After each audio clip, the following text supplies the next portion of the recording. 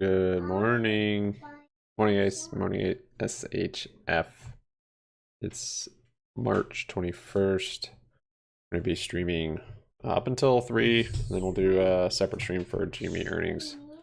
We'll be looking at stocks, options, futures, technical analysis, and price action. I'm going to get set up here.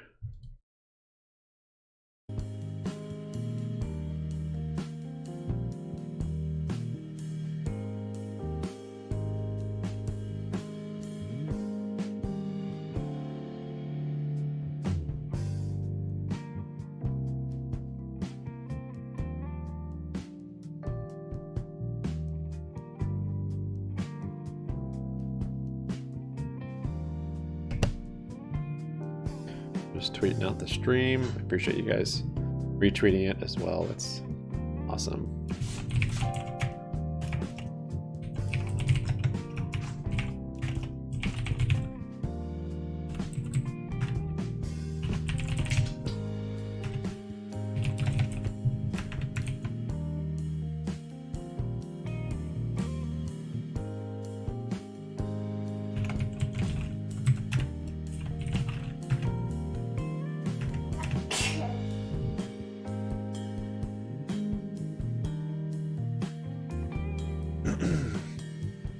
Switzerland's emergency rescue of Credit Suisse could cost $13,500 for every Swiss person. Wow. U.S. House Conservatives said they would oppose any universal guarantee of bank deposits above the current $250,000 FDIC insurance cap. Total outstanding advances from the FHLB now likely exceed $1.1 trillion, according to Barclays. It's likely a record surpassing the system's lending during the 2008 financial crisis. Moody's anticipates that Tesla will deliver nearly 1.8 million vehicles in 2023, up 34% from 24.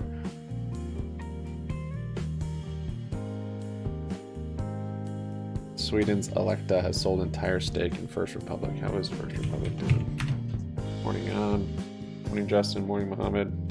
Morning Christopher. Barnstormer, thanks guys for your likes. Oh, First Republic's ripping, cool. Good. Need puts on that thing. Thanks guys for your likes.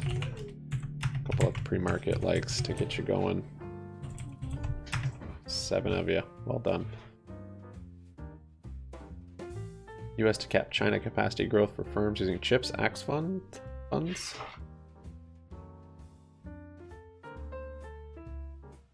Recruiters across the world are getting an unprecedented flood of calls from Credit Suisse. Bankers seeking new jobs. So Canada's CPI came out and is a little bit lower than expectations, so that's maybe helping pump the market a little bit this morning.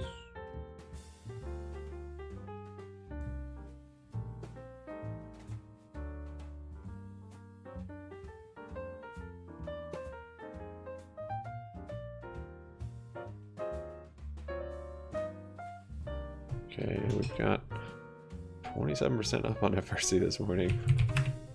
Market's pumped. Almost up a whole percent in pre-market.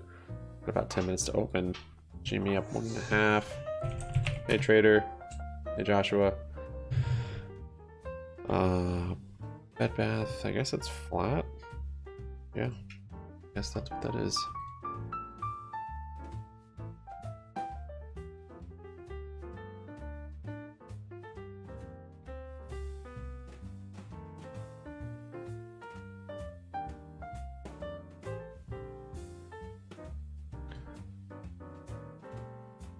W looks decent. For a long? I mean, you missed the 10% gap up. I'm gonna be looking to short these banks on these green days. Morning everyone from like 12.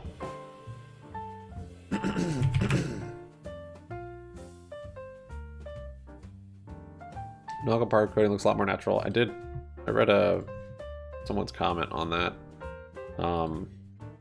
It's maybe pretty simple. Let's see if I shared it. I think I shared it. I'll read it if I did. Yeah, an explanation to the barcoding. I think Trader, I think you were confirming something like this. Very hard to barcode below $1 as the increments go to 4 decimal points. And the volume at every point gets smaller. Above $1, the market makers have more room to provide price improvement by holding orders hitting payment for order flow until they accumulate above the liquidity on the book. You will see that they gobble up all the remaining liquidity at once and the price moves a penny. Below $1, it's very hard to do this effectively. If you go look at any stock, you will see the price patterns change as it moves below $1. So I've not noticed that before, but that seems plausible to me. So it might be as simple as that. We've also had a lot of increased volume on BBBY yesterday.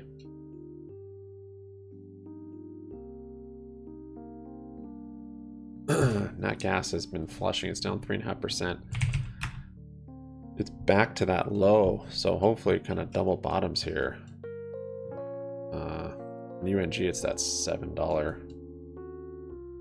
We have made that inverted head and shoulders, and then it just flushed through there.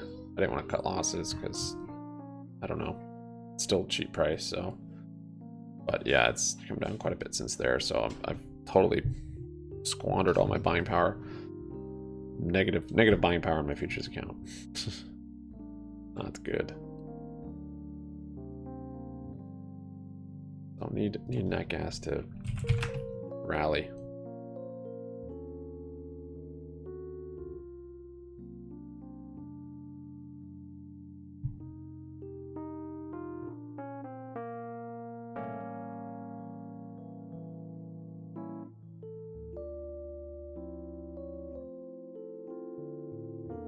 That's what I was seeing. Yeah, he's saying it's just much harder to do under $1. So, see if that remains the case.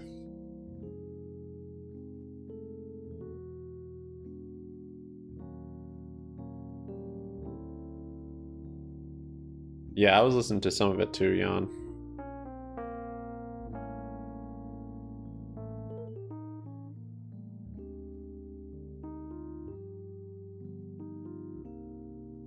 Yeah. Yeah, I don't know. I don't know if any merger like that's going on or not.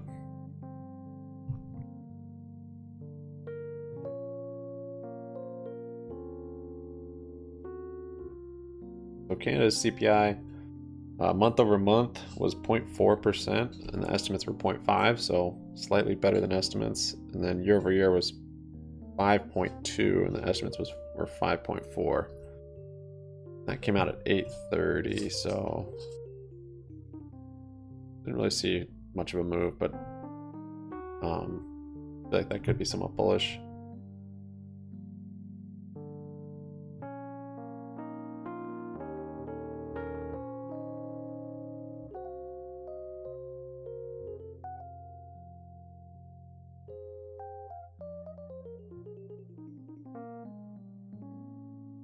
Got about 5 minutes to open. I've got these covered calls in GME.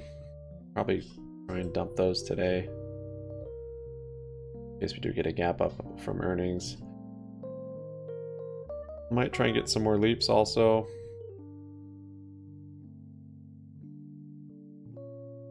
BBY is really dragging my accounts right now through the mud.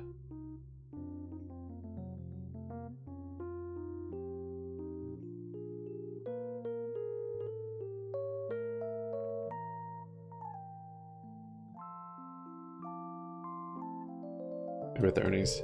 Yeah, maybe. Yeah, if they've announced something at earnings. Could be. For now. Yeah, hopefully it lifts them all up. XXII had a little gap up. Yeah, so just erased most of yesterday's losses. Hopefully this thing starts to rally.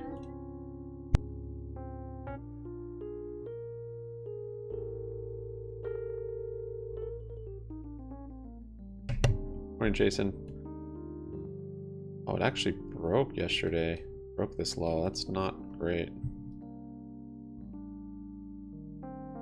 Well, if that's just a little false break and we bounce.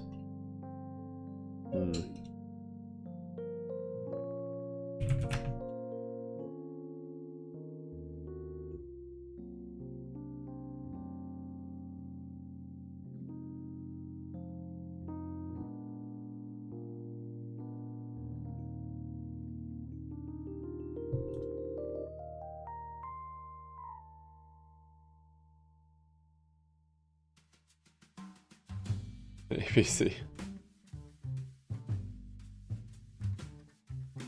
Doesn't he have like, I think he's got like 500,000 in BBBY. Isn't it him? Some of those guys have a lot of shares.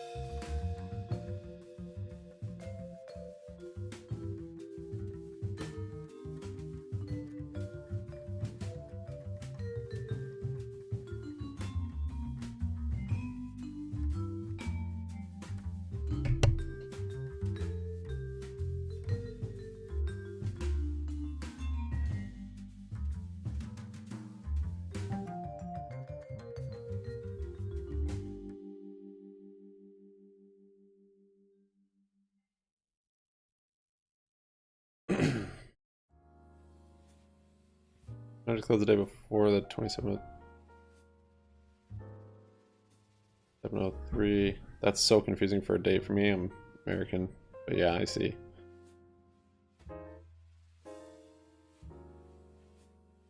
Reverse split at 60 cents, then 1 for 5, or even 1 for 8 would mean 4.8, which probably still wouldn't be valuable. Yeah, 1 for, sure, 1 for 10 could be plausible. I don't expect anything less than 1 through 10.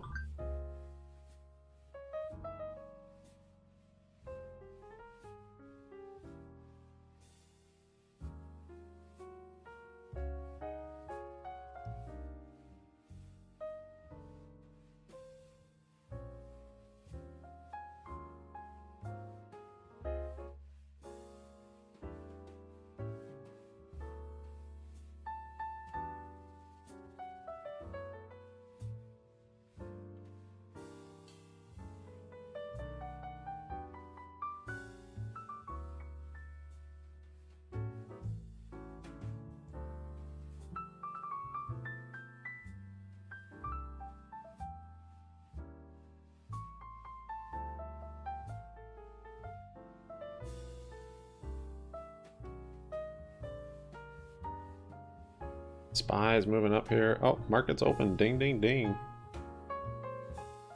Not paying attention. Let's see. Very crazy and interesting. Here we go. VWAP's weird. I've got margin calls on my long-term account. I never wanted. SPY is moving up. GME clipping up. BBBY moving up a bit. Yeah, birds had a gap up yesterday for some reason. Up 13%. Up like 35% after hours. I didn't see any news. Oh, there it is. Maybe. Bird received additional new funding, bringing total to 33 million this year. Maybe that's what it was. I just literally broke the high out right away. Up 1%. Like I was saying yesterday, I think we might be in, if GME is repeating March, I think the market might be also, which is this move right here. This crazy move in March. So that would be putting SPY, you know, back up to 416. Back up here probably. which would support a big GME rally.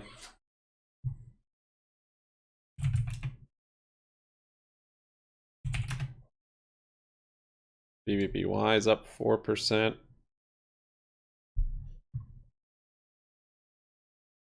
Oh shoot, I lost my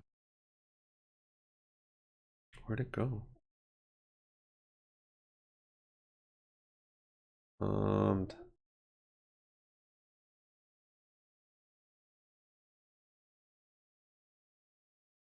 Order entry.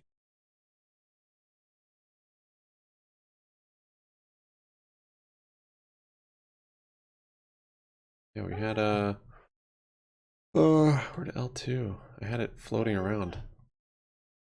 Gone.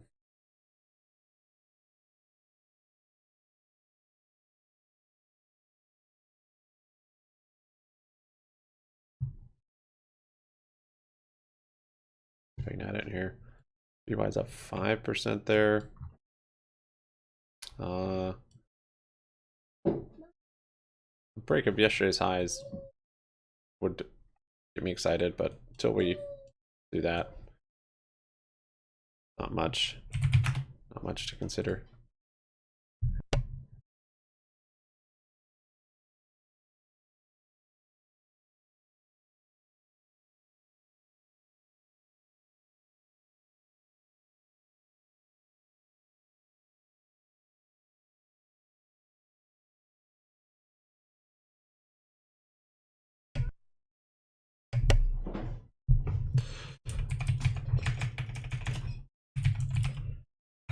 Might close out my calls. Probably be smart.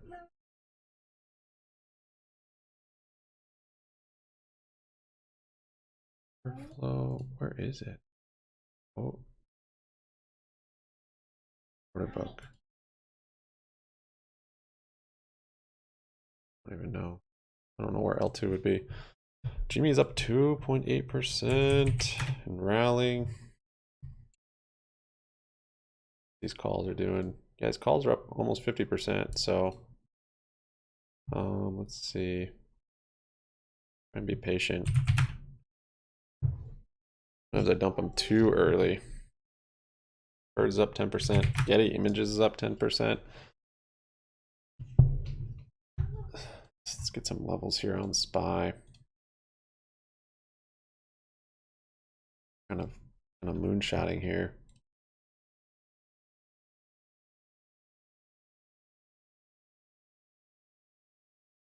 Go there. There, yeah. Couple little resistances up there. Resistances.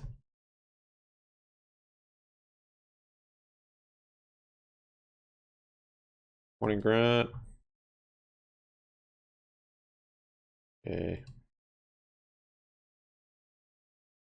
Put on there for support.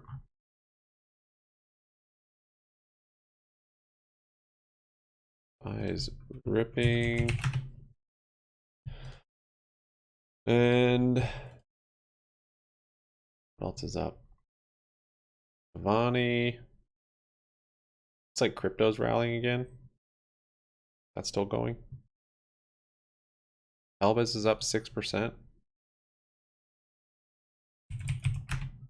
GNS is up 3. The 6. Let's see if XXI is still holding up. A little bit. It's up 3%.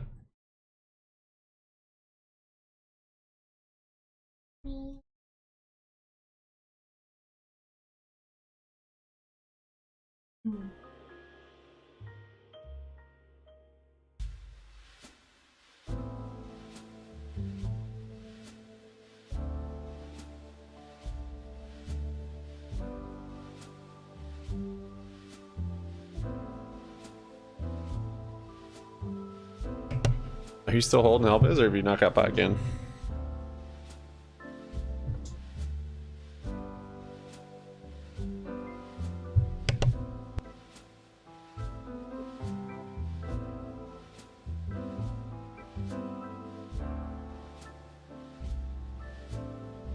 Okay. I think nat gas is maybe bouncing off of that low. Birds holding up that 11. Which like always do too.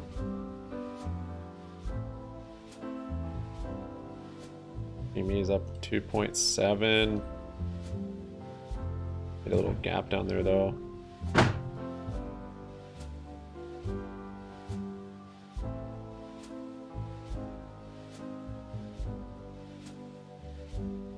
See, recovered calls on GME. They're down a little bit. They're 18 covered calls, so.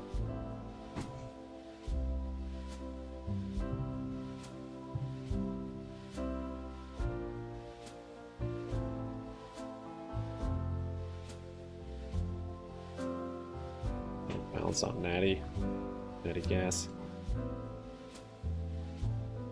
Starbucks is up 8%.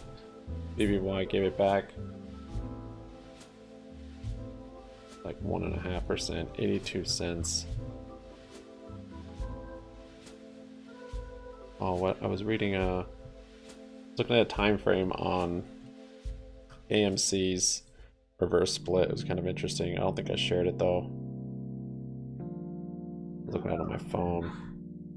Basically announced reverse split, and then yeah, AMC rallied, and I think it actually sold off before the actual split.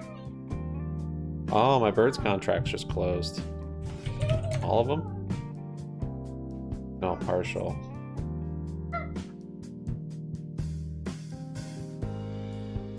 I think. Three of them. I do like 1 to 3 at a time.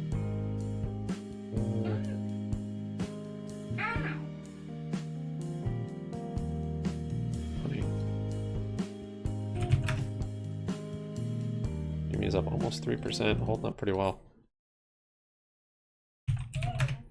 Tesla's up 3.3. Yeah, it looks like the whole market's repeating last March. XXII 3.5.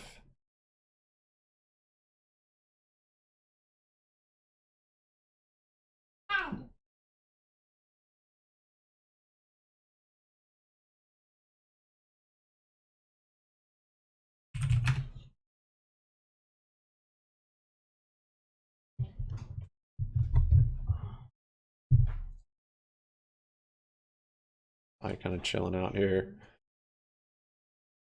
GME holding strong. Is AMC also a little bit? Yeah, 3.5 on AMC too. Kind of double bottoming here on that one. Maybe. 9 is up. Run is up 6%. This one got messed up from the banks. FRC still holding up 24. The IV on these options are crazy, so I might just do like a put debit spread. Show up yet? Credit Suisse rallying too? No, not really. Credit Suisse is up 1.5.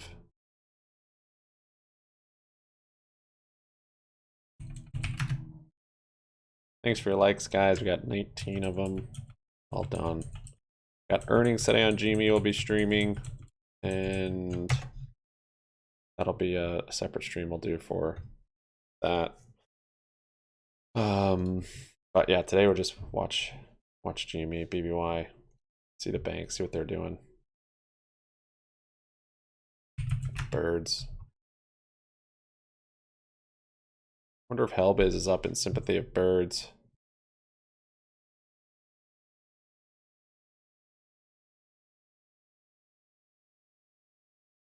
All these stocks that are up, none of them like look very good though. This just looks like dead cat bounces basically, fortunately.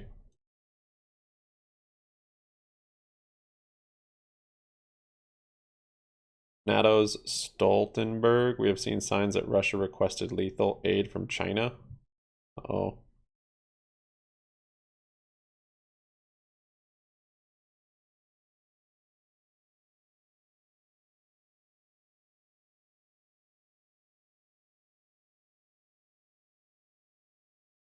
All right, nat gas bounced a bit. Need like a 15% bounce though. It's interesting. It's sometimes it seems like it moves with oil, and other times totally separate. Oil's having a bounce also. A big sell-off the other day, last few days. Dollar's dropping, so that's bullish for the market. Oil's rallying. You've got both of those. You know, the correlation between those is solid for a rally.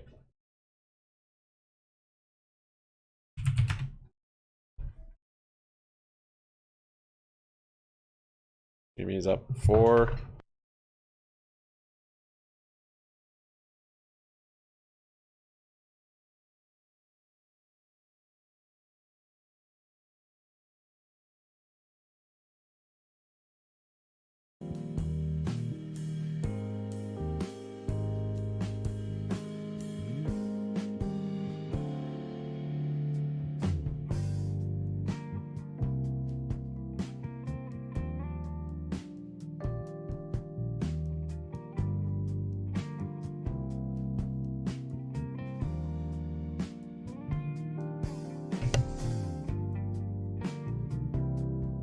Okay, I'm going to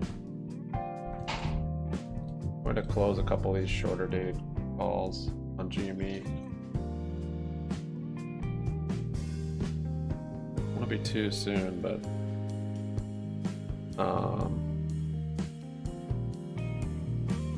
yeah, I'll just close one here.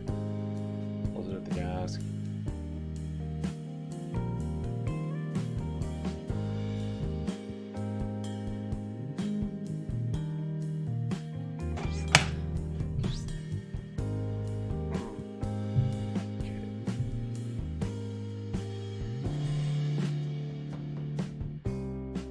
Yeah, they're up 46%. Makes sense because you're going to get some kind of IV crush. Birds is holding up well at 14%.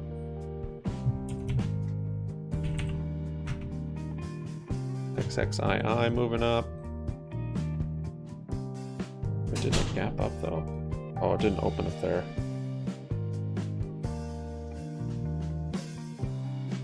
The thing up here got all messed up. I can't put anything on my what happened?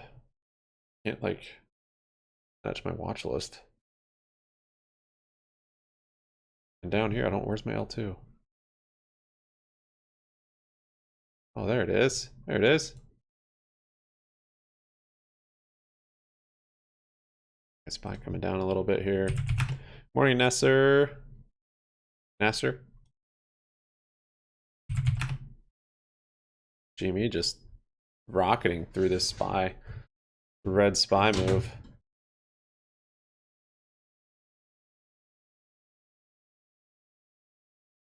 Delete that. That's our earnings day.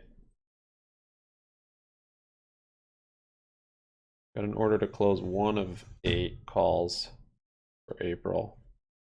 I have it at the ask, so yeah. Birds 15%. Closed 3 of the calls on birds. The April 21 250 calls.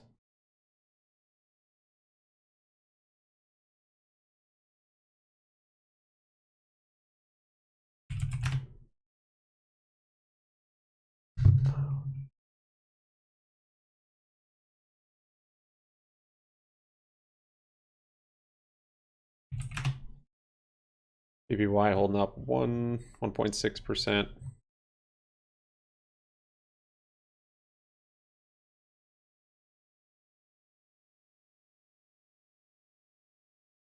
Bullish MACD. If we get much more down, we're going to go back to bearish.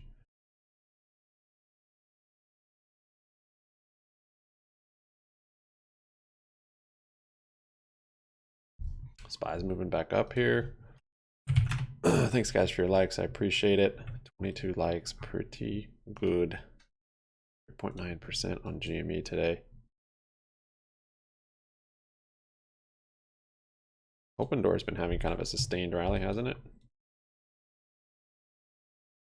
Not really. Body's up 7. 20 days of chain.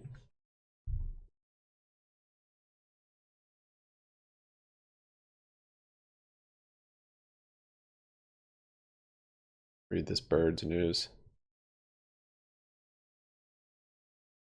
Bird received additional new funding, bringing total to 33 million this year. Financing expected in coming weeks.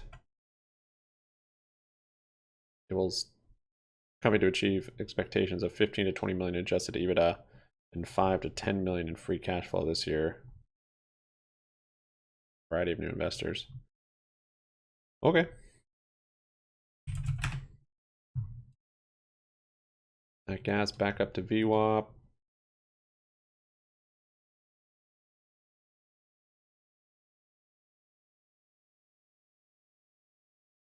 My call contracts haven't sold yet.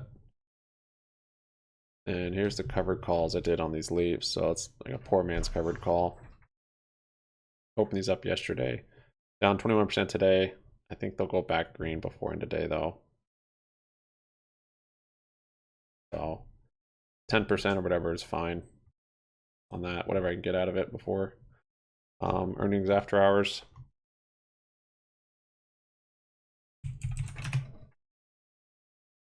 BBY kind of holding up there a little bit. A little bit of a bounce.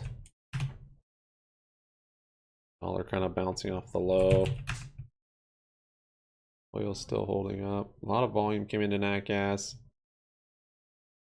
We'll see on that. There you go, Bed Bath. Bath is at 3%. Only like 1,000 more to go.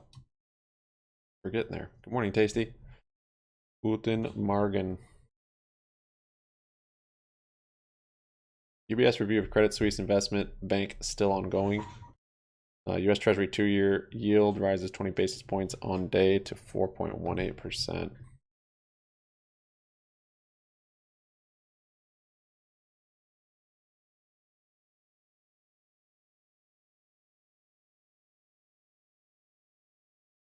Buy just flushing down there. I'm gonna drop my call price a little bit on here.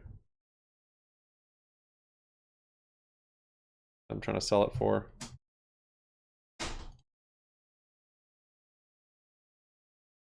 Market makers tightening up the spread as I bring it down. I was at the ask and I bring it down. The ask keeps coming down. Classic. Oh, and then it fell. Okay, so I closed one of my calls on GME. So those are up. They're up 46%. So not bad. I mean, I opened them in just the last few days. And to have green calls in GME that are long, it's a gift. Really a gift. Put an order to close another one, but I'm going to leave it at the ask.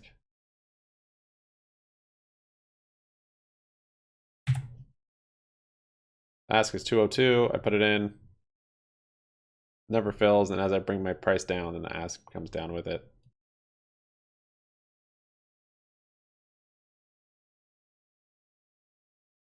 Okay, nat gas is kind of breaking through VWAP here a little bit. That would be neat. I have spoken in German right now. BBBY with a little bit of a pump there, 3.6%. The high this morning on that first candle was 8.5 for, let's see, 85 cents, 85.5. We're at 84 right now. Not barcoding this morning. Again, that could be because we're under $1, according to that person said, which kind of makes sense. The L2 looks different again. Looks like it did yesterday. I don't know if that's because it's under $1 or what. Potentially, I think that's just related to that barcoding and not barcoding. Yesterday's volume though, yeah, see how that increasing volume? That's good. Today's volume is not like yesterday's so far. Not bad, but yesterday's volume was pretty crazy.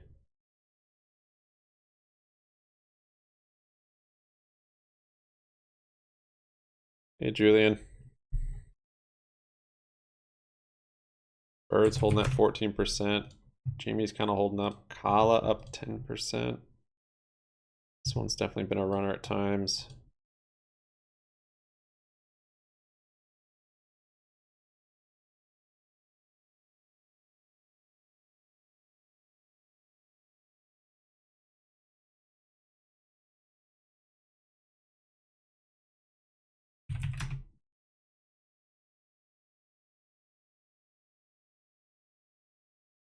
Does need more volume. Certainly.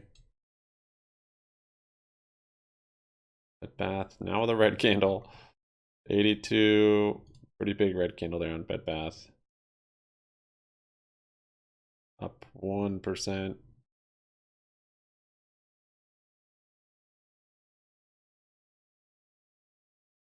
Yeah. GME, so good. 4% on GME actually.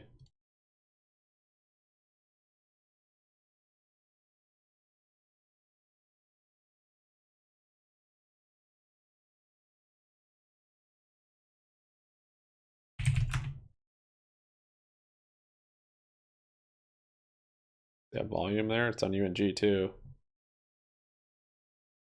Hopefully a lot of buyers there on that gas at that price.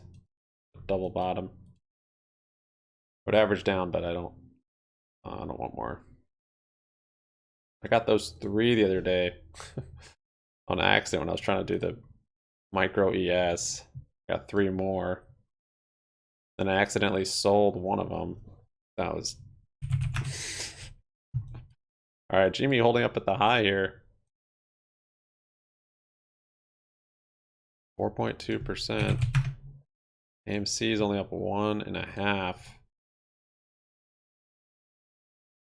I just kind of small body candles cruising through.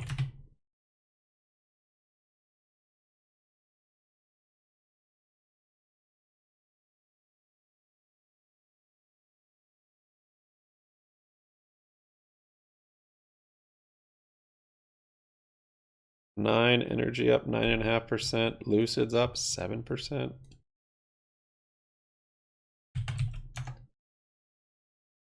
FRC holding its gains. Yeah, FRC is still up almost 30%.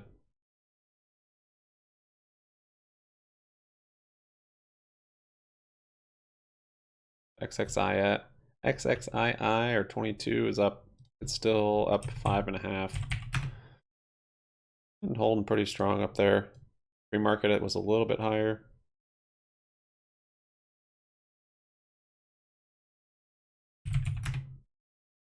Give me 4.25.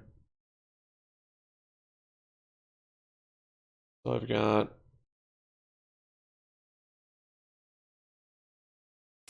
MSGM is down today on my list. BuzzFeed's down. Not much though. Not a whole lot that's very red on my watch list. Box D is down a lot. Tilray's on the up. Yeah, there you go. Tilray 6.5.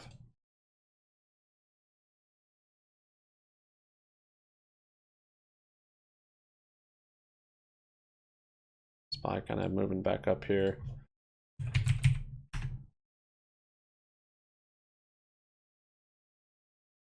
What's Newegg doing? That run Newegg had the other day, I guess that didn't last.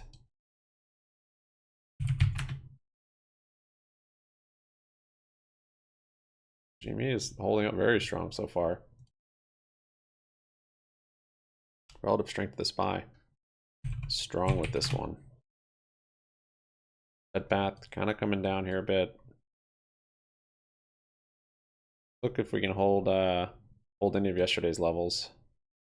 Extended hours was 80 cents as the low. And then yesterday's intraday low was 76 cents.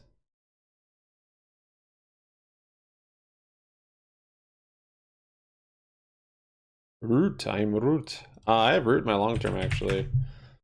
This thing's gotten wrecked though. I didn't even root. My long term stuff I just kind of hold. I didn't even realize I had a reverse split and stuff back here.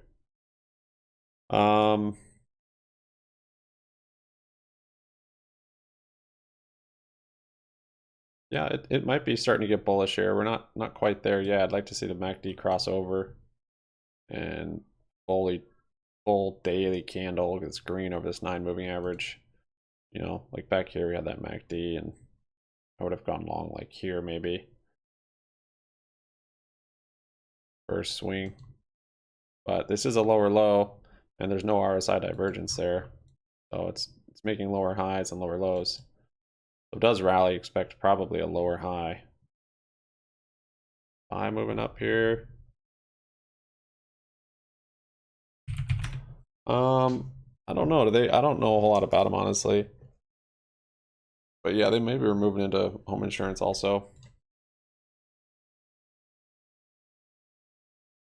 SPY moving up, GME moving up, 4.5% on GME. Tesla 4.5 as well. This thing's almost back to 200, 191. Dang, I'm so glad I got out of the shorts on Tesla. Making money on the downside on this thing. Whew.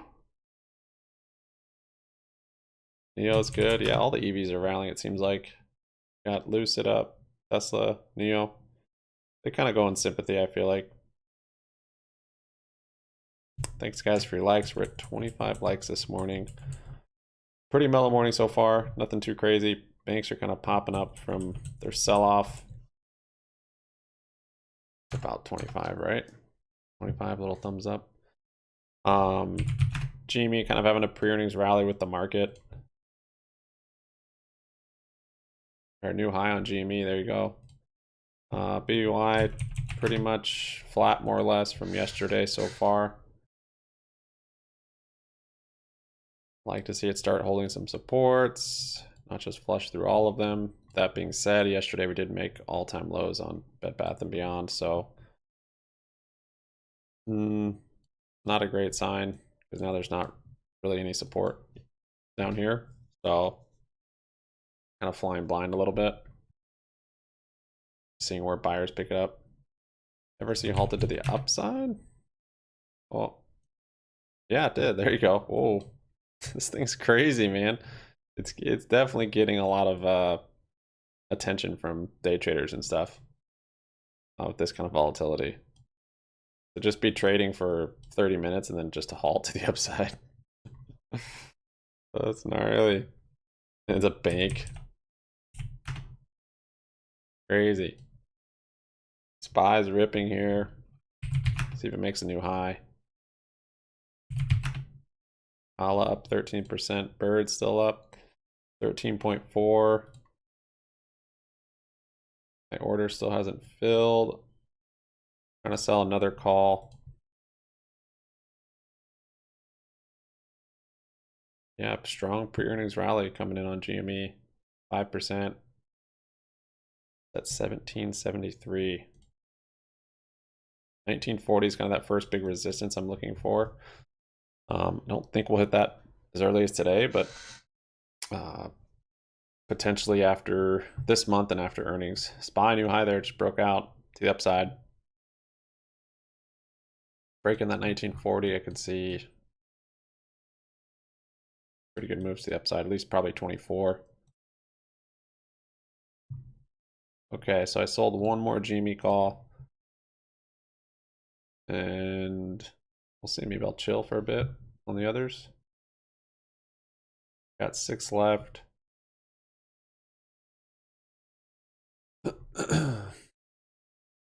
Let's see, BY following SPY. It hasn't been. No, it's not. Not to me, it's not at least.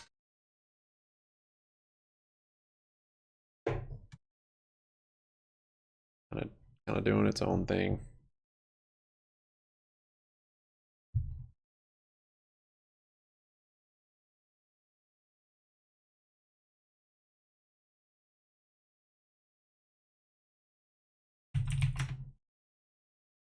Yeah, it really does look like SPY is repeating March as well. Tesla's ripping. And we've already done quite a bit of it. What is that, 7 trading days or so? You know, we're like here. So another week of rallying. Yeah, today would be a bullish MACD crossover on there. On SPY, there's a pretty big move on GME. Okay, up 7%. It's at $18 already. Yep. That is neat. Bed Bath not moving at all with them. Easy goes popping up 16%. This quarter was wild last night.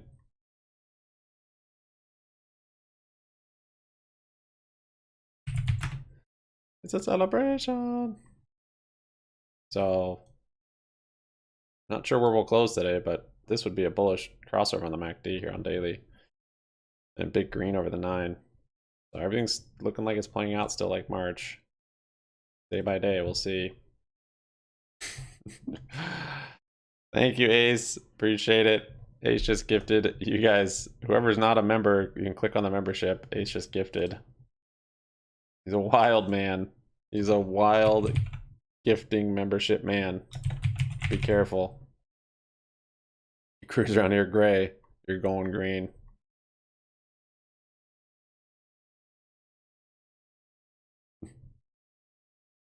The ego on you.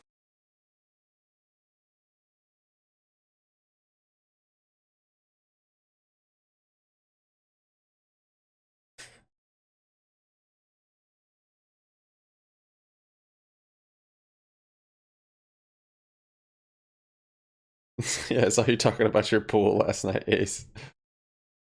Draining that thing and filling it back up.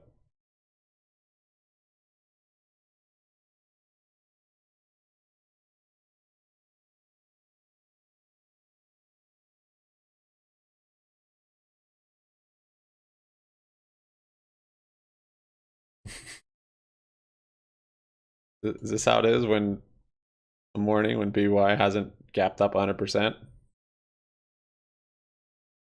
Just how you feeling?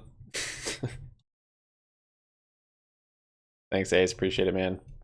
You guys are members. You guys can thank Papa Ace and click the green box, get your free membership. Much appreciate it, man. Justin, looks like you jumped in there. Whole Jin gang. Click the free box, get a free membership. All you lurkers listening, click it before they run out. SPY, big wick down. Might sell another GME call up here, even though it looks so nice and frothy. Just think this little pre-earnings will run up. Touch the thing. They'll probably be halted for 5 minutes.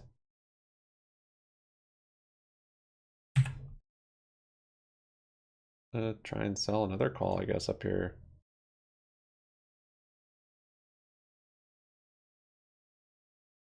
Crazy the strength on GME compared to SPY right there. Pretty good sign. But great people leave, they get scared. Where it says Ace Ventura gifted 5 Happy Money memberships. Should be the top of the chat or in chat even.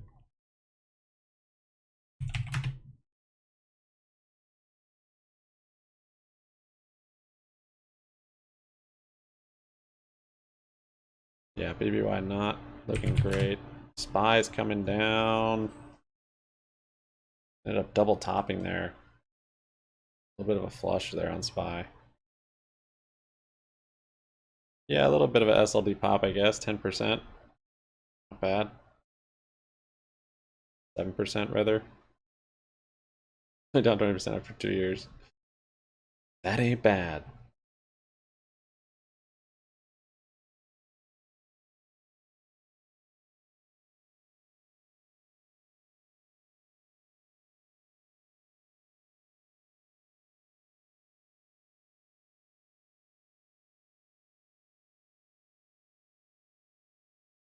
Pretty big red on SPY there. It's probably going to shut down this GME rally. Well, it was fun while it lasted. There you go, SPY, new low of day. See if there's news coming out. Looks like it's trying to fill that gap. Starting to fill that The gap. ego on you. There you go. Well done, Jake. Welcome. You guys that are new members, hit me up, DM me on Discord. I can give you the happy crew roll. Google is granting open access to its Bard AI chatbot. I don't know if there's any news or not. Seeing anything yet.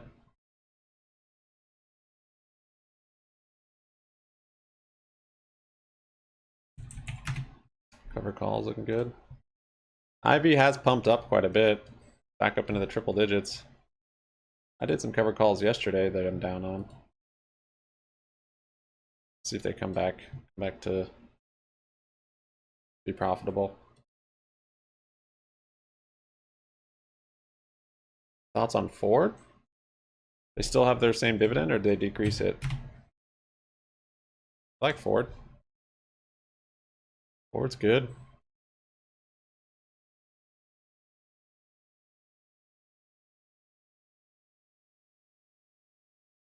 They decreased it. That's right.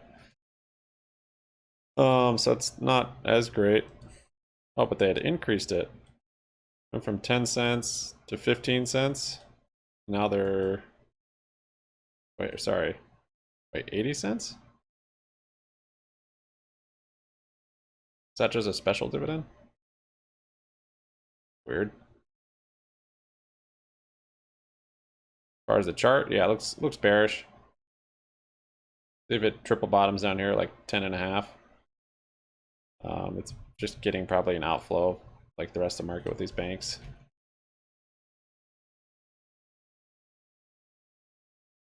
Looks like they increased it. I clicked the green box. Good job, Jake. Good job, you did it. That ass is so wide. Like 5 cents on GME. Yeah, Kala does move when it goes through. Hard to time this one.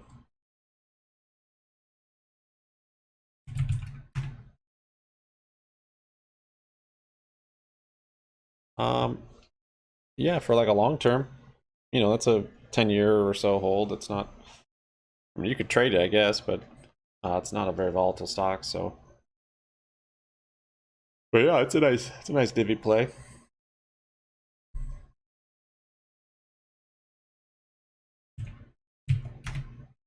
Yeah, Julian, there's a free membership for you if you click the green box. Ace Ventura green box.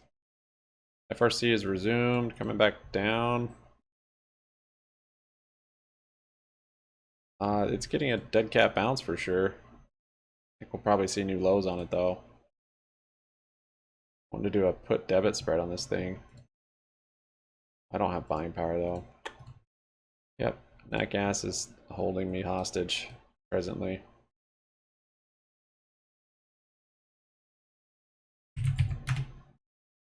It's amazingly difficult gifting it to people. How true that is.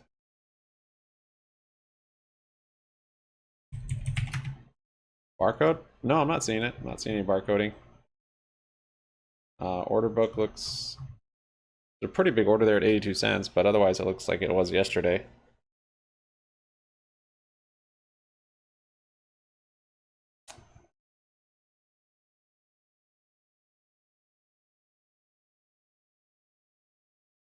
Yeah, it's probably a good idea to sell. I can sell more. I think I've sold, what I sell, one. I've got an order to sell another one.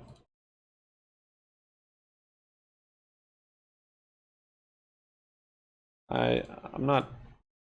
I think we could rally for the next 2 weeks or so. At least to 1940, and if we break that, probably 24, and maybe even back up to like the 30s if we're gonna get another cycle like last March.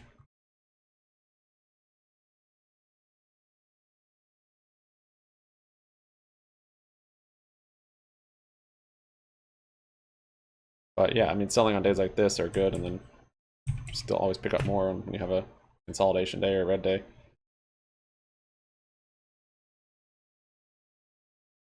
Well done, Jay Scott. Well done.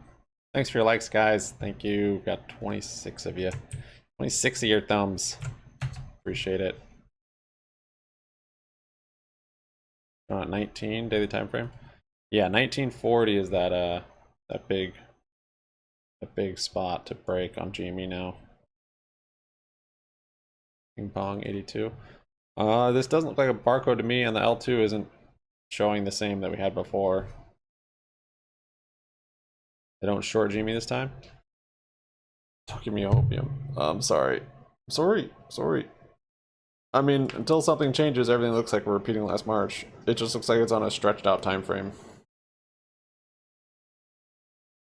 The cost to borrow on there went up a lot on GME, and I guess they were out of shares yesterday. We haven't seen that on GME for a while. Not that this matters a whole lot, but it's at 9%. Now it's at almost 20%. And at some point yesterday, I think they ran out. Yeah, 11:15. So they were out of shares or whatever. Based on this data, they weren't reporting shares after 11:15. So yeah, I mean, there's some signs coming in.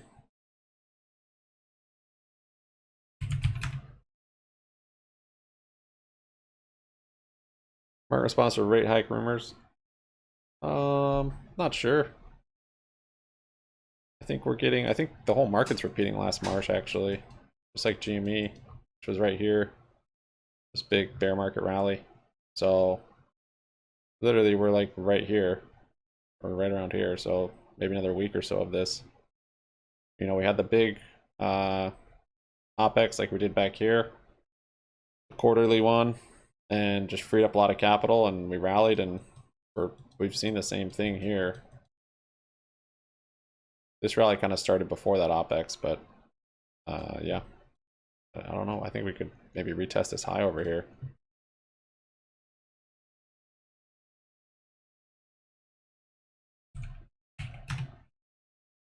Not sure if they'll short it this time.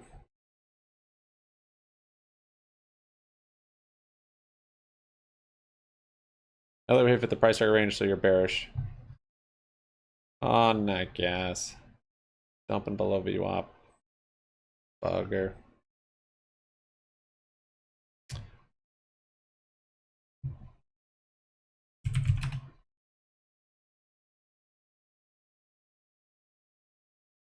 And the top of this Elliott wave, if it is playing out, is like 18 something is the top. I think you said like 1840. Need funds for Theta Farm. This is the way. Bottom at 82 cents on BBY, maybe. SPY's coming down there. GME is holding up pretty well, but yeah, SPY's about to make a new low. Yeah, I want to see where the support that BBY makes today. If we hold pre-market 80-cent support or up here. Is there any buy a call and a put near the same strike and close one? Well, there's different types of spreads. We're talking about like the stock. There's a spread in the bid and the ask. That's considered the spread. You know, the spread between the bid and the ask. A spread in the options. You also have a spread between the bid and the ask. But then you have option spreads, which would just be basically two legs of an option, right? So like an option plate has two legs on it. Buy is flushing down here. So it could be two calls or a put and a call or, you know, any sort of number of legs.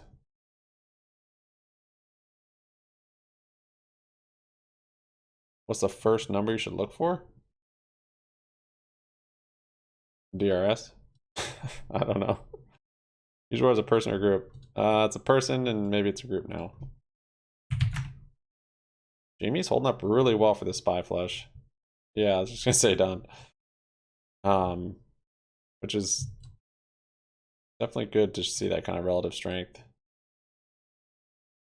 I mean, it had that red candle back here with the SPY, but yeah, it'll probably catch up here. In fact, I'll maybe I'll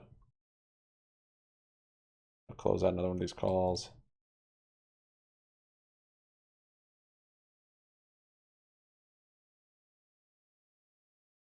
kind of, oftentimes you can use the SPY to kind of be a leading indicator for GME, or even vice versa. Sometimes you'll see GME rally and then the SPY will catch up.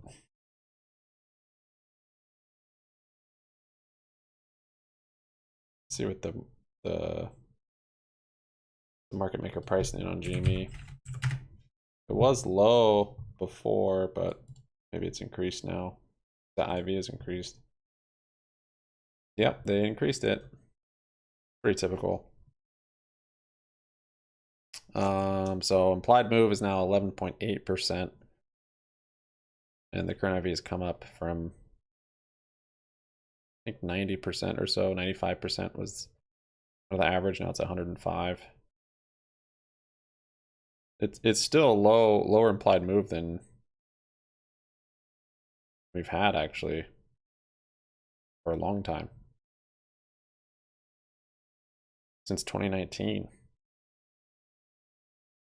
So yeah, options are still very cheap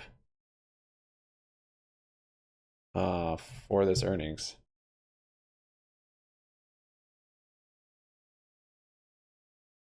That makes me want to keep my options. There's a little SPY wick bouncing out of there. See, this time GME was the leading indicator, showing that SPY's drop was unmerited. BBBY holding up, it's up 1%. Not too bad. Cash flow, yeah, I mean, I'm assuming they'll still be cash flow positive. Hopefully it's increased. Current price for cash secured puts, 50 cents. They have even 50-cent strike. Let's see. Let's check that for you, Jim. On the weeklies, 1 cent is the ask and 0 is the bid. Next week, 1 cent is the bid, 2 cents is the ask. Week after, it's 2 cents and 4 cents. So very, very minimal premium.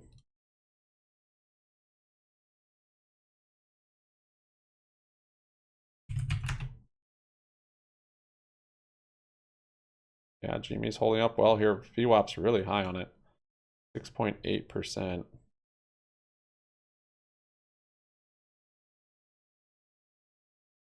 But you can't DRS options. Nice double bottom the past few days. Yeah, I mean, this double bottom is playing out perfectly.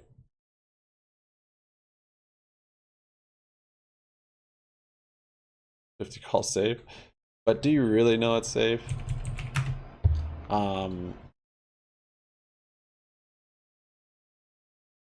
Yeah, the amount of premium on that is, unless you go out a few months, is pretty low.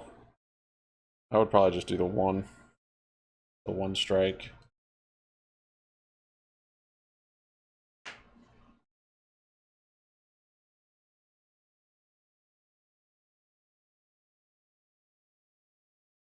Today's gonna be an okay day, I can feel it. It's gonna be a super okay day.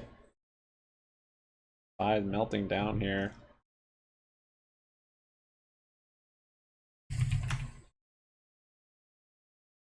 GME right at 18 bucks, up 6.5. He's up 1.6. Runs up 8.5.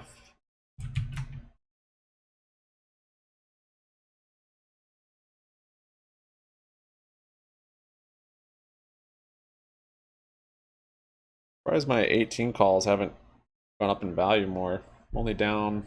I got a good entry on them yesterday. I guess that's probably why. I got them in right here. They're only down 34%, so pretty pleased with that.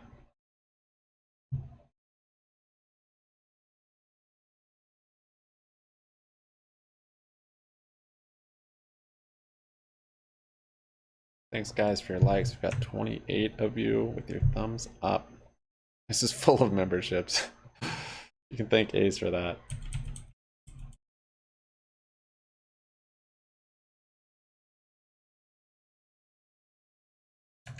We've got more members than likes. It's ridiculous.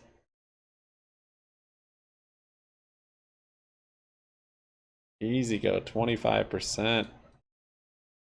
Still holding up there. It's a lot of volume on here.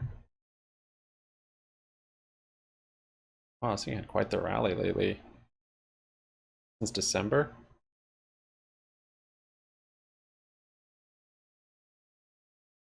150%. Okay. Birds is still up 15%. Holding up well, actually. Albiz 5. GNS 3.8%.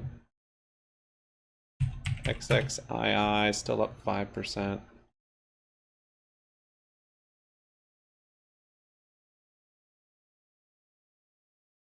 Buys coming down more here.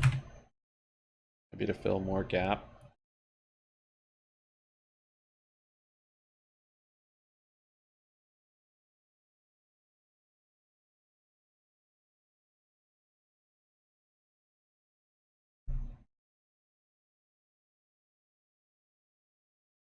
So yeah, these cover calls, these are in the money now, so really not a whole lot of premium pump though compared to yesterday. Interesting.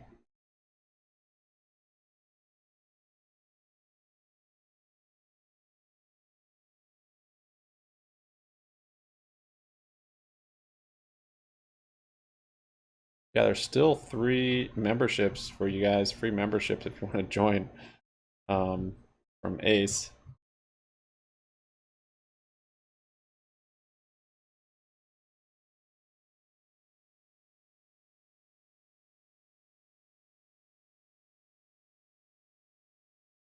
My weekly strangles are selling off.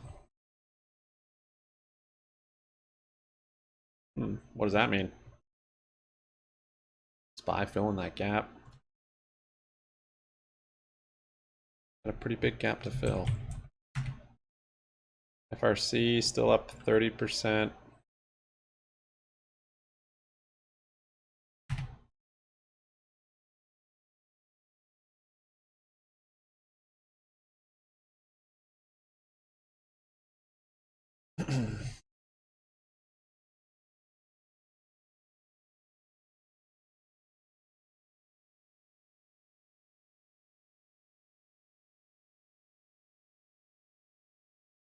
Root is up 6%.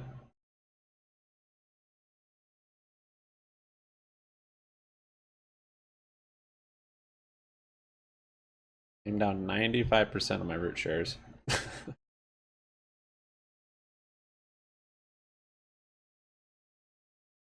Birds is holding up pretty well. GME is holding up well for the SPY move. SPY's up 0.66%. I think at one point we're up over 1% today. So making a pretty big range here. The gap fill would be 393.74.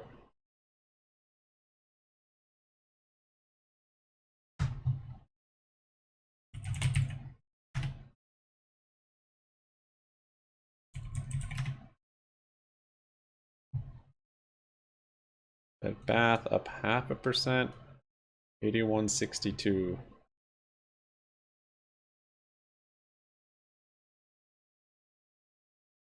Coming down, as well as the SPY. Tesla's still up 3.5, below VWAP. It's coming down with the SPY as well. Maybe coming down a little bit. Still above VWAP though.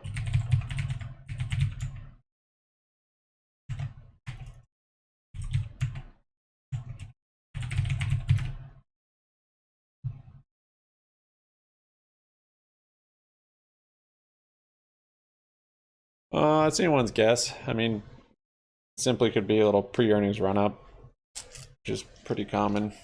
But yeah, oftentimes GME runs, like big runs, start on a day like today, after OPEX and T+2 from that. So I don't think we're not seeing the necessarily signs of that I wouldn't say yet. But I do think we're still potentially repeating this pattern back here in March, last March. So obligations due, and this is when they have to roll them over, and that causes price action, maybe. Not sure. We'll see what earnings brings, though, and if that helps accelerate the push or hampers it. But I mean, the move back here was 150% after earnings.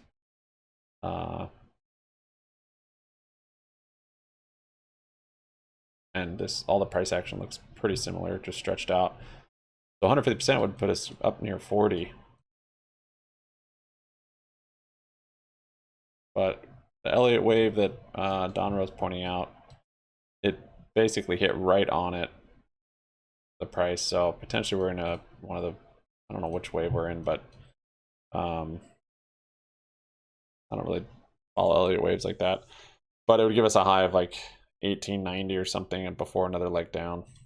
So really look to see, just for me to break this 1940 if we do, and may benefit from what kind of volume we have and stuff. We're seeing, even if we have a regulatory environment which kind of is ensuring what I'm looking all for. deposits, however that can get figured out. Because if we look at these banks, you know, they have It's more the clear tell from last March was volume picking up more with price action. Deposit bases. I think that's the biggest thing that we've seen. SPY filling this when gap. the tide goes out, you know, as famously said, you find out who's been swimming without swimsuits on, and whether that's Silicon Valley Bank, Signature Bank, I would be okay with different that. ways, Credit Suisse, it's all coming to bear today because it seems like it's not impossible anymore because GME's been fixed for so long. Big banks, Big B, to be followed by big airlines, Big A, technology, Big T, and defense, Big D. Some pretty good tickers in there, Dave. Thank you, sir. Dave Moz, the Chief Strategy Officer at Round Hill Investments. Just said Big D. All right, nice timing here as stocks are trying to. You didn't see that one coming, I guess. Bulls in the banks. A little bit of a fade from our Sorry, I early guess I'm a child. strength. BY is now red. Stocks are still firm across the board.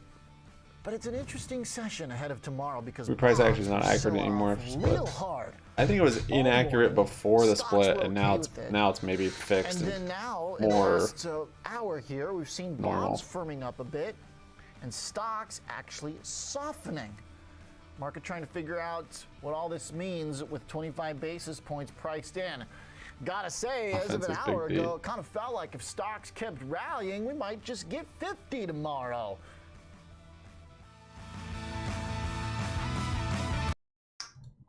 $50? What are they pricing right now? The Fed funds rate? I think it's like 80% to 25 basis points.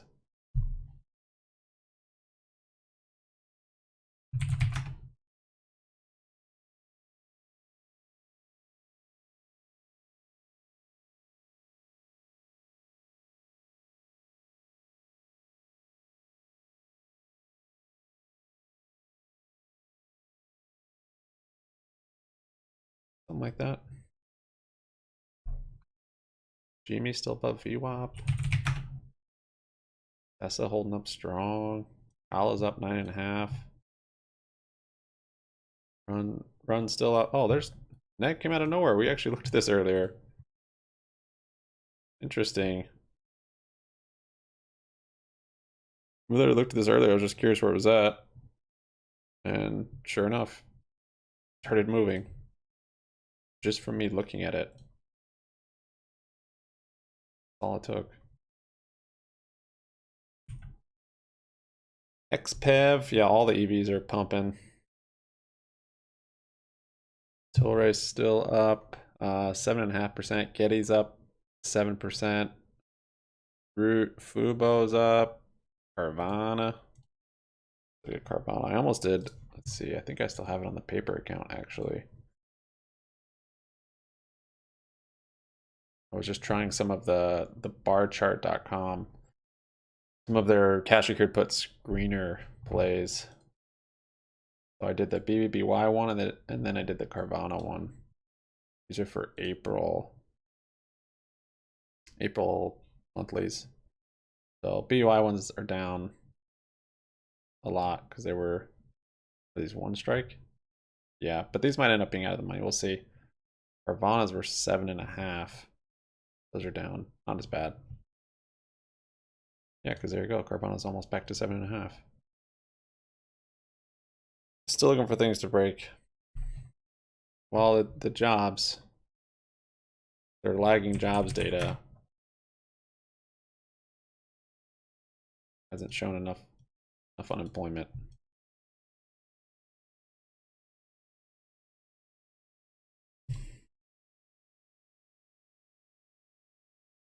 Easy go, 16%.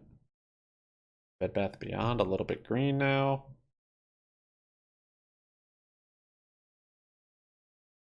Starbucks, 13%. Birds holding up at 14%. AMC is 1.5.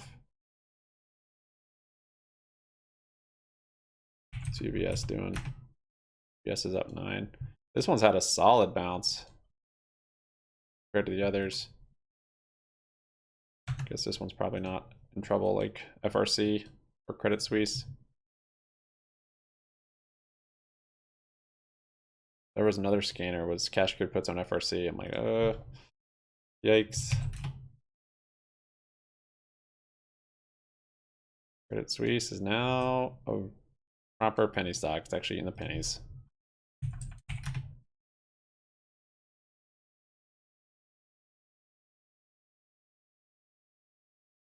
Big Iron Condor on GME.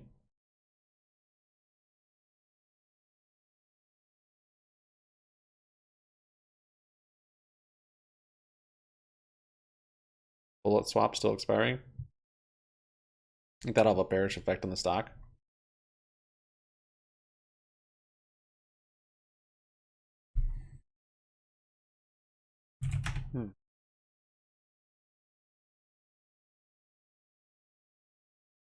GME is still up almost 6%. Holding up quite nicely. Proterra is up 15.5. Things had a sell off.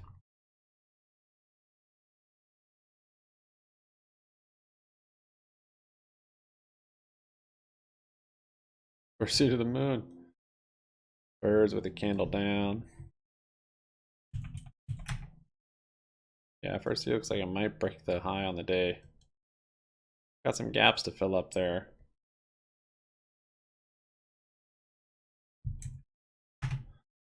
$400 more stores? I didn't see that news. That's a lot.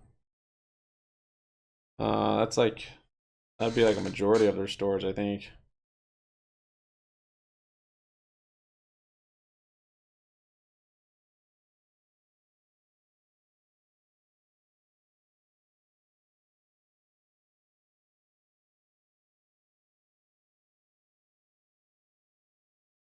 It'll give you different perks. If we do like membership only chat, be able to chat on our Discord. It gives you access to my streaming channel, so you can come chat with me on there, and you get, of course, the badge. Both platforms, but yeah, get the free membership. Ace gifted 5 memberships. There's still 3 available if you scroll up and click on the green box. Do it. Doesn't show that you've gotten it whole, Jin gang. Sexy time.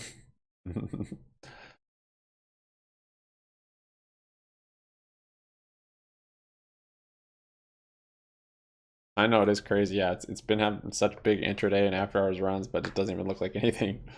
It is wild. We were looking at yesterday and it was halting. I'm like, it did almost 100% move from this low just like 48 hours ago. It's gotta have a lot of traders on it, day traders and stuff, even pumping that thing around.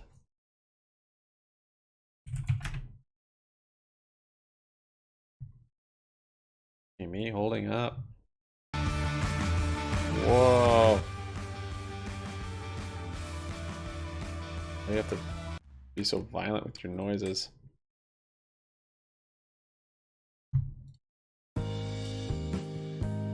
All the noises are loud.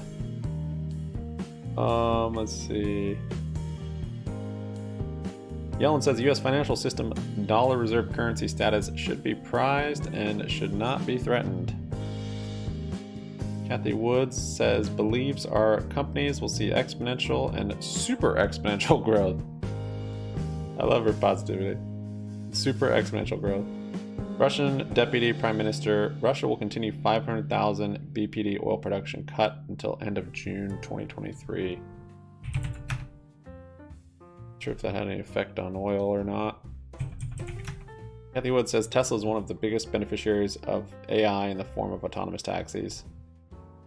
Says Tesla can drive prices down because its costs are moving down. BBBY down 0.75%. See what kind of levels we hold. Pre-market lows were in that 80 cents. 80 cents area.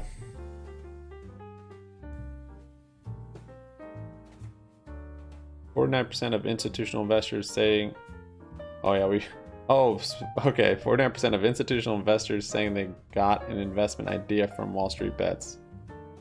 So yesterday I think we read that it was a little higher percentage and it just said from Reddit. I don't think it specified Wall Street Bets. U.S. Treasury Secretary Yellen, the dollar's status as a reserve currency of the U.S. should be cherished and should not be jeopardized.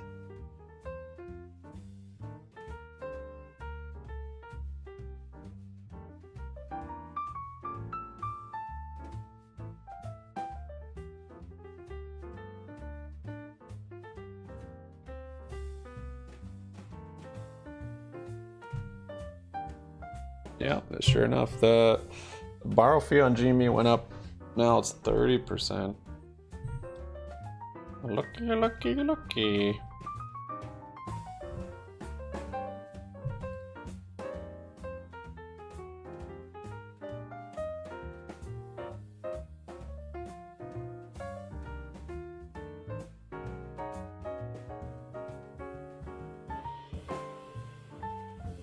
Messaging will be, look at what we talked about yesterday, Oliver, on the macro front.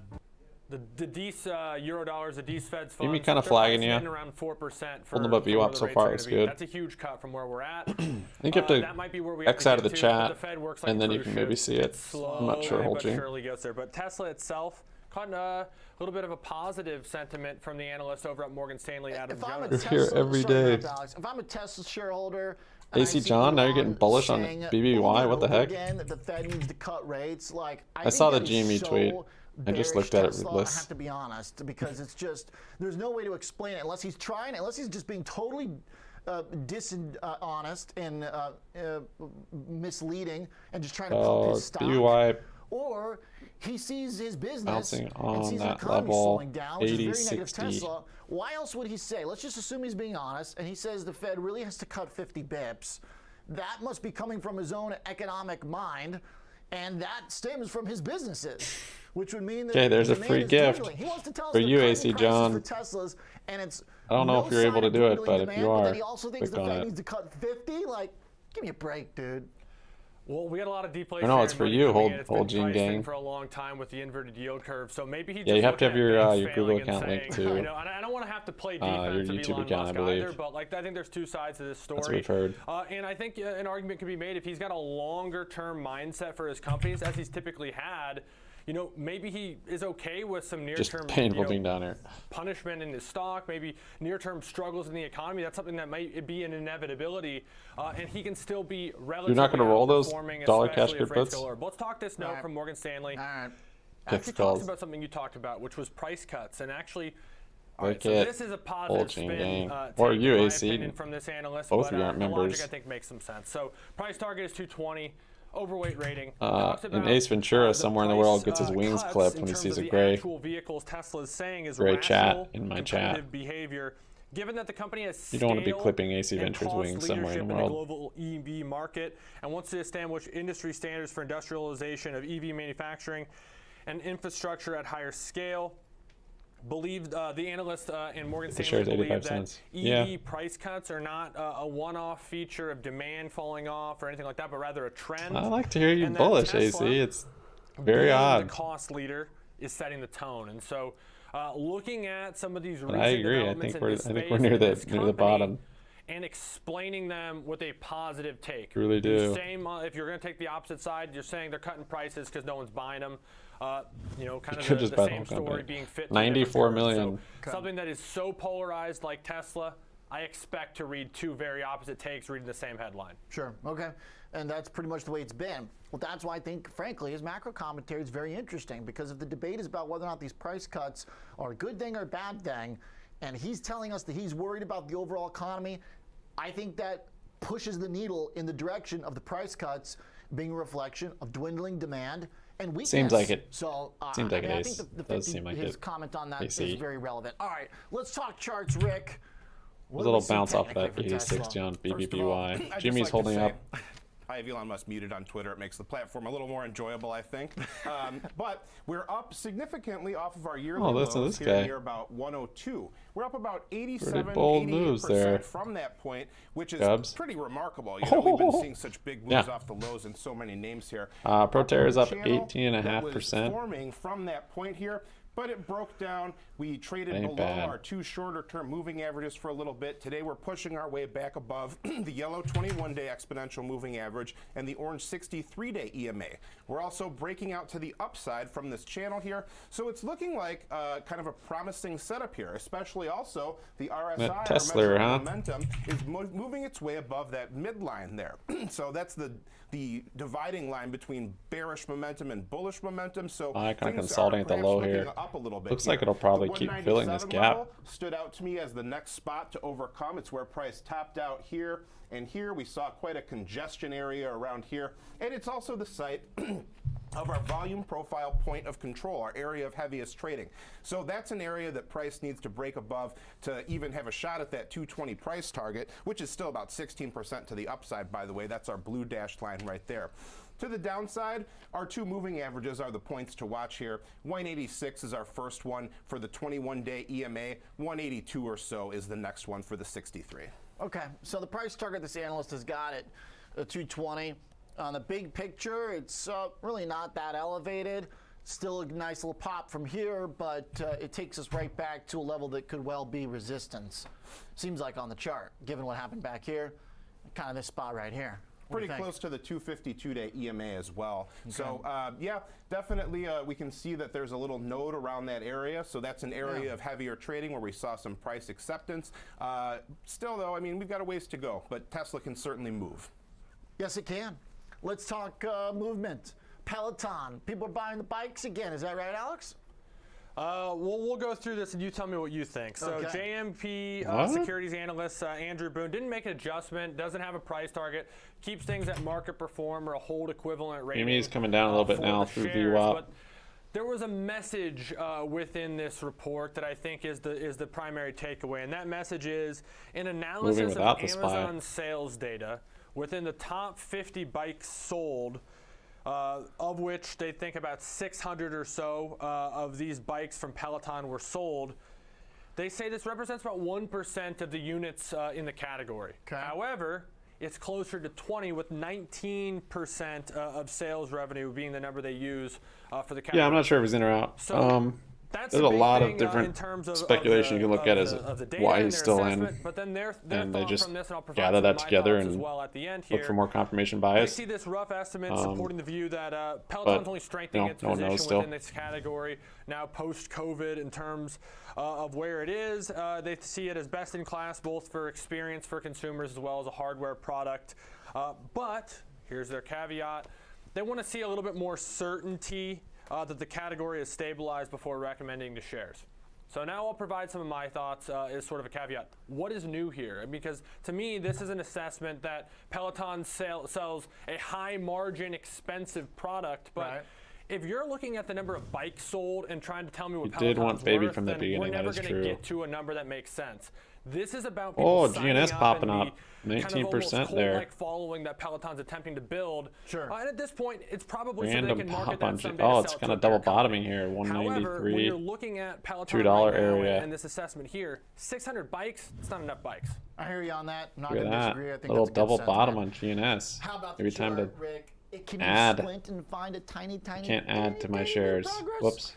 You know, it's weird because we're up about This thing 48%. seems off to the support, lows, you know, seems to consider really that. move look on like it. technical Rather levels. ominous lows near about 666 here. This was a But, gap fill you right know, here. We're still in an technically There might have an been news uptrend. here We're too. still Oh yeah, this making was higher I think lows this was from that AI point news here. actually. We had a move up for earnings that evaporated pretty quickly. I didn't look We're into it, down but about, that's not great. 45% from that peak here.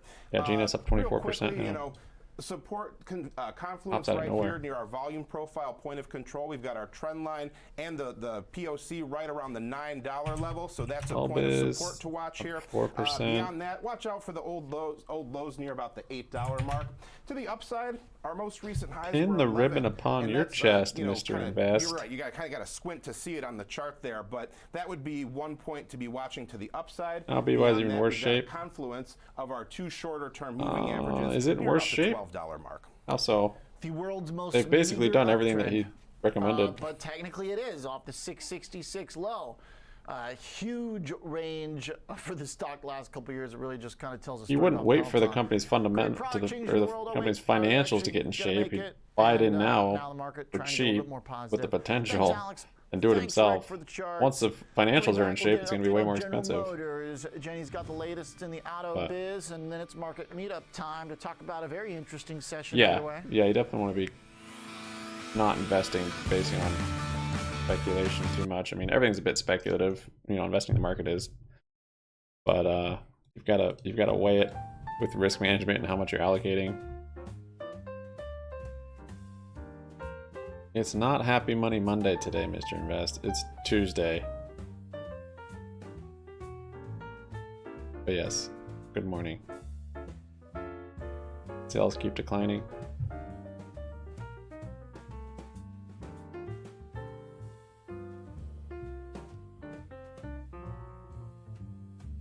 Purely hype streams. I mean, they have good info on there.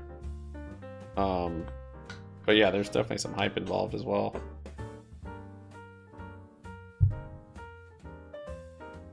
On PP Shell, let's see. Scroll over to GME. Weeble is showing EPS already. I'm so confused.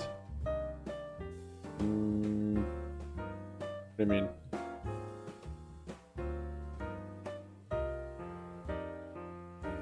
Not sure what you're talking about, Ruthless.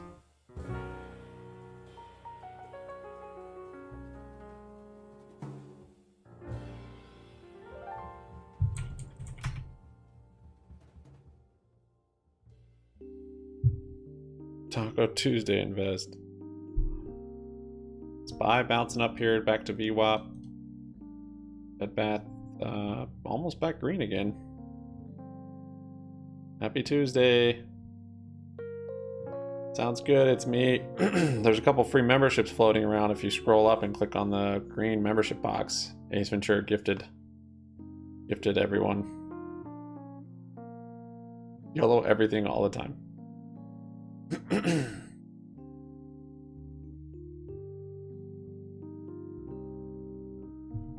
Media? Alright, let me check. Date period Q. Well, yeah, we're getting Q1 numbers. Right? Is that what's coming out? We're getting Q4. Anyways, this is estimated. Yeah, no, you're looking at that's Q4, so Q4 is estimated 0.83 positive and actual negative 0.46.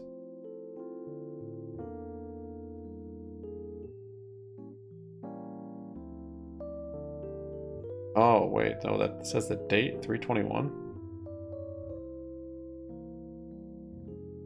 That's not even what's estimated. I'm not sure what that's saying. That's old data or something.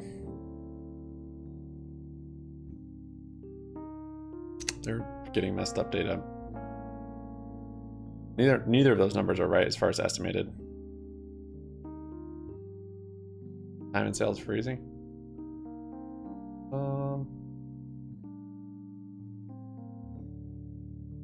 Maybe it's just the stock you're watching. GNS is up 18%, still holding up nicely. Nicely. Birds up 11. GME still around VWAP. That gas kind of rejected VWAP. 9 energy, 9.75%. Cruise. Jenny. So, all right, GM still trying to be a leader in the industry. Thanks, Jenny Horn, for the look. Hosted Getting next Q4. Investing. Yeah, I'm not sure why they This morning consists of the there's one a and only glitch of Daniel sorts Grant, pulling data. Senior specialist of retail trading at TD Ameritrade, and of course, star chartist and Calls are advisor running. services director. You better get them. The inimitable Or they run Michael away. McCurr. Mike, My friend, what's the yeah, top okay. chart on your mind right now? Bonds or Farm stocks theta, going heck yeah. into tomorrow? Yeah, I mean, the theta farm has been good. The problem is it's just been down, so covered calls has Inimitable been Michael Kerr has no the better audio. play. That's okay. That's too bad. And it's dropped so much that covered calls you have to own the shares. I love Unless I you're love doing, his charts. I guess, I love spreads, the way, but I love the way he really looks at anyways, the market, it's kind of a it's deep tough dive, because looks at the breadth, looks at how the your cost basis is so much lower than so where it we're is. coming back from the brink ahead of the Fed meeting, right? So we were at the Yeah. deepest inversion that we've had in 40 years, and we were. It's doing it in all stocks? 40 Yeah, it years must just be ago, the Webull yield curve glitching out. For the same reason Buy, they're rejecting now. BWAP Fed coming down pushing there. too hard, pushing rates up quickly, right? Vape guy, yep. You go with Elon Musk's tweet, 50 basis point. Oh, I don't cut. know if I Do you updated go with the yesterday. pause? The Fed's job is kind of dual. They have to restore confidence, right, into the banking sector and they have to Jenny. fight inflation. Inflation's still too high, right? Where 25 Jenny. basis point hike is Proterra, probably inevitable 19% because inflation's still going. Still too high. And then I don't think thought I've that the ever big thing I traded took this from one, one but of the things I read this morning was that the it ended real up on my problem watch for list for these some reason. banks is the long-term bonds, and you and I have talked about this for a long time, or for months. Long-term bonds in a portfolio have Like SPY is unrealized bouncing on this losses level on I've them drawn. to tunes of Not even 50 sure what that's to from. hundreds of billions of dollars. Well, what the Fed is proposing, or At what they're going to pre-market do, level? is they're going to accept the high-quality bonds at face value as collateral for Fed liquidity. That's the solution. Oh, that's that Which high is from over there. not Interesting. quantitative It easing. is not. And it's not the same type of balance sheet expansion we saw during the COVID rescue, up but 20%. it is applying quite a bit of generous grease. Easy goes Correct. And if 16. and it's not GME 18 holding trillion, up, still which is what 5%. Some of the things I've heard, adding 18 trillion worth of guarantee on bank deposits. Plus guys go that back to number gray. I've heard it from off the Fed. Somewhere. Yeah. From the actually, I think it was from the administration or the Treasury talking about Double verify? ensuring all deposits in banks. The 18 What do you trillion. think people have misunderstood the most Sorry, here I'm not about sure the what you're Fed's looking to get response, into. in particular opening up that Spaghetti, yeah. or that window, that liquidity. window, Nike earnings? So exactly. you've got to ease liquidity. There you go. liquidity needs, Yeah. right? It's an Sure, old-fashioned go long on bank it. run, right? You And you see stuff, you know, go George Bailey, in real It's a life, on the Wonderful street, Life. whatever. All your money's in Joe's house and Go with your conviction. Frank's house down the street. I mean, I don't know what they're Where do you go with that, right? That's what the how you market maker's install estimating that or what the confidence. analysts are And if you expecting. open this That's up all that with really simple liquidity, matters, whether they does beat or does do that- well or not. does that come out of the It's if they brain? No, beat, that right? bank is done. So- Right? They've taken their losses. They had the run. I don't know though. Yeah, It they've should- actually been talking about Nike on probably here gonna quite a cease bit, to exist. as well as Credit Reebok, Suisse is another the one show. that's the barrels of money coming into them, and they're basically increased their balance sheet and ceased to Right, they just had earnings. exist as an entity. missed it. But it's now UBS. Oh no, it's after hours. Different forms Okay. of rescue. But Yeah, they given gapped up last earnings. That the runs have stopped. Dropped and the we've earnings before. separated out the liquidity crunch. Crazy, they pay a that 34-cent was dividend. exacerbated by the runs from They just the increased poorly it? run businesses. What? I mean, Mike McCurr, Oh. can we hear you? I believe we can. So, Mike, is this... MA. I'm here. We had to work from home double mute going. All Sorry right, about that. Double mute. that's all right. We got Monster you. Monster So, Energy. Mike, in a strange way, Was that to MS get really, really weird. this and Monster perverted Beverage? Here. Is it possible that this has been like Wow, a look at that consolidation. creative, positive destruction over the last Short at couple weeks? 104.50. Well, I mean- certainly, I think some of the tighter lending standards that would come into Consolidation play after a from rally, the banking crisis that we have. momentum at is hand, up. That could present some disinflationary or But create some disinflationary. You should have to look for knock-on which way it's going to effects, break. I mean, which you've would got suppress some could of be the a triple inflation top that the that'll head Fed and is clearly shoulders. Could be trying a to triple bring down. bottom. So It's just trading that's this one of those range. second So and third order if it effects breaks to that the we're starting upside, to see, but when you from got your a short, Fed policy standpoint, I think it's if still it doesn't, very yeah, likely you're that the you're Fed is probably gonna good go to 25 basis a move back down tomorrow, here at least. I would despite think. some of Breaks to the smartest downside, hold people in hold the on. room, Goldman Sachs and et cetera, Not the gains. saying that they expect a pause. And primarily, I think. But yeah, I mean, right now we got the reason why 25 bullish. seems like the Other than base resistance, case we've is got pausing bullish isn't MACD, going green over the to 9. explicitly solve the problems that we have. Hasn't at broken hand. all the I think if resistances anything, yet, that but would some of them. probably create even more treasury market volatility, which is currently higher than the COVID volatility levels in the Treasury No, like complex, divergences and or just anything. below the great financial crisis levels when Lehman went down. So the Fed's goal here, I think, is, you know, to continue signaling that the crisis is currently in an acute stage. It's sectorally contained, and really, you know, their outlook probably looks a little bit more cautious, which I think would come BBBY off up as almost dovish to the 1% now. market. And from a Bounced off that 50 technical moving perspective average. for both the 10-year and the Talking bond about market, DV. as well as the I'll double equity verify. indices, they're kind of lining up that way heading into the meeting decision tomorrow. For what, a trade or Positioning long-term hold on those this? equities. Take us through Double one of those charts, verify. Mike, 'cause we only got about a minute. Yeah, I think the S&P 500 is the more important chart that you want to be looking at. It still looks like it's in now. actually bearish Even though the downtrend. 10-year almost looks like That MACD not flipping, of that. even with this 10-year bounce, very is much not has a lot of overhead supply. a great sign right to around me. that 3.7 level, but very Kind of got this pivotal support. resistance line up around here a bit. 3.4 or so. Okay. The S&P 500, you know, it You know, has something like this. clearly defined So, 3,800 I don't know. as a strong support level with, I'd say, you know, a moderate level of demand into that 3,850, saying here. 3,900 level. So that's going to be the support you want to look at Full tomorrow. top. But from a medium-term inflection point, the bulls need to get back above the price the target of 50-day that gap moving fill average at could be. 4,000. And then money managers are going to be looking at that 4,100 Diamond. level as formidable resistance to vault if we do want That's to such a set big that pattern. stage for that next bull market leg. But ultimately, you need Treasury volatility Jeez. to calm down. How could I just But be it's looking at a chart and see interesting this? going into tomorrow, and from a charting perspective, I think, you know, the bulls might have the upper hand On at a least daily in the time short frame. term right here. All right. And On that longer credit time to frame, that you, diamond your is breaking technical out work of. has told I've us not that like stocks traded have this been diamond pattern very well-supported much, and, if at all. kind So of, glued probabilities to or these levels stuff. around But 4,000. It seems no yeah. matter what happens, we just keep gravitating back to 4,000. Thanks for the charts, Mr. Yeah, McCurr. it's- Great stuff on the bonds. it's still in And this downtrend Grant. to me. All right. I'd like to see the Trading MACD flip 360 and with stuff Nicole before Petalides is up I think it's next. going to keep rallying.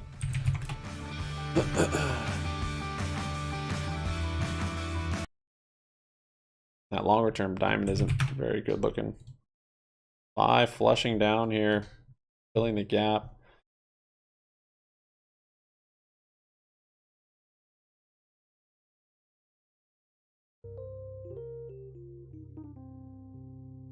It's true, FOMC is tomorrow. 25. Yeah, I think that's the overall consensus for tomorrow. I think that's what they're pricing in. Fed fund futures. Oh, quadruple top. $30 got puts into 30. Okay. Yeah, they were talking about Intel. Didn't they just have earnings? Or no, they're about to have earnings. Yeah, you've got a triple top. You also have that kind of inverted hammer. You already got puts on it. Well done. Well done. Yeah, it's just been in this range. Another range-bound trade.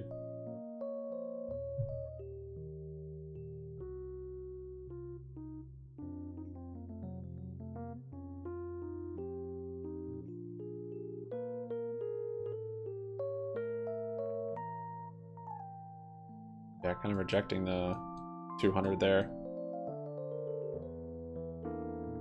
I would keep an eye on earnings though, that could change things around. Might be coming up soon.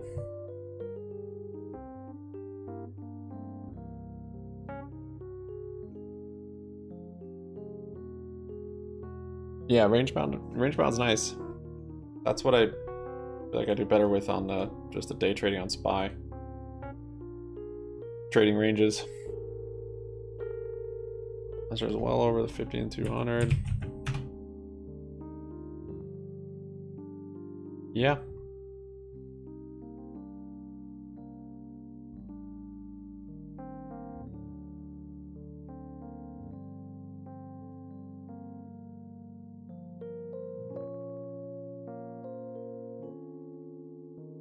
Yeah, and that'd be a pretty big break. If it breaks there, you could have a pretty big upside.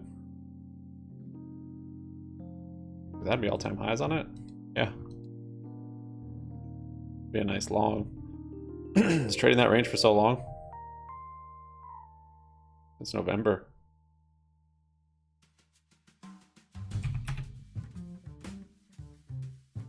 Easy mode for premium farming. GME bounced up there, huh? Bounced over VWAP.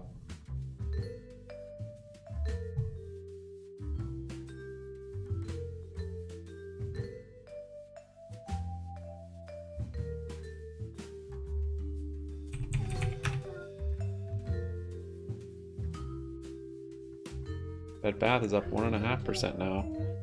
Coming right back up to VWAP. That's that white line there.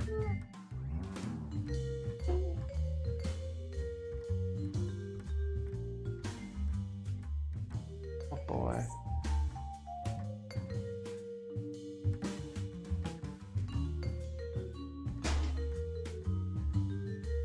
James.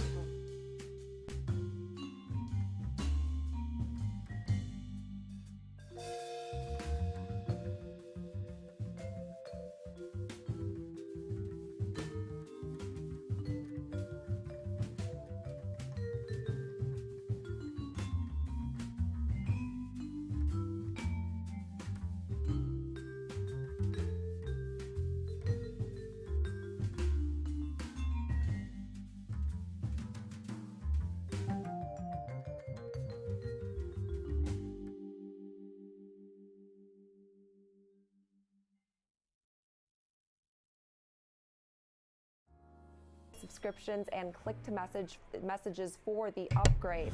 The firm also now sees the company as BBY the broke most through VWAP durable mega a little cap, bit. It's at and if the 1.3%. consumer continues to weaken GME from was starting to here, get a little they said the stock's punchy too. valuation Yeah, still GME up looks attractive, 6.10. trading at about a 33% Showing more relative discount strength to the to SPY its again. peers on a growth-adjusted basis. This Pretty thing, like I mentioned, really outperforming on the year. Churchill but more notably Capital, than yep. that, I think, is Merged its with Lucid. I remember. outperformance on the month. Shares are up over 14% so far in March. You like Now Lucid down about long-term? 16% from their Yeah. yearly high, but I mean, up it's a cool, whopping cool car, cool 126% concept, all that. from their low, and ever so slightly today, just continuing to be I don't an area have of strength hopes in these tech for it names. though.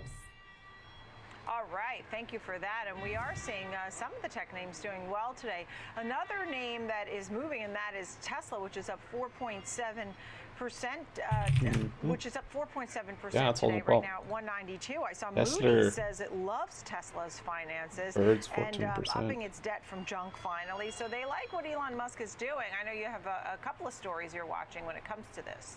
There feels like there's always headlines on Tesla. Gina Nicole, still up because this almost is a name that also 16%. has outperformed this year, but we've since seen that trend start to weaken slightly, really ever since its investor day. But we've also seen obvious headwinds for the overall market. But we did get reports now it is outpacing its Thanks, rivals guys, in for your likes. Europe, We're at and many 39. think that's a result Well of their done. recent price cuts. Well its European done. sales grew faster than those I'm of up to any other car 11:05. We've got manufacturer EU in closing in February, 25 according minutes. to new data that See if was we have some released kind of earlier market today. change. The European Union registrations of They Tesla close. cars, which do reflect its sales, rose to just over 19,000. Cosmo Kramer up from 9.5. just shy of 13,000 in the same month the previous year. Now, price cuts earlier this year did help reduce. I got the in this, cost then of I some of their dumped most out of it at some popular point. models But in both the kind of US little double, and triple Europe, bottom Model thing here, Y maybe. being one of the strongest in Europe. But Tesla's growth of nearly 50%. Oh yeah, this is the one that rallied on. That of rivals like This rallied Volkswagen, before the which split. did Like still see the its reverse split registrations here increase by 18%. that caused that was Tesla an error. growing But all of this I clearly think at was a much natural. larger That was normal. scale. Now, Tesla's Normal. I mean, registrations represented it wasn't about from an error basically. 2.4% of the total And this was like a EU 1,000 or passenger 1,500% car rally. market last month, Crazy. up from 1.8% the year before. Yeah, 1,000%. Now, EU passenger car registrations rose by 12% collectively. This might be a good buy here, honestly. Well, specifically, battery talking about electric range bound. vehicle registrations were up 40%. Range trades. We did also get a headline that Tesla is expected to continue to drive its sales in China, 6.22% on especially in GME. this first quarter per some numbers we got from Tesla this morning. So not only BBBY up 1.5%, still right around VWAP there. Which are two key markets for their growth. 82.60. Yeah, absolutely. Thank you for all of that. Jenny Horn, nice to see you, markets correspondent. This is merger cleanup loss from GoEV. Thank you. Now let's get some insights in the news shaping the markets, and for that we welcome in Rob Fleming, senior market analyst with the Schwab Center for Financial Research. Thanks, Holgen. So tomorrow Appreciate is it, the man. big day. Here's the thing, Janet Yellen. Cosmo just came Kramer, out yeah, you and, haven't looked at I saw a Cosmo, dude. headline that This crossed one that is said, this one reverse "Financial split stability and ripped. is, I'm paraphrasing, but financial stability is of the utmost importance to Cosmo President Health. Biden." What is she saying to Jay Powell? Polestar, Pause. yeah. Well, good morning. Don was right. I was gonna say, for those that don't like hype. It looks like, I mean, the probabilities, judging by the CME FedWatcher. People like hype, especially on a tool stock that they there, like. that it still expecting a 25 basis point rate hike. Let's see. Does this even have a divergence maybe here? they'll take a cue from the European Central Bank Ooh, last I might week, where even. they I don't have. went I don't have forward with yeah, I don't have their buying rate power for hike stuff there, right now. and then also 34.79. kind of tamed down their language and left it open. Yeah, that is in a terms RSI of the divergence outlook also. So this for would be. future action. This might be a good long here. I mean, Right, understood. you've So got a maybe make double, move now and then even give a triple dovish, bottom in this RSI outlook after divergence, that. In the which I can now meantime, draw there on is Webull. concern That is neat. you know, the Too Fed's extended in a here. hard place because if they hike, See what's going you know, on. people are Increasing a lot of RSI people down don't want here. them to hike Yep. at all. And Check. then if they don't, it could be Decreasing perceived price. that something's Check. wrong. That's a bullish indicator. Yeah, absolutely. And then even this this inside bar. A rock and a hard place that they've been in be for bullish too. quite a bit here. It'll be interesting to see because this meeting will be accompanied by the summary economic projections, updated economic projections. Gas has got me in the gulag. Look on GDP, the But yeah, unemployment this might rate, be nice. inflation, Be a and nice one. also the dot plots, which point out where the consensus is on how far they're going to go. You late in on terms Cosmo? of, rate Not hikes. necessarily. I think good first green day is Right, more absolutely. confirmation of that triple bottom. Any idea of how the market may react one way or the other tomorrow? Did Ape Andy? Did he It's going to stream? be interesting. It's going to be volatile, and it's I can't pretty remember. Remember his not videos. uncommon to see that the markets are rising the first couple of days before the meeting. RF? Yeah, that Regions press conference Financial? by Fed Chairman Jerome Powell will definitely be interesting Look to at that candle. listen to and scrutinize as he What's FRC lays up out to? the plan. Whoa, for, this thing for kept what's- rallying, what's 43%. lying ahead. But I think that the market is expecting right now. Broke I that think high. It's priced in a 25 basis It's point got a lot of gain. upside. And then Potentially maybe before some goes language under. or commentary that might suggest that they're gonna. This maybe one has a take little pause RSI and divergence look at actually, what too. data's coming out and The same like deal. you had mentioned Lower that lows, the financial higher lows, system and RSI there. instability, that Today's trumps confirming it almost with it everything in being up terms of here. It their- upticked it there, which their gave it that actions point. there. So point if to we measure on. see, and we've seen some The high's moving up over here. the last few days, we've seen Be nice. UBS Farm. take over. Might even do Credit like cash Suisse. secured puts on We've this seen thing. actions by the U.S. regulators to ensure some Yeah, we will. It guess has been a little weird on the implicitly options for me actually. secure some deposits. And then Yeah, also we've 434% seen, IB. Fed and You five could go other like key 17 major or 16 central or banks 15. increase of 10 days. or availability. Dude, this thing's moving like crazy. to liquidity. Holy crap. So I think that's look at the definitely options. helped to ease some of the concerns here that Good videos only. that are wrapping Yeah, up. FRC is ripping. Yeah, without a doubt. And so by Yeah, talking Fubo about that, was you really hit up. on those regional banks today. Yeah, So up getting 11. the Wow, backstop, kept going, you huh? have JP Yeah, there you go. Morgan, Jamie Fubo's Dimon breaking really out. Well, putting together well called out. a consortium of banks to try and put together a backstop for that one. In fact, we're seeing FRC up 40% today. We're seeing PacWest gaining today as well. That's up about 17%. So these regionals Could be a are reversal doing type well. candle. What else are you watching? Double doji like that. Yeah, well, it's interesting to see. Does, that, Pickle still have a technology big has led position the in way, Fubo? in terms of the recent strength in the That's still a market. thing. Now it's with the easing of concerns in the banking sector, we're seeing financials lead the way today. But during the week, we got today's existing home sales. More which soothing was than J better Palmet is than Ape Andy. expected, and we saw the home prices fall. BBBY. Pretty monumental. This wick through winning view up, now streak Reddit of view up. 131 months of year-over-year gains. Market Whisperer. And they were down year over year. So that's something to keep an eye on. But keep it, I always like to point out that existing home sales are based on contract closings instead of signings. Oh yeah, we So got that date this morning, these didn't we? were Listing home sales. contracts that were entered in Yeah. or earlier, and then I think Let's on see what that Thursday I was. think we get new home sales, which are based on contract signings. So that'll be an interesting tell on, given the volatility we've seen in interest rate market, how the housing market is going to be, and then also the preliminary durable goods orders to get a good Existing idea home of sales. the propensity for Forecast the is consumer to spend on 4.19 million. big-ticket Actual is items. 4.58. Yeah, without a doubt. And Liz Ann Saunders was out this Month over morning. I month. saw, some of Forecast what is she said 5%. today, and she Actual was is really talking 14%. about credit crunch and that you know, we've had the asset crunch, but a credit crunch could then in turn really squeeze the economy to a certain extent. She didn't say whether or not the Fed should make a move tomorrow, but she did note that FDA that nearing is a decision concern. whether to authorize second And we round know of that the Omicron Fed is targeting watching that. So COVID-19 we'll get boosters. more news tomorrow from the Fed, so we'll get the real deal. Omicron. Tomorrow at 2 p.m. Rob Fleming, thank you. Senior market analyst with Schwab Center for Financial Research. Thank you, Rob Fleming. Decepticons More unite. Trading 360. Our 360 spotlight will look at the BBY sector, which still has at a nice VWAP bounce there. back today. 5 And bouncy bounce. Wix.com upgraded today to Piper Sandler. That is our disruptor.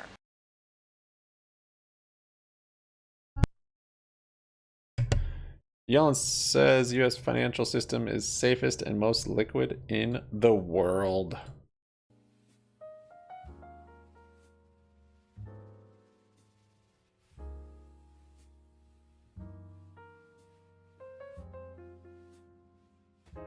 Birds.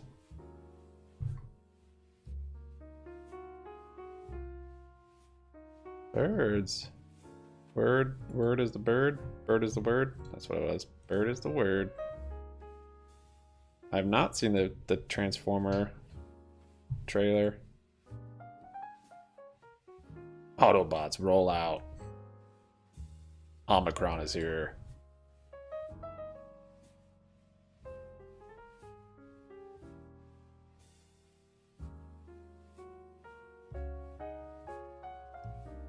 Buy, pumping up through VWAP. GNS still up 16%. Holding up pretty nice. Easy go. Easy come. Yeah, this thing had quite the rally. Look at the volume today.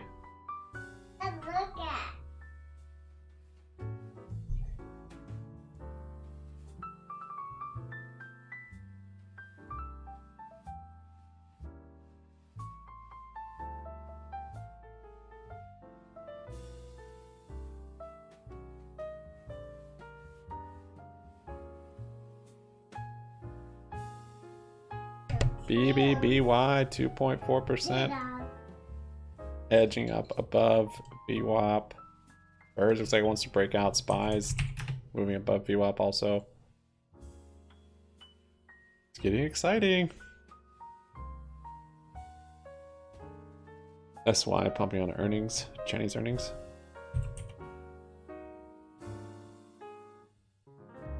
So young international. It's a great name.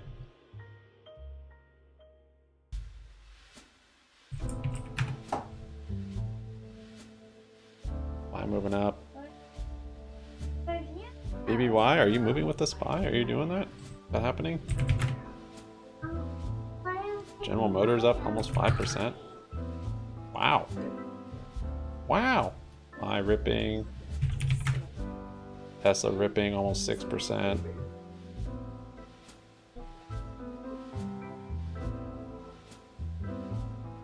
Proterra, Kala, all of them still up. Fubo still up. Carvana 9%. Cosmo Kramer 9. Wait, was this up that much before? No, it's kind of holding up. XXII. Look at all these stocks that I'm not in. Here's one I'm in, 6.5%. So basically erased all of yesterday's losses.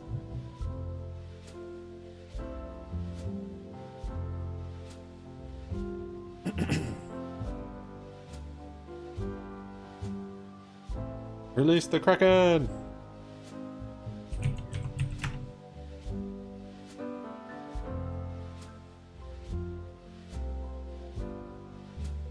At what point? Would you look at that? Interesting chart.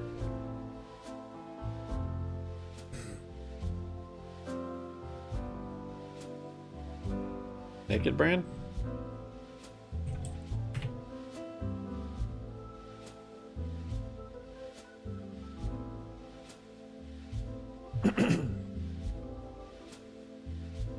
Yeah, I'm all, let's see.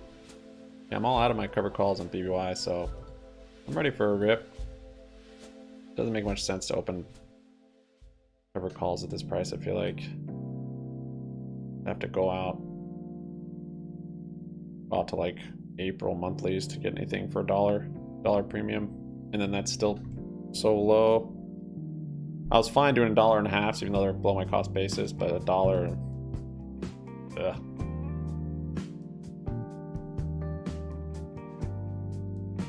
Perplexed on what to do with it.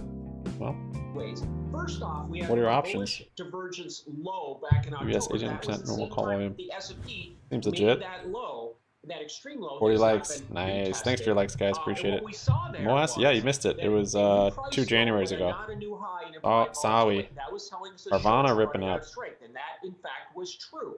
Now this stock has been coiling here Carvana between breaking out. 25 and 35 for since September now. Cash I guess, secured put. for 10 months. Might And work then out. since September, Still it's have been like a month coiling on it between though. 25 and 30. Too So soon, a breakout Junior. in this range target is 35 first, then there's a It's gap like, at dude, 37. AC John, I and then an swear, dude, you're upside target freaking of bipolar. 45. So the technicals are set up in place. Now, You were the like way I like to play pissing people off any one yesterday with how options again, bearish and 25 is negative you actually were. low. I'm looking at the August And 25 for call, trading for days. about 5 right now. Now you're telling It's people it's stupid not to buy it at this price. $3 and change in I love money. it.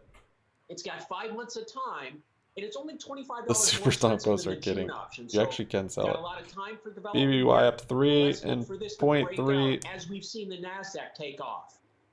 Coming up to the high on the day, really. Understood. What do you think here, Rick, as you take a DPS look at tips this is one? weekly. Well, there's kind of an interesting John is a psycho. situation See, that's look at been that. developing 4.25% here in on this chart. BBY. We're down about 7% Okay. since these recent highs that began this downtrend that we've been in here. And it's Okay. looking Like I said, I want to see broad yesterday's triangle high type pattern. We broken have two for trend any lines kind of going excitement. one across the highs, one across the lows, but they're diverging farther apart from each other. But getting This up is one to regarded as any one of the level more would be good as difficult long as we patterns to hold it. trade You gotta because your hold two it. targets are No kind of realize continually have moving been away held, from and each that's other. Now things that's were not looking the a little bit more not the good sign promising we want earlier in the for day. We were muscling our bullishness. way up above these two shorter-term moving averages, our yellow 21-day exponential moving average, and our orange 63-day. A little But look-see we've at faded a bit since DPST. then. Now we're kind of hanging on to the Daily regional 21-day banks bull for 3 dear times life here. We ETF. dipped below it. RSI was also looking much better earlier in the day. We were breaking above that midline that separates bearish momentum from bullish momentum. So that's really what the bulls would want to see in this name, would be a good close above that 63-day EMA and a crossover in the RSI.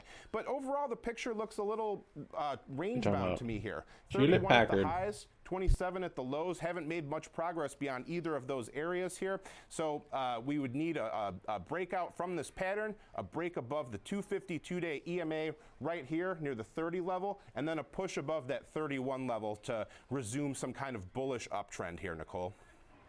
So that's the whole thing, is you're in this range here, and I think you made a great point there, Rick Ducat. Thank you for that. Alan, your thoughts on that range? I mean, when are you thinking about different trades throughout that range? Well, what I'm looking for is break confirmed and I'm correct. And when that happens, this option will gain in value significantly. So I'll be using that as an opportunity to take some profits. So that'll be a signal that things are going well. Now, you can see very much the same pattern if you look at the NASDAQ itself. We were in that flag pattern and we've broken out to the upside. So it hasn't happened in this stock just yet. But like I said, I'm attracted to that gap up above, and that 35 is the near-term target, is the top end of that range. So if we get to that level, that option's going to gain about 100%. Yeah, interesting. And by the way, I think that they had Goldman Sachs actually had a neutral on this name. I have to double check. Yeah, neutral. But they do have a Dell as a buy, a new buy recently on March 20th. I thought that was sort of interesting. Any thoughts there? Well, I don't get that deep into it. I just trade what I see, and I love the risk reward. You're buying from 25, that double bottom, super low, bullish divergence, a lot of positives in 5 full months. But I just keep yelling 8. 8 is the PE on this stock. So in comparison to the rest of the market, it's incredibly cheap. Okay. Sienna is our next name. Got a nice pop on its earnings. Has been moving around since then. This month, it's up about 4%. Alan, what are you thinking here? Well, this is a stock that was somebody. This stock was at $80 not so long ago, but we've been trading sideways here again, building some power between 47.5 and 52.5 for 3 months. So that targets a breakout to 57.5. So we were at that level just in April of 2022, not so long ago. I'm looking at a July option here. It's got 4 months of time. July 45 call, which is below that range, is also, I think, at a key level of support. So that's what I'm leaning on. That option's trading for about 9. And we'll look to see if it can make another move to the upside. But again, it's this sideways pattern, being in position for when it does break out, they'll confirm we're on the right side of the trade, as opposed to getting in on the breakout, which a lot of people do, which is not wrong. It's just a different way to trade. Yeah, neg was moving up too, wasn't it? Option, Yep, so I'm 10%. there to take advantage of that Proterra's at 20%. Right, understood. And Bird, Rick Ducat, I'm sure you see that as 17. well. Rick, your thoughts? Pala 12, we Carvana. were pretty close in our analysis. We're getting some here of movers. this range. Carvana, 52.50 GNS, to the 12.5. upside is where price topped out multiple times. We had this kind of interesting earnings move that took us All your above gut it, stay out of BY. for a brief Damn. period, but quickly was smacked Wanted to back get down assigned on and one and a found half, some support 2 in weeks the purple back. 250 2-day EMA. To the downside, I went a little bit lower than Alan to the 46 mark. So what does that mean? You're Definitely rolling your some 1.5 cash I here puts, just chose hold it because chin? it was where price topped out a couple times here and bottomed out here. So looking at the move we've seen off the lows near 38, we're still up about 30% from that point. There is still an Sell uptrend half, in a little play as well loss, here. reduce risk, or But continue holding. similar to our last chart, we got to break out of this. Definitely range portfolio to heavy on it. Yeah, I continue can see some that. upward trajectory here. I'm not. We did have a Yeah, I'm nice not move selling at a recently. loss We at this crossed point. above all 3 of I our, kind of made that moving decision averages back. here that we follow, but we're I probably failing I mean, today of course, in near hindsight, that I should have. volume profile point of control. This thick red line here After that it broke connotates that the inverted area head and of shoulders we heaviest had in the trading shorter during time the frame given here, time period. that engulfing So, candle, I was like, on one hand, it's good we I crossed could above close the it moving because averages. I see On it's the other going hand, low. we're kind of stuck here at this next source of I resistance. guess where was here. that? Was that here? RSI, Yeah. not really giving us a lot of directional clues, kind of just And because we're following breaking price that level action, too, I'm like, but all right, it we're is gonna more probably tilted we could toward get the all the way down to bullish all-time side here. lows, So which that's is something now we're that you past. That could was at 88 least, cents. point At this here. point, we're past support, If we so do break above our I don't know. resistance here, we've got to break above that point as Doesn't seem like the time to sell. highs from the post earnings area, That's just me, though. as well as these You can hold it previous if you can hang highs on. all the way back from August around this area for further upside. Solid brown green. What are you guys talking about? Okay, thank you for that. And last but not least, Right up in any earnings. final thoughts, Alan, before I get to Pinterest? Delta and Alta money options change when it gets closer to the strike. Rick goes The to delta same, increases. school of trading that Ben does, So, which is the but school and Delta is not just basically yet. So I understand what the where market they're maker coming has from, to buy but or they sell gotta in shares look at because what the market maker strategy stays is delta saying. neutral. The strategy is to be in position with an So in the on money like a one strike option here on that BBBY gives you for the this right to be week, long from a much lower level, the delta is like being long 0.28. from that 45. So out of 100, basically, and they'd have it's to got own time 28 for shares to development. be delta neutral on this if you own this The contract. probability is high, And as the price increases, strategy this is delta will sound, increase, so they and have to buy then more if shares it to does stay break delta above that neutral. 52.50, The then same way it if it goes down, if this confirms, delta goes down, they can sell that off we're on the shares. right side of the trade. Okay. And last but not least, we'll take a look here Names at are bad. Pinterest. Pretty Your early to thoughts be on calling that, I this feel name like, but and the maybe group not. overall? I know you're BBY more is of a maybe trader double and topping less here, on the, or doing a little cup and fundamentals or handle. stories or headlines, but there must be something that sort of grabs your attention. I'm an old guy. I don't think about Pinterest. I don't know. E-Trade options UI I is just know good. how to trade, I don't and like it's the been UI on between 20 E-Trade. and 28 for 6 months. So breakout of the range targets 36. Close out That for was small the profit. top Oh, in nice. 2022. I'm also seeing leverage buy. Yeah, here, which is it's a risky signal before that I get, some kind of bullish news, but once you get the bullish news, you're probably gonna get like a 100% so-called, gap, smart money. which is is fine. It's loading still up. be a You good can price. see You know, that 100% gap up from here is what, of $1.60, higher so lows still and extremely higher cheap. highs. So that range between 20 and 28 puts a midpoint at 24, which is really important for the last I'm 6 cool months. now. So I'm looking at a June 24 calls, trading for about 5. It's in the money, gives me 3 months of time. And a breakout to that 36 Wish I could target, lose. that Wish I option could gains profit. nearly 150%. Fortune favors the bold. Right. AC, do you What is this about is this Pinterest, account that Rick you're on, Ducat? What are AC you John? thinking Is that here? like managed by multiple people? Kind of a messy Like upward it's like channel. We've you seen and some excursions to a the team of people that upside, manage it, as well as a big one different to the days, different downside people here manage it. recently. We saw this earnings gap up. I that moved up kinda there took us above outside the of the WA. channel, but it quickly evaporated and took us all the way back down to the bottom of the pattern here. So this one's been kind of all over the place. Still today we're making a interesting move upward. We're breaking above our purple I've got a bunch of 252-day May 1 BY exponential calls. moving average. We're pushing outside of that They're not that value cheap, area, though. the area where 70% of the trading has taken place between these two thick yellow lines. Relatively, on our they're not volume cheap. profile. And we're kind of pushing above the best close that we You're had getting from 28 this range delta. near about the 27 mark. So a move above this level You're looks paying a like big it premium. could be pretty significant if it can hang on. All right. RSI, our measure of momentum March. as well. is crossing above its old high there, so that's another good sign for the bulls. Something to keep in mind is that you want to look for these kind of confirmations. Okay, 56 delta, better, but there's still 219% IV. One of our big moving averages, and the RSI is also breaking out at the same time. So that's $21. You could spend 84. In terms of resistance, the 29 level.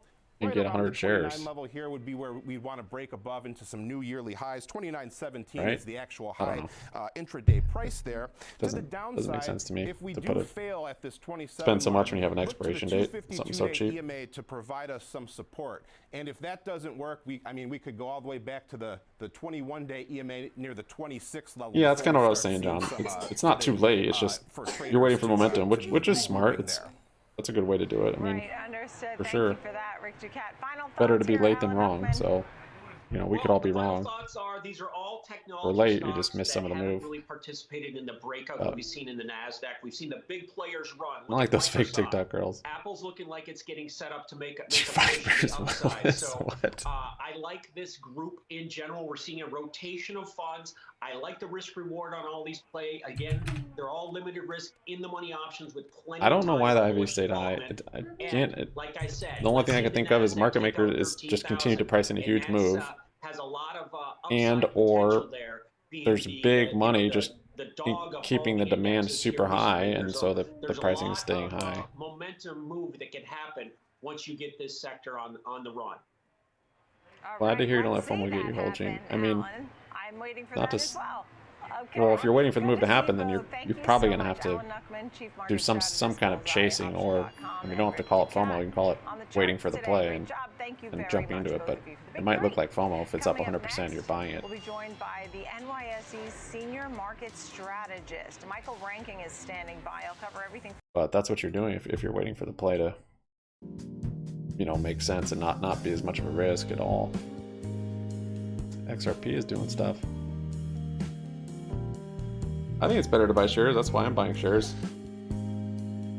I've been buying shares and selling options. I've been selling cash secured puts and selling calls, and then buying shares.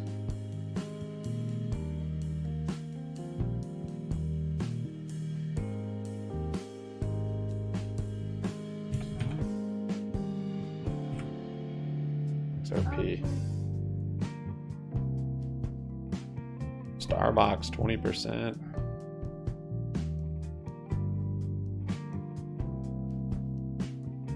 Proterra 20%. Root 11. Fubo 11.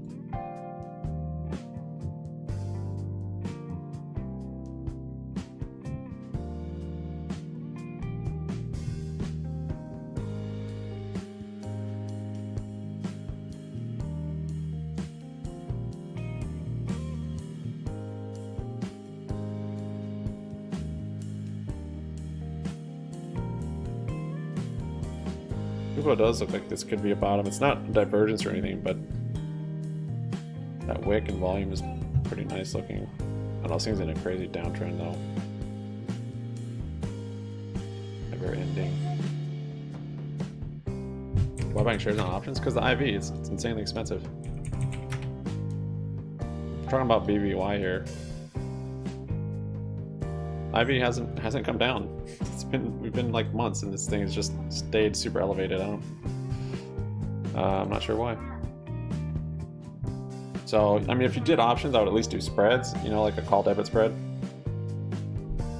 which is buying the one strike or buying the half dollar and then selling the $1. So I don't know if I can even do it on Weevil. I don't know how to do it on here, but buy this, sell this in one trade. So you're limiting your upside, but you're reducing your cost on it.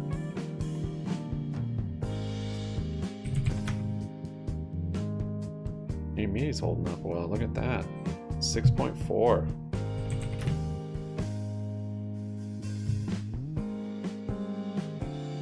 Across the board, regional banks bouncing back, surprising. It's going to hold a 78-cent buy around the mix. Would be a good pay. Limited upside, but have a cost base of 61. FSW and Waller up almost 20%. So you're having some big moves. Financials, energy leading the way. S&P 39.83, up 0.8%. The Dow at 32,459. I know. I don't know when the Ivy Crush is coming. It's weird. Maybe not till earnings. Waiting until next month. 12,624, up 0.5%. And the Russells, the small caps, bouncing back too. That's up 2% right now at a level of Yeah, selling. Oh, there's a flush on Bed Bath. Now for a look at developing stories. Yeah, I'd selling cash grid puts. That's what I've been doing. So, I wouldn't sell the half though. I'd probably be selling $1 Upgrades for Nvidia. Tell us more. and just keep rolling it. Definitely, Unless you just want to let yourself get breaking news assigned. from NVIDIA as well that we can go over here, but we do have an upgrade from Exane, BNP Paribas. They are actually upgrading NVIDIA to neutral from underperform. Because it's all the same basically, right? If you sell it at $1 or even $2, I actually thought about even selling like deep in the money ones. I remember why I was thinking of doing that. Nicole, the reason why they need these chips is they actually just announced a new system here, a quantum machine I'm gonna get processing system, if you will, here that will actually provide very lightning fast speed when it comes to data processing, going to be utilized within their AI systems that they can provide to their customers. And one of their customers, it looks like, is going to be AT&T. They're going to be partnershiping with them to help them develop their a little double top there, maybe. Services to make them a little bit more efficient. They also announced that they are going to be working with Medtronic to be able to collaborate on an AI GME holding up well, net gas as well. So a lot of news coming from NVIDIA here in the last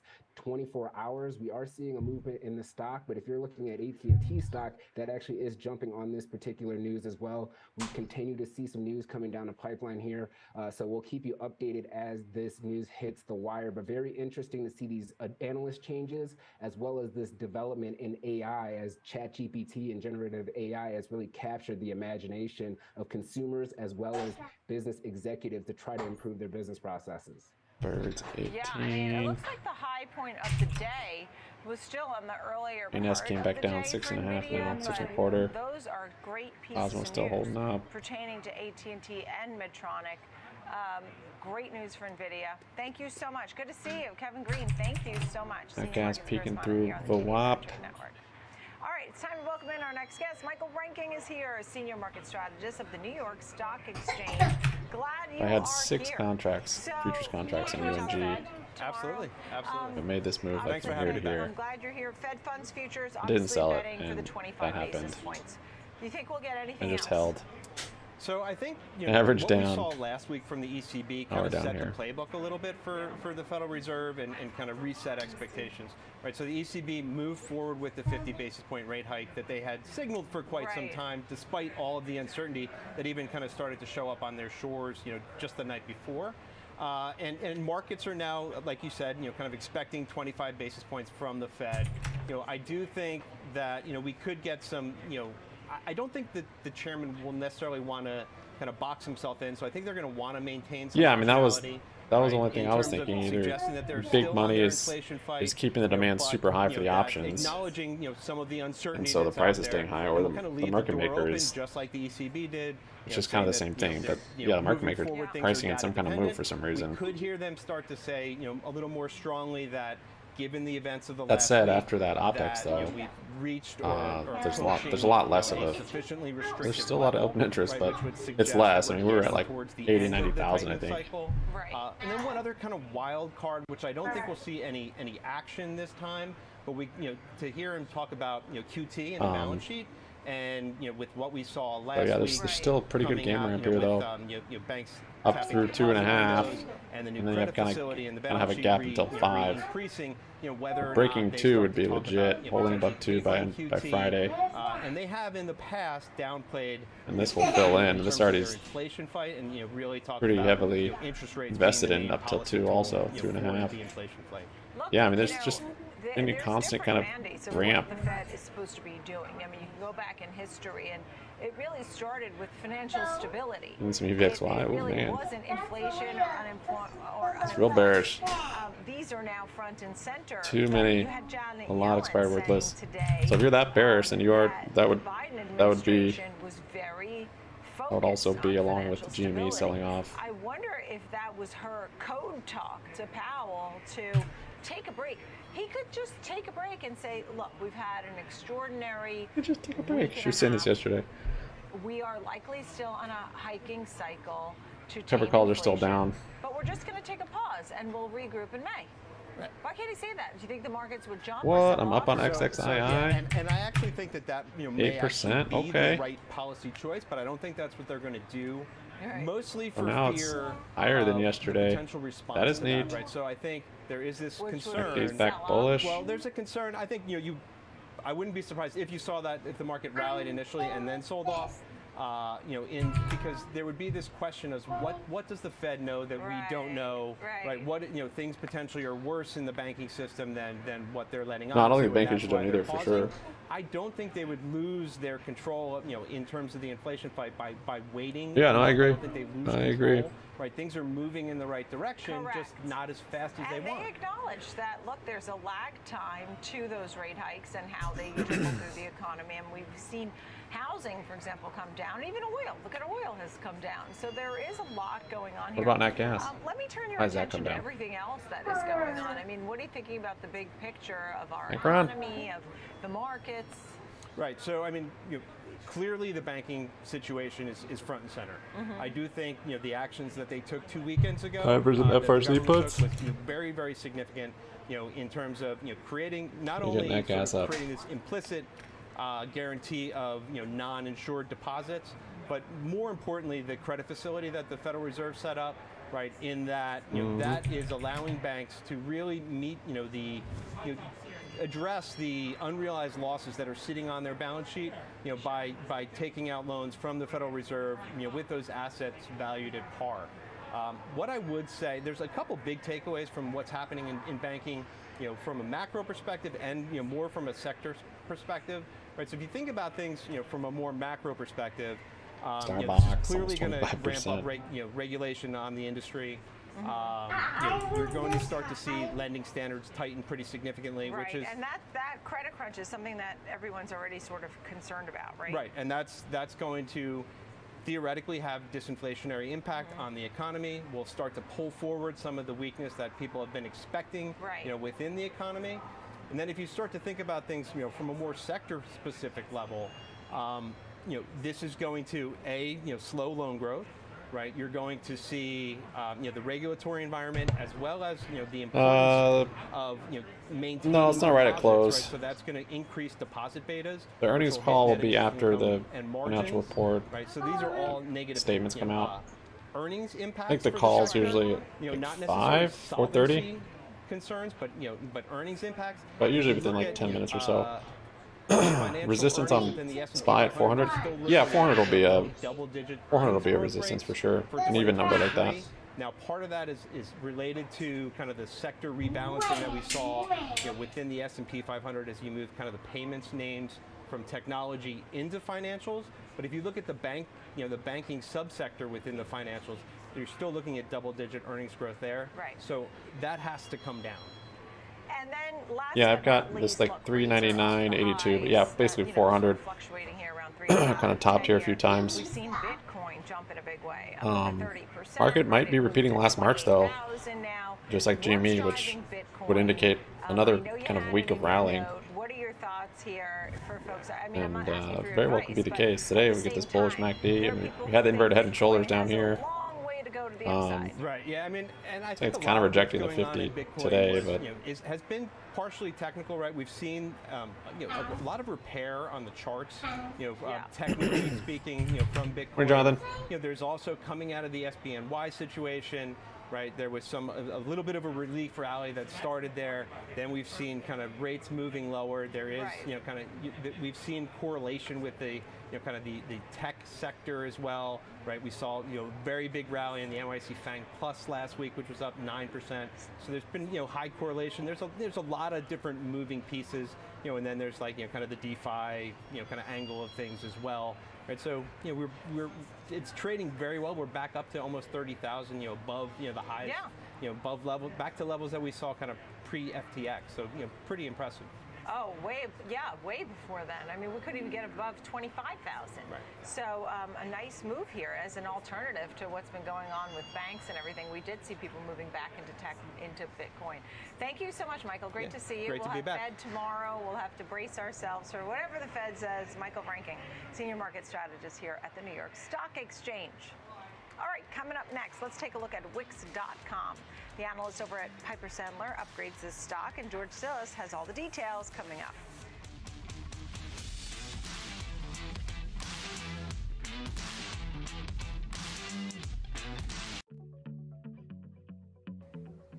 Let's walk through how to analyze a company's financials on thinkorswim.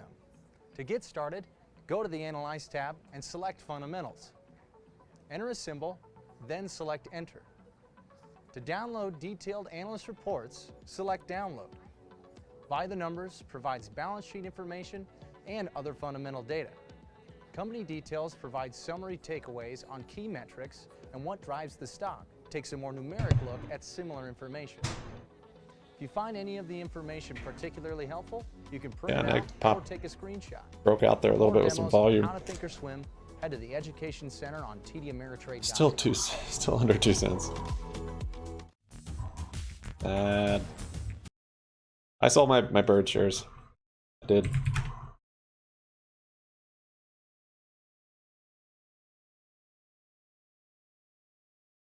Still have some options on it.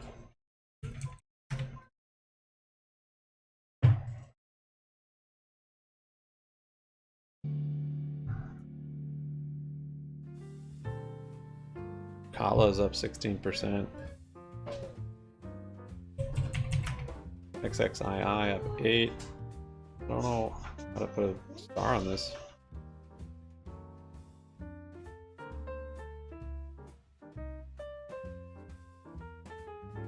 Options, all this stuff.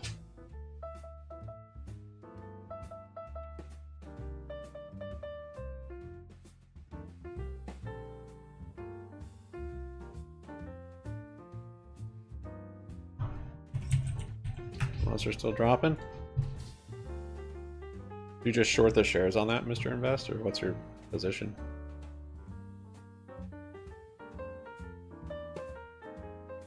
Don't do it.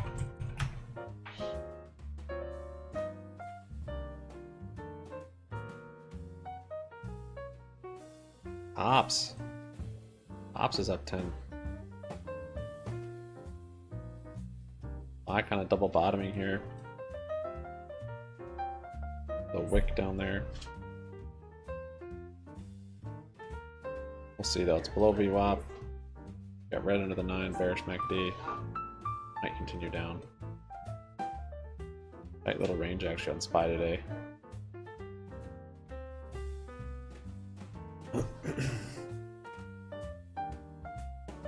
Options shortest dated. Oh.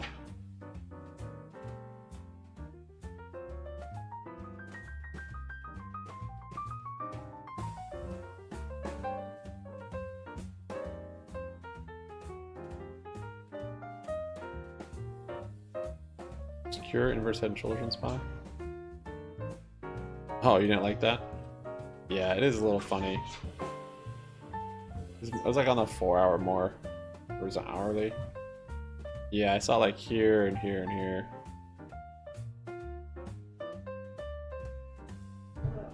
Or even here and then here. I don't know. It wasn't the prettiest one.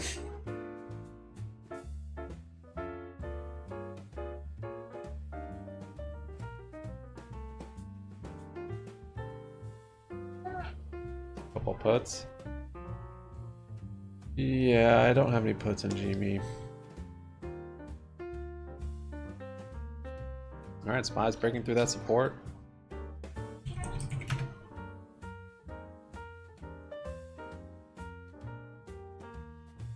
For growth, when it comes down to EBITDA for the company, considering the fact that if you look at the last year, sales growth has decelerated to the high single digits, around 9%, and historically speaking, decelerated quite a bit compared to, let's say, 2021, where its top line sales growth was over 20%. So we've seen a 50% cutback in the last few years or so in terms of sales growth, but the profitability profile of the business is really what Piper Sandler looks at very compelling. Yeah, we'll stream the earnings on a forward basis, considering the fact that the company is expecting this particular year in 2023 to be full year profitable. So the GME earnings call stream will start at like around 3. I'll end this one and start another one. But then stream the last hour of the market, and then once the financials come out, we'll look at those, and then listen to the earnings call. Ahead of the Fed's move. I mean, if the Fed Buy a new low there on the day. Well, let's go to the Fed. I mean, I think so. At the end of the day, the expectations are that they're going They to should announce something about AI, absolutely. Basis points by 25. That'd be so unlike them. Nicole is that I think if they actually declare that they're going to pause on rates, that actually might be frowned upon as a negative associated with some of the problems that are going on in the banking system. So I think we're going to go with that 25 basis points. I think the Fed is going to continue because they can't afford to lose the battle against inflation. I think the liquidity provisions they're providing the banking system another GME call. are sufficient enough. You're actually starting to see the banks stabilize. Outside of specific names. I'm going to use First Republic as an example. But outside of these specific names, it looks like things are becoming more stable. Yippee! Which bang? And how about the 2-year? The biggest jump since June of 2009. Yeah. So, you know, that yield drops 100 basis points. You know, there seemed to be all this nervousness, and then now I guess people are pretty much betting on the 25 basis points for tomorrow. George, thank you. Always wonderful to see you. Thank you, George Nicole. Sillis. Coming up I got double next, top here. Our panel will take a look at athletic footwear, Nike, Foot Locker, all of these cool shoe stocks.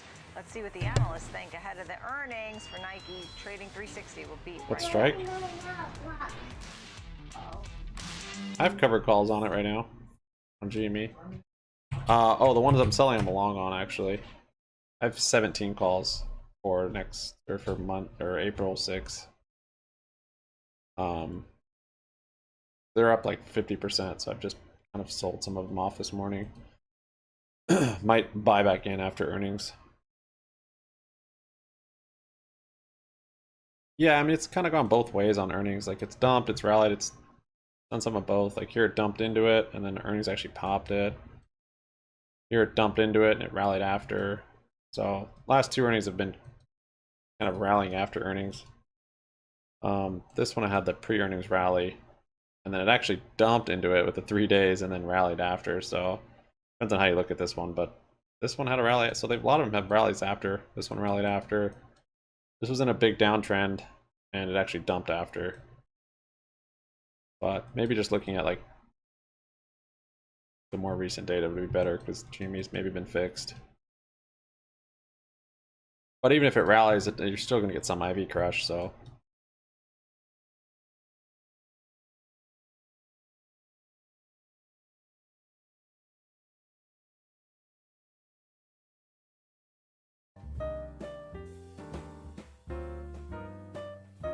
Yeah, last March was a real rally after earnings, that's right.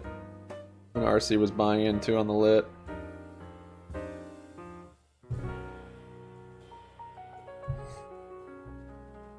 That's what we're going for again, Tom. I don't care about your waves, man. We're doing it again. Back to 35.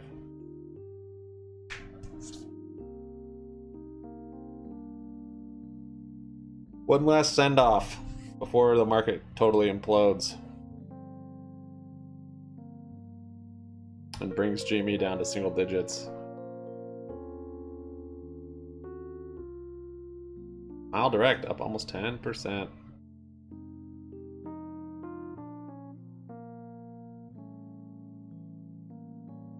SPY not wanting to break down there, so hammer candle there might have a bit of a support here for rally back up.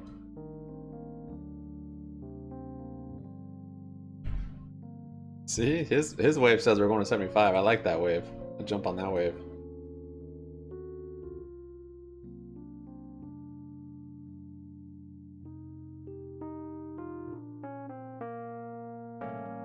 Similar story or something totally different, John?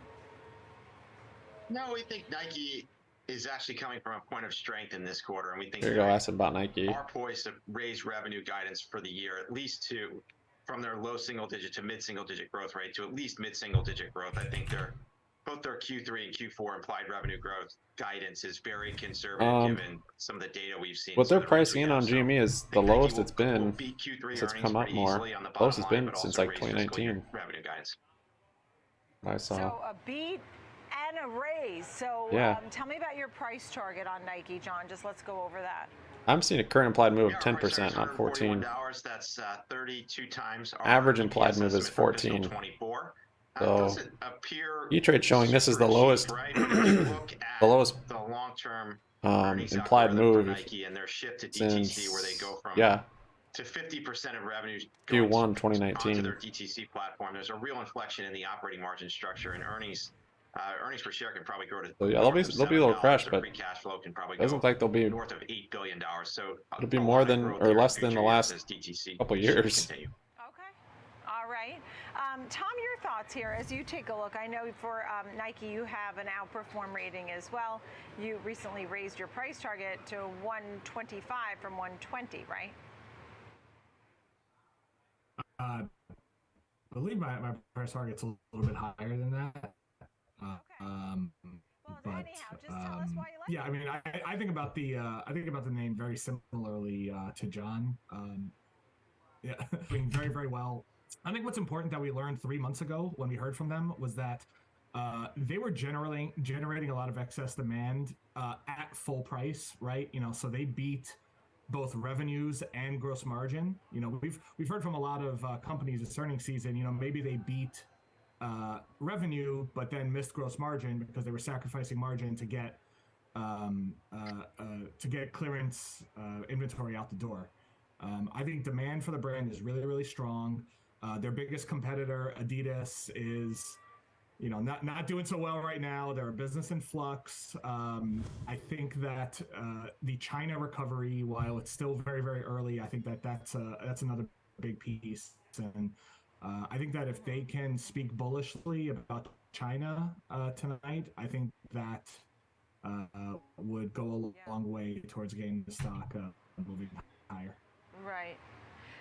John, tell me about Foot Locker and some of the other players in the space. I mean, I think about Under Armour or Adidas or Skechers or whoever else. I mean, this On Cloud makes another, right? That's another name that's sort of creeping up. John, tell me about the other names, and is there any stiff competition? Yeah, there's a lot of brands in the space. We're big fans of Skechers stock. We think it's one of the cheaper businesses in the sector on an earnings basis, and we think there's meaningful upside to consensus estimates for Skechers this year, both on the top and bottom line. So I think that's going to be a very good performing stock as some of the freight inflation and ocean container costs roll off of inventory and out of the cost of goods sold line, and that should create some real bottom line upside as we get into next year. Some of the other brands you mentioned, Under Armour, in more of a restructuring at this point, we're pretty cautious on Under Armour at this point, given the competitive set. We think there's just stronger players like Nike, Lululemon, Skechers, for instance. Skechers obviously more footwear focused. I don't cover On. The stock's up a lot today, but footwear's obviously had a lot of conversation in the last 24 hours, given Foot Locker's Investor Day yesterday. Mary Dillon laid out her strategy over the next 5 years, and one of growth off of what admittedly is somewhat of a depressed base this year. I see. And Tom, I saw your new note. You have a neutral rating and a $40 target on Foot Locker. Sort of waiting. Yeah, that's partially why I'm kind of holding. You're going to continue waiting until you thinking about holding more calls on GME since it's not pricing in much. So you're going to wait and see on that one? Historically, it's lowest since Q1 2019. Probably the prudent thing to do. I do think that their business is a little bit tough right now. They did guide well below consensus for 2023.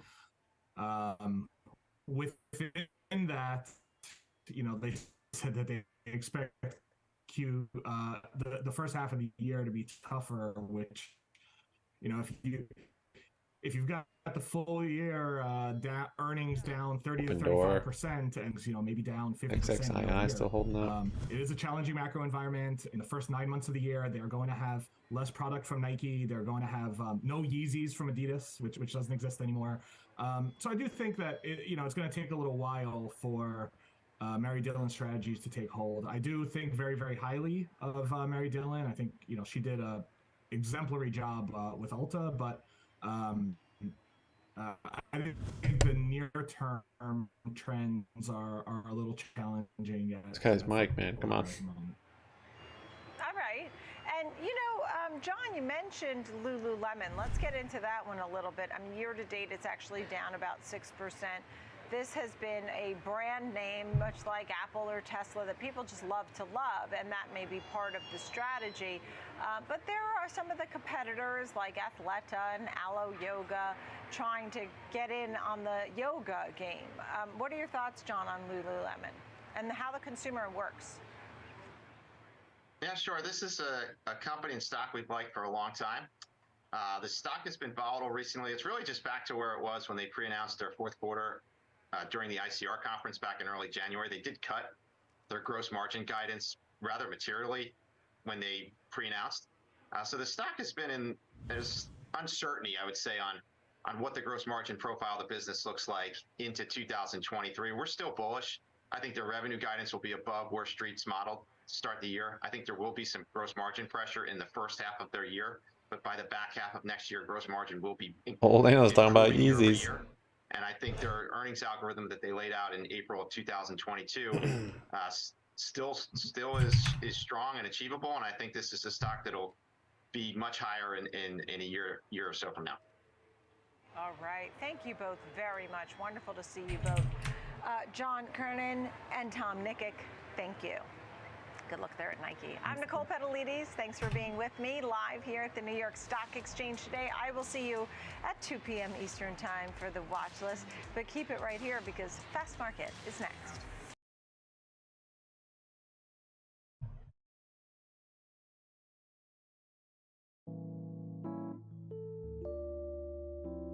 Thirty-year fixed rate mortgages are expected to drop an average of 6.35% this year. Ray Dalio has called the bank turmoil a very classic event in the very classic bubble bursting part of the short-term debt cycle.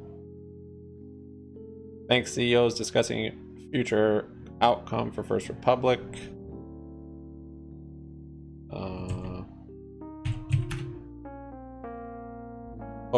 Bank CEOs focused on one to 4 month time frame if FRC sale fails.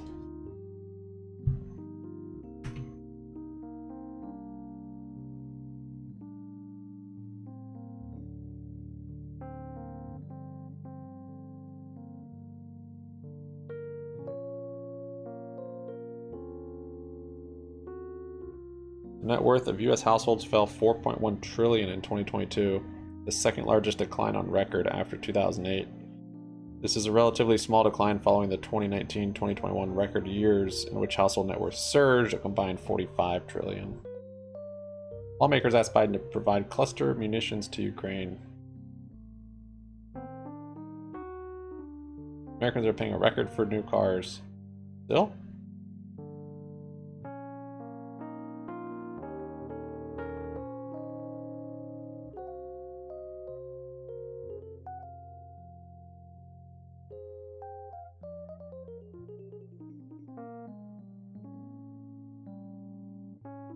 Microsoft Azure will host 2 new cloud offerings from NVIDIA. You see a move on those? That was earlier. Not really. Not anything. Putin says Russia ready to increase oil supplies to China. China?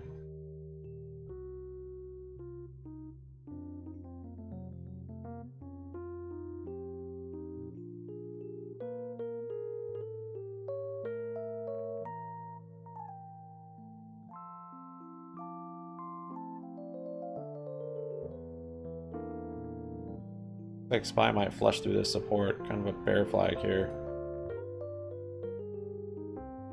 100 million in volume.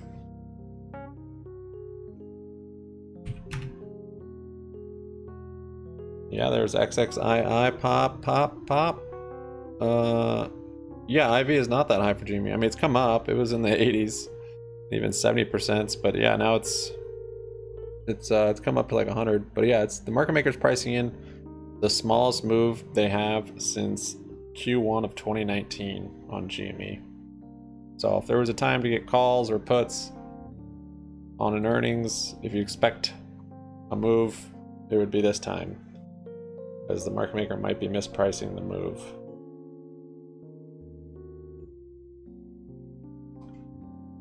We haven't had our full Carmageddon yet, huh?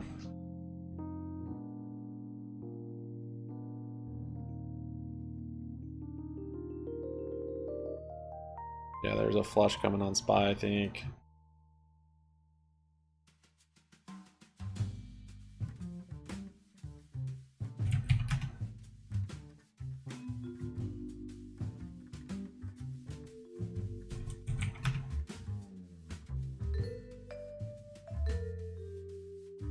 Yeah, we'll listen to the earnings call.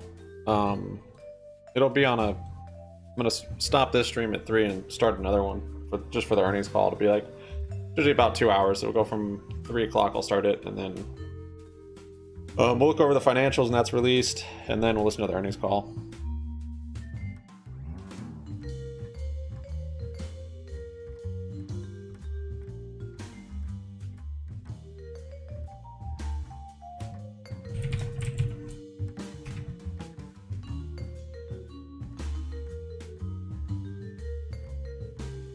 I could even put, once I start, it'll be real quick, so I'll put the link for the new stream in this stream when I'm starting it. So I'll end this one, but the chat will still be live, so I'll just throw the link in there. You guys can move over.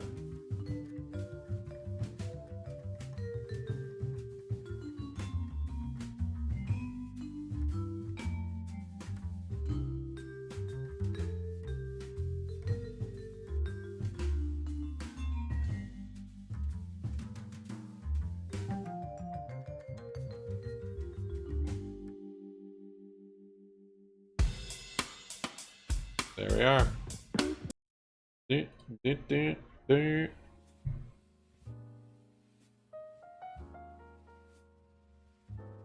I'm queued up.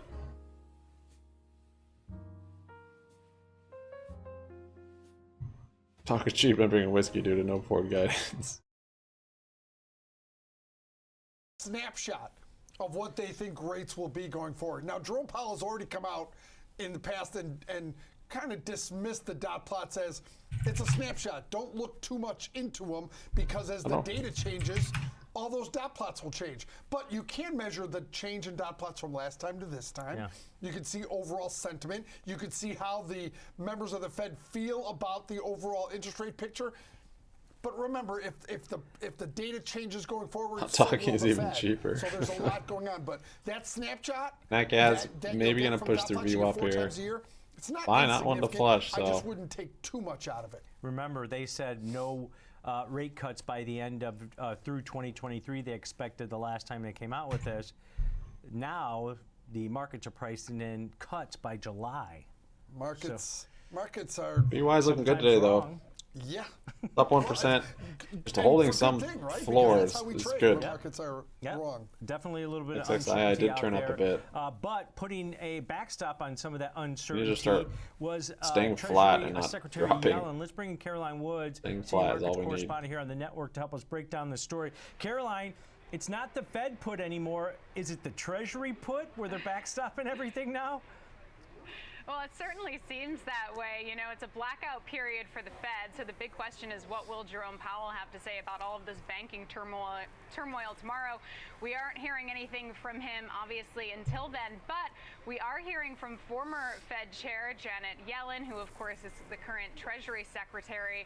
She was speaking to the American Bankers Association earlier today, of course, following the collapse of Silicon Valley Bank and Signature Bank and that $30 billion capital infusion in First Republic to prevent failure. She says, she really stressed that the American economy relies on a healthy banking system, and really stressed that the U.S. banking system remains sound. She says that the situation is stabilizing.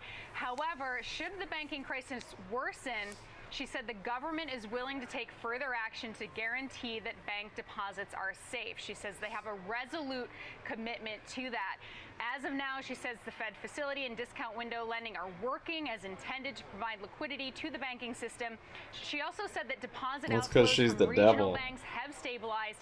However, That's she why said she similar creeps you out. actions could be warranted if smaller institutions suffer deposit runs that pose the risk of contagion. Yellen also really stressed that what we're seeing now, or what we've been experiencing, is much different than the global financial crisis in 2008. She said our financial system is significantly stronger than it was then, due in large part to reforms that have happened because of the global financial crisis. So she's very much determined to really restore public confidence in the banking system and to prevent any more turmoil. She said, rest assured, we will. John Parker, thank you for your donut, man. I appreciate Yellen it. also appears in front of the congressional channels twice more this week in front of the Senate and the House. But thanks, these John. comments, as you said, giving a boost Number to one regional fan. banks. You and We your see little First Republic up 40% hairy today, KeyBank up 8%, pair. M&T up about 5%. We're also seeing the larger, those are the regional banks, the larger banks up today. Hopefully, we'll be in Valhalla soon with our BBY positions. A sector that's been pretty beaten down over the past few days.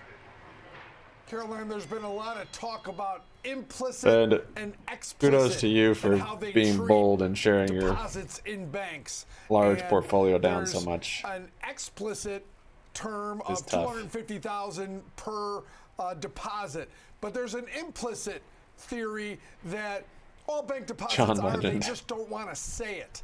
Right? That's and actually an artist. Janet Yellen, right? you're Isn't right. it John Legend? It's fascinating that we've had these bank problems during a Fed blackout period, but that's going to end tomorrow afternoon. I'm sure Jerome Powell's going to have a lot to say about regional banks and big banks GME. and overall I'm very curious on your deposits.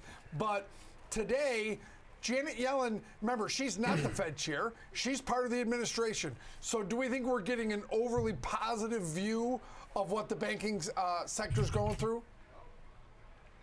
I don't know. I think we had guarantees from the Fed, Treasury, and FDIC that insured and uninsured deposits at this point are safe. You know, it's interesting because obviously for SVB and everything's Signature, safe. over $200,000, which is what the FDIC, as you said, would typically insure, those are safe.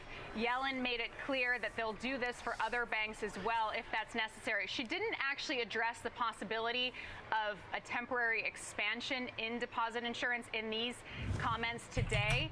But there are reports that regulators are really studying a way to guarantee all deposits. There's one possible tiered kind of pricing Guarantee system all the approach in which deposits. depositors would pay extra if they want more than $250,000 insured. So we'll have to kind of see how all of this plays out. But we very much have the guarantee from the Treasury, the FDIC, and really take your money out of the bank. Depositors' money is safe. So, you know, we'll have to see what Jerome Powell says tomorrow. I think the big question will be, is this banking turmoil enough to keep him on hold, or is he going to be very much, you know, still the inflation fighter?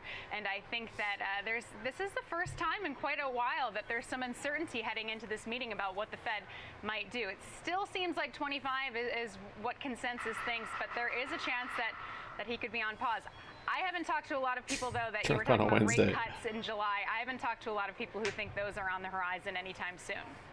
Yeah, I think if you look at the Fed funds and the curves a little bit, they're pricing cuts right now. The market is in general, I don't know, but Fed Chair or Treasury Secretary Yellen now creating some stability here in financial markets, which is helping stocks. All right, thanks to Caroline Wood, Senior Markets Correspondent, helping us break down that story on a little backstop there from Treasury Secretary Yellen.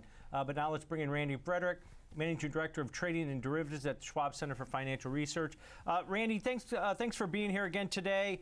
You know, I wanted to get your thoughts here. The CME FedWatch tool is expecting a probability of about 83% that we're going to get a quarter basis point hike. Kevin and I talked earlier this morning, maybe some dovish commentary following that playbook from Lagarde out of the ECB last week might be the best scenario here for markets. Yeah, I mean, that tool, as long as it's existed, anytime that probability exceeded 60% going into the Fed meeting, they either got a rate hike or a rate cut. So that 80% level is well above that threshold. Now, obviously, that can change, but historical history says that that's always been the case. So I, like most people, I think, anticipate a quarter-point hike, as we've said. It helps the Fed maintain its credibility. I mean, it's difficult. Think about this. It's difficult to fight inflation and maintain, questionable bank stability at the same time, because they both kind of work in opposite directions. But that quarter point, I think, is kind of that sweet spot. And so unless that number changes a lot between now and the end of the day tomorrow, and obviously it changes every few minutes, but not by that much. I'd be very surprised if they don't hike a quarter point, to be honest with you. 85.6% in real time, right? Yeah, I mean, it literally is bouncing around. Yeah, it's been moving. It's like the VIX lately. But Randy, I wanted to go back to you. As far as volatility coming down over the last 2 days of gains for the equity markets, we're seeing that push back up in the Russell 2000 as some of those regional banks are outperforming today. Real choppy though today, just gap up and kind of chop. Hey, if the VIX is starting to fall, that uncertainty out there in the equity market might be warranted for maybe some gains or at least some consolidation with the S&P, above the 4,000 level. Well, that's exactly what it means. I mean, some people call the VIX the fear gauge. That's not a term I like, because what the VIX really measures is uncertainty, how much people don't know what to expect. And we can obviously have big swings in both directions. Volatility, by definition, is movement, not movement in a particular direction. In the markets, it does tend to imply downside movement often, but we've seen the VIX elevated. In fact, it got all the way up to 30 when this whole banking thing first hit a few days back. And now that it's come all the way back down, it's only around 22 right now. So it's come really down just trading around VWAP all day. Where we've been on average for about the last 15 months in general. We've GME had a has few been swings above up and VWAP all down, but day. yeah, I think that means that people are becoming a little bit more comfortable with the stability in the markets.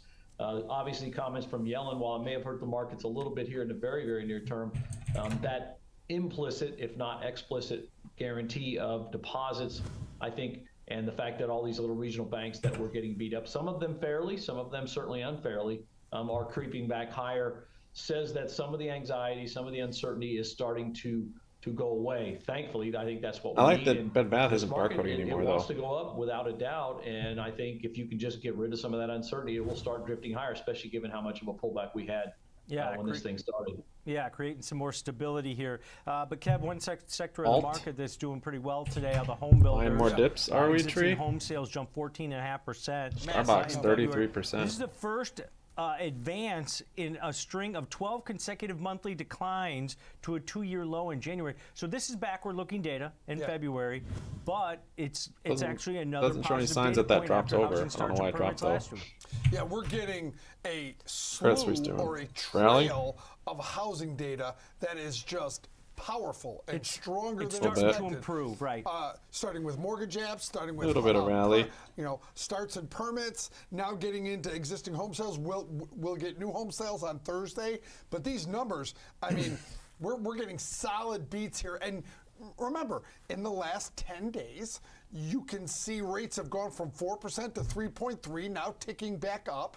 You've seen the dollar go to 105 to 102. So all these things favor this. And remember, that's just the last 10 days, but that interest rate move, it favors housing. And back to our theory that when interest rates get volatile, housing stays in a queue and it stays to the sidelines, and then it rushes in when things stabilize. Yeah, because the demand, it's quite impressive. Actually. The demand is still there. We know that. Right. There's always going to be demand for housing in the U.S. We're way behind. Ever since the 2008 financial crisis, I think we're net behind in terms of home supply. Yeah, and I think some of these Gen Zs and Gen Xers getting used to rates that we grew up on, Kevin, when you got 30-year mortgage above 6%. And they don't like them, Tom. Of course they don't like it. It's been at record low levels for most of their lives. But Randy, when you look at this particular sector, strength in the housing market is a good thing, I think, for the overall economy and probably for equities at this point, because it's that big asset that we talk about that people have. Is this also, supportive of, maybe some consolidation, at least in equities, if not some gains? I would say definitely gains. Again, as investors, many wealthier investors tend to have a lot of assets in equity markets and elsewhere.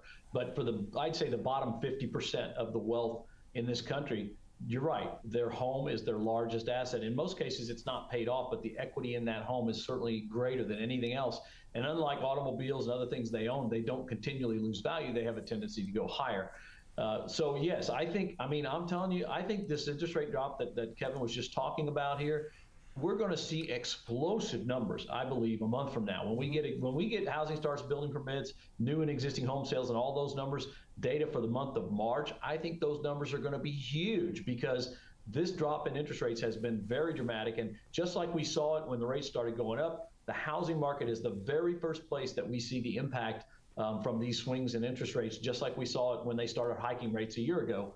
That's when the housing market got crushed. Prior to that, people were standing in line to buy houses. Well, once people, as Kevin said again, we're sitting there waiting. Sellers don't want to sell because they don't want to lower the price. Buyers don't want to buy because they don't like the level of the mortgage rates. Both of those things will improve, and I really think we'll see explosive growth this month. That'll be reflective in the markets a month from now.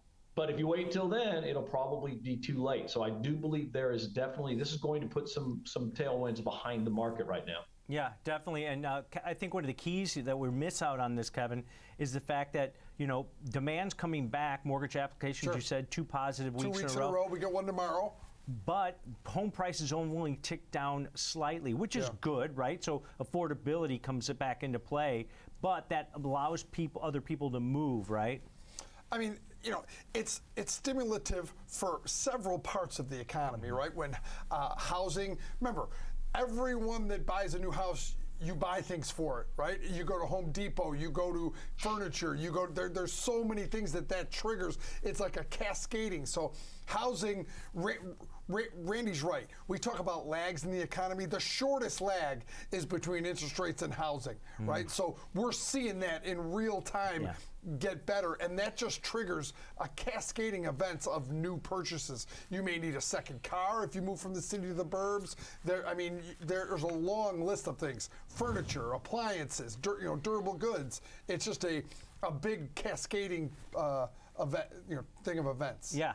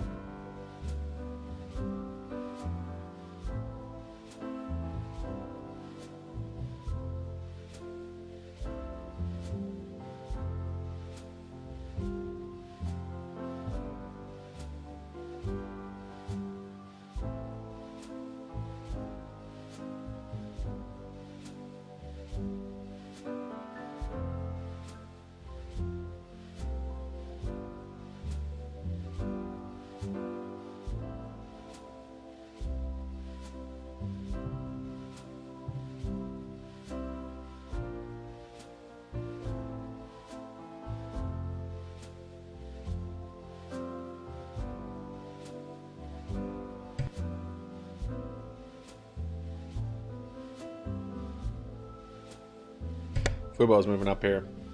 Starbucks also ripped up almost 40%. And Mark Zuckerberg, for the first time in his career, had to be a real CEO and trim GNS, the other side of the 16% ledger. again. And There we go. Yeah, it's fascinating to watch play Ala out. 20. Yeah, you just stole my line. I was going to say that because you said that 6-8 months ago when the stock was in a downfall. Time to be a real CEO. Yes, exactly. And he heard, maybe some of the activist investors or big shareholders in that company gave him a little bit of headwind there too. But this stock traded down below $88. Yeah, below $89. Yeah, just about 4.5-5 months ago. So, Randy, we've got that big rebound in here. Second upgrade of the week. We had a couple in the last couple weeks before that, but it seems like they're pivoted, structurally and focusing on the fact that, hey, the metaverse isn't really that product that we can put out there that we can monetize yet at this point. But he seems to be making all the right moves as far as the CEO goes, and they're still seeing slower growth. But you've got that big consumer base that equates to a lot of ad dollars coming towards Facebook. Yeah, and I wouldn't say they're necessarily were wrong on the metaverse. They may just be early, and that's something that's big. It takes a long time to develop, and I think their potential could potentially be down there somewhere down the road. But as you guys said, I mean, this thing was down 65% last year. It's up 65% this year. The consumer discretionary sector overall is only up about 15%, so it's vastly outperforming its overall market sector, which is certainly something to be paying attention to. An upgrade to 250 is pretty substantial when the stock's trading at around $200 right now. This one doesn't pay dividends, certainly, but there is a lot of potential out there, and it all depends on how you look at it.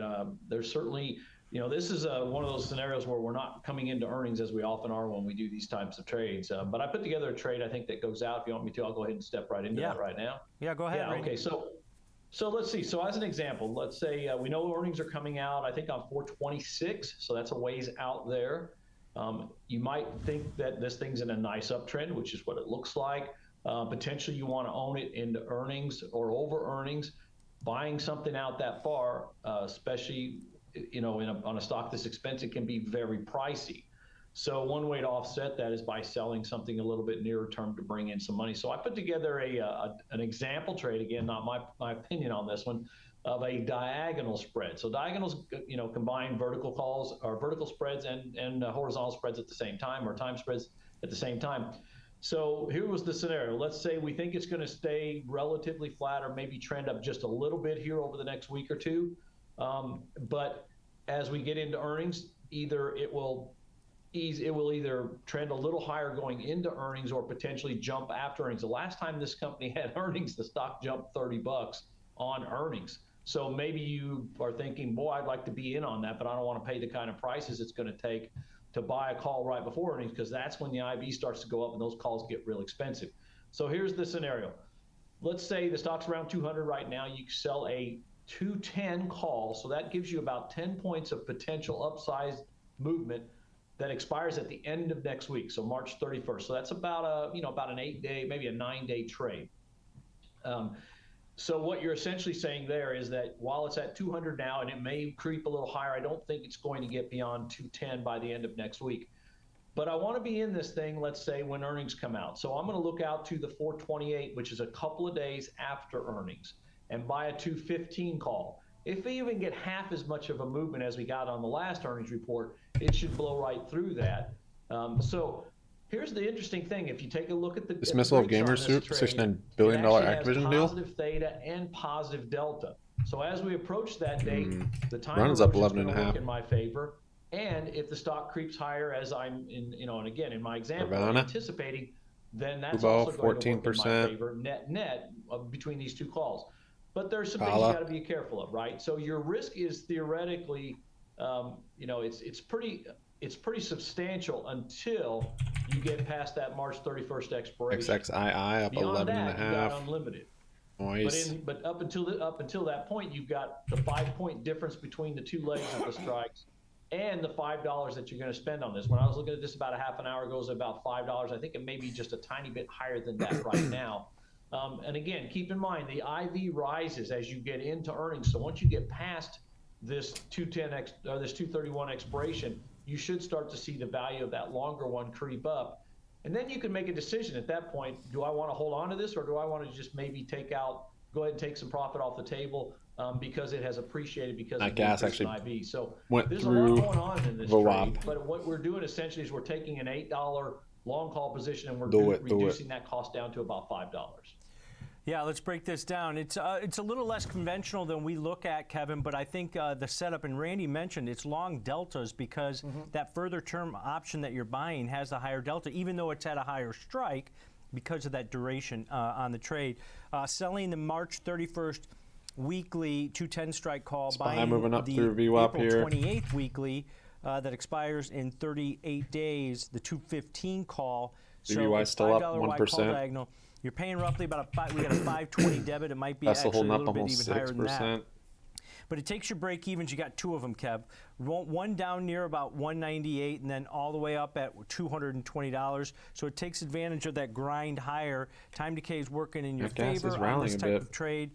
Your thoughts on the call diagonal, where hey, you expect maybe some upside, but if, as Randy mentioned, if the market's open, liquidity is provided, you could possibly exit it beforehand because you've got that earnings event in the options that you're buying. Yeah, this is a really interesting trade and something we talk about very infrequently on the show, which is doing a calendar spread, or in this case a diagonal, something in the calendar spread family, where you're buying the event week, right, with a full month to go. Why? Well, your number one goal when you buy a calendar spread or a diagonal is for that long side to implied volatility to hold or go higher. At least hold. At least hold or go higher. Well, we know that historically, not every single time, volatility can tick up. This is long Vega into that event. What's the trade-off there? It costs you more money. Right. It's a little more expensive. If you look, it's a couple points higher than the other volatilities, but you expect that to hold into that earnings event. So, yeah, what Randy's right. Once you get through this week, you're long implied volatility that you've chipped away at the net debit of with a lot of choices for you to make going into the earnings event. A pre-earnings calendar spread, or in this case, diagonal. Yeah, and you got to remember on this type of position, we've got the risk profile up there. If it goes down below maybe 180, 175, you've got that risk of about $520, what you paid for the diagonal, right? But on the upside, you've got the debit that you paid plus the $5 width of the call diagonal that you have risk on.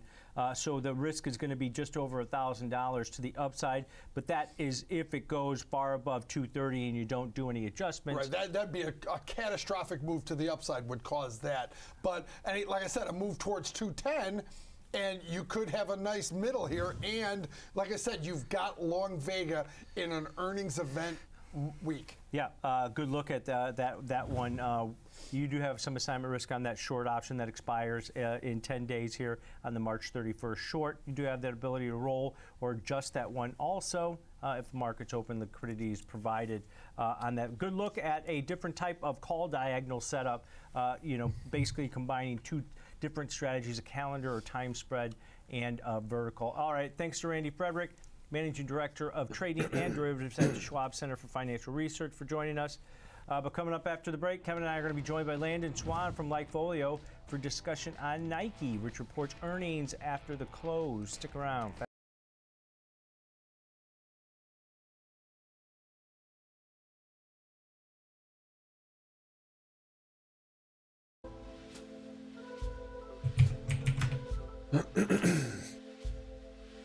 Sen is even up.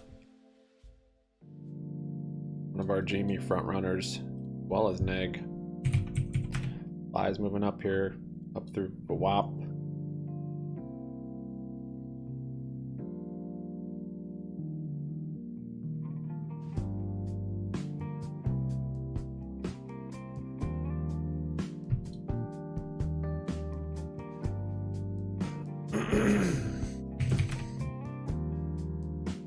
GME looks like a nice little bull flag there on the hourly.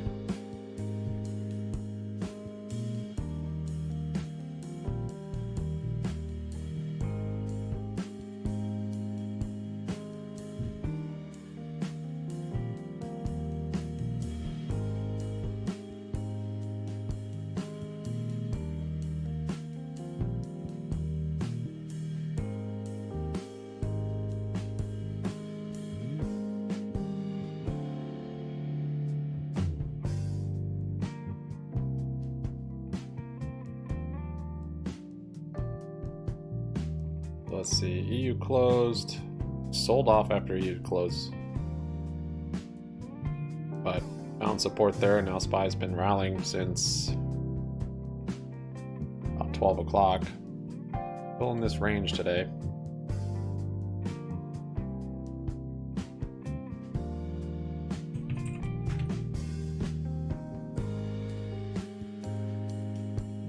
We're dead by then?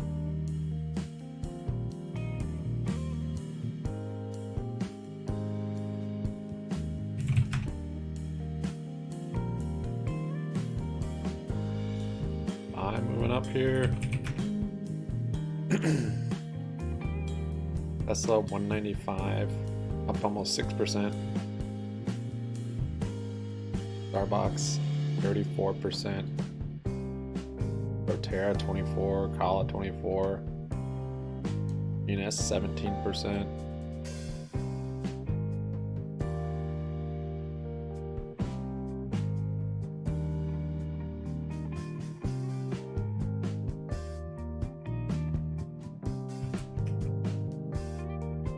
And that gas's little rally stopped.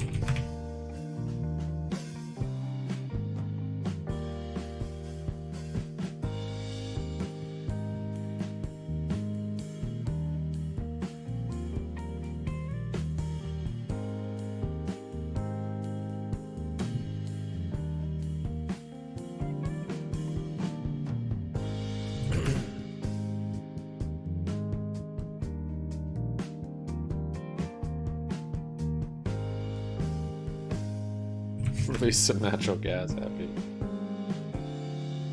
I'm good. Thanks, Tree. Thanks for the permission, though. Here's the paper trades. That Carvana one's doing better. Look, back to break even. I could have entered it today for the same price. BBY one's kind of bad. Still up till April though. I think we might be above $1 by April. So.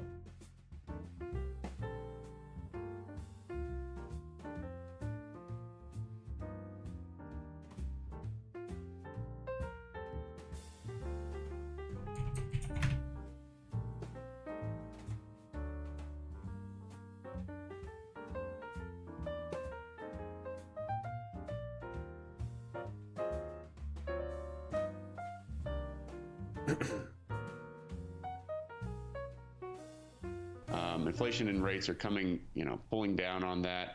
We're seeing that the holiday purchase intent is actually off on a year-over-year basis. So they actually have some pretty interesting quarters. They actually go from December 1st to the end of February. So December, January, and February is the quarter that they're reporting right now. So they kind of split up the holiday season into the previous quarter that's already reported and the one that's about to be reported. So you got Black Friday on one side of that line and then Christmas on the other side. But we're seeing a pretty strong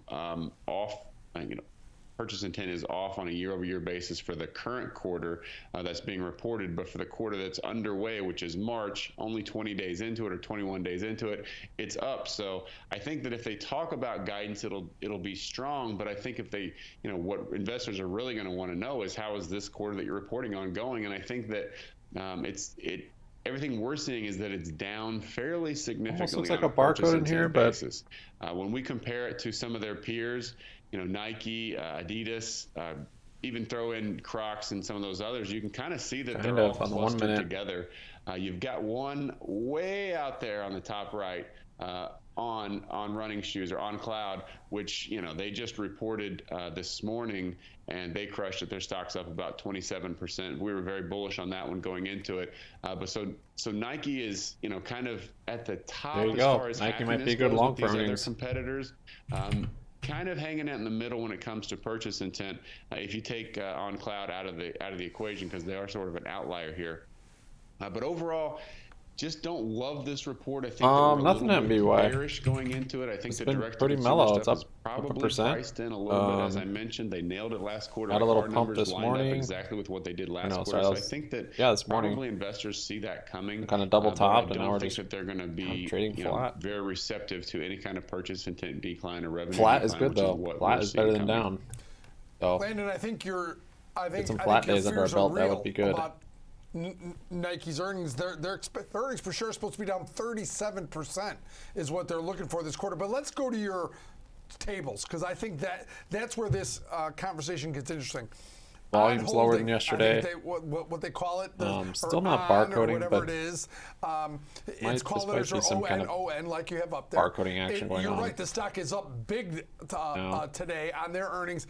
Are they a real threat to Nike? Because on your purchase intent versus sentiment, it's a pinhole the size of the company. Not a very big company.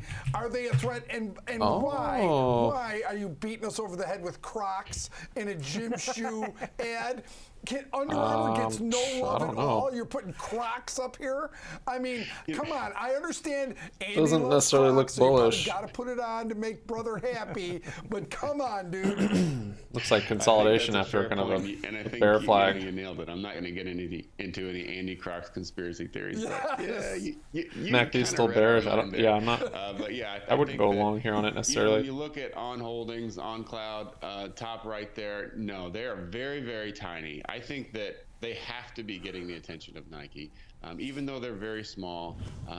They've got some pretty cool stuff when it comes to, like, they've got a shoe subscription service where you can get new shoes every 6 months sent to you because they're very comfortable, but they wear out quickly because they're so soft and comfortable.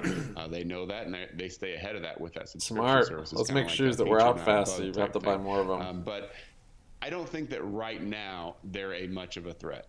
I think that over time there will be, and they could be an acquisition target for Nike if things go really well. But I think really the user or the investor is going to be focused on how well did Nike do. Like, okay, we understand that On Cloud On Holdings, is up really big today, but are they really that big of a threat? Probably not this quarter, but in the future. Hold on, those are like those. Nike doing like really thin, thin, going around Foot Locker, comfortable shoes, like you said, right? They've got pretty good sales as far, pretty good consumer happiness. But we saw last quarter that even though they beat on earnings and revenue, their margins were squeezed by higher costs.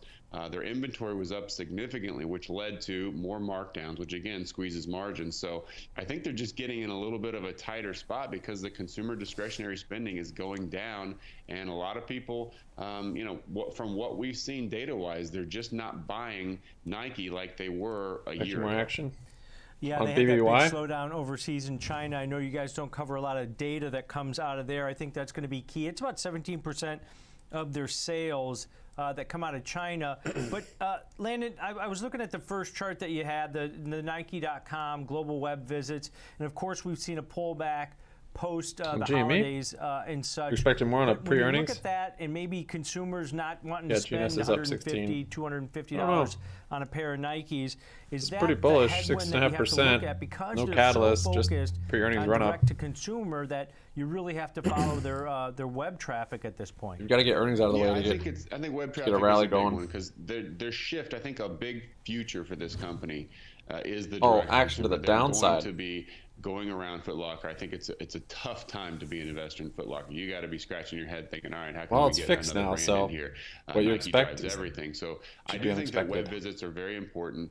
Plus Expecting 15% unexpected? on a year-over-year basis. You can see it's very strong as far as the holiday season went. But yeah, that's true. Stronger than last year. It's fixed, so we're getting a normal. Again, This is last how it quarter was they here had too in March. So look, everything's still sales, so, lined up here. that's Like we've right got in line with what we saw. So I think little that, rally into earnings. You're probably going to see that again, which may give some relief to the we had investors the on sell-off, this earnings and then call. a couple I think days that prior, overall, little the purchase earnings intent rally. is showing that they're going to come down a little bit on revenue. So I'm bullish. It's just a matter of what's important to after earnings, like we're going to Is see some overall drop revenue, and or pump is and it the direct probably some volatility, which but is I gonna think the have a rally higher will margin. So it's a tough call. should I'll tell you kick right off. now, in our household, I wouldn't be bearish on Nike at all. Maybe something they son just announce. had his Maybe birthday, and Ryan I Cohen feel starts like buying in. everything I don't was know. Jordan this or Nike that. So personally, March? I'm bullish on the Last company, March? but the Oh, data no, says no, no, no, otherwise. Yeah, my son was home for spring break. He brings 3 pairs of sneakers home. They're all 49 went to Nikes, 50 just last different March. colors. I'm like, dude, what what is going on? So the kids are still buying this stuff. Just give me the card, Dad. That's yeah, 150% move from 20. And those are only half of what he has. Give me That's the card. Cool. So But, 150% from where we are roughly is like 35, yeah, 40. we do have an earnings score. We're at negative 57, so we're firmly in the bearish camp. Just for comparison, on almost every day this week. ON, we were yeah, plus 37, so we were bullish on going the low, into that, but we're more the bearish high on is like Nike than we were 153%. bullish on cloud holdings. So just to give you a little perspective. Yeah, big report coming out here today. Stock did pop about 11% So, I mean, if you're going from this low, quarter, but getting far above past those that levels now, but from that report. All right, good stuff as always, Landon. Appreciate it. Thanks, guys. Take care. All right, that's Landon Swan, co-founder at Like. Stop looking at me, Swan. Nike data for us. 153%. I didn't mention to Landon, Kevin, that the Puts number you one at top 39.10, seller so is basically the best 40. basketball player of all time. And he disagrees with me. How have I not He's always sold? about the big guy, him being almost 7 foot and stuff. Jordan leading. We are starting from lower, yeah. It's amazing. So that last his time went to brand 50. This time maybe go to 40. Has still remained so iconic. Or maybe this is the squeeze. Maybe so this you is mentioned that, the you know, squeeze. some of We're the- just sitting some of the here data hanging that out, they listening to Lightfolio. don't have and is from it's overseas, a friggin' right? Tuesday in China March. data. And That's really important. Now maybe we're we've had just the reopening. literally going to see the squeeze that foot we've traffic picked up at Foot thought Locker. about Those for are years. positives, even though we've seen direct-to-consumer fall Even back. though How do you want to look at this from many an of us example don't think it's trade? happening anymore. It was my gut. You know? Seeing It's their a data, random spring reading day about in Nike was to 2023. be slightly bearish, but I don't know how bearish I want We're to up be. in But certainly, 4 so digits, what 5 I did, digits in a couple weeks. I started looking at spreads, and you know what I did, Tom? I went with the Iron Condor. We've got the other catalysts. The I don't market's know if they'll kind of kill it, crashing. Even if they do, because a Yeah, lot of these banks are numbers failing. Are I mean, out, it's all and been Nike will prophesied. Probably beat. I don't know how high it'll go. You can All see been that prophesied. the recent high in the stock. I was is shorting right banks 2 years ago around, because of those. 130 and those change, right around DDs. 131. So here's what I did. Not just because of DDs, I but kept it pretty tight. I sold the 131, it's all happening now. 133 call vertical right there. Maybe not on how we the wanted top it or of when we wanted it, but then I went down a little further could all and be did the happening. BBY 115, flushing there a bit. 113 put vertical. So You're I got right. one that's in line with Goes the to buy more expected GME. move. So what you're looking here, it may not be great news. Little flush there in BBY. Nike's probably Like we're going gonna to get put up some shorted. numbers, but their earnings are expected to be down. End of the night. 37% year over year. You know what I mean? So That was always I in my think head. It's going to be a great number. I just That don't know if messed they'll up trading kill for the me. stock based on that. So Any of these runs could end up kept it being tight, the only a run. $2 wide. Iron can't sell Condor covered calls. collected almost $1. I can't sell this for 97 5,000% Yeah, and just profit. going off of Foot Locker's numbers and the relationship with I'm gonna Nike, sell it once I those can were good exercise numbers, but they just got 99 in of them lower, and pay for them but all it's with one rebounding today. contract. Okay, let's break this down. This example trade in the March 24th weekly series that expires in 3 days, selling the 131, 133 call That was vertical. a pretty big volume spike there on and then BBY selling with the the sell-off. 115, 113 put vertical. You're collecting roughly Some about shorting's going $1. on. That's half of the width of the each vertical in this, so that means you got $100 in risk on each spread on this, but it takes your break evens to about down to 114 on the downside. That's about $9. That one standard deviation move that the option market's priced in right now, and then up to 132 on the upside. Kevin mentioned that resistance level just above 131, so that's just above there, but a pretty one of the building blocks of option strategies is to take advantage of higher implied volatility with the thought that, hey, it's going to remain between those two break evens and time decay or theta is going to take hold, and the price of that Iron Condor is going to contract on that. You do have some assignment risk on those short options going into expiration this Friday also. All right, Kev, good look at an example trade here. Nike ahead of earnings. But when we come back, we're going to take a look at ExxonMobil as crude oil continues to move higher today after hitting 15-month lows just overnight on Sunday. Fast Market's coming right back.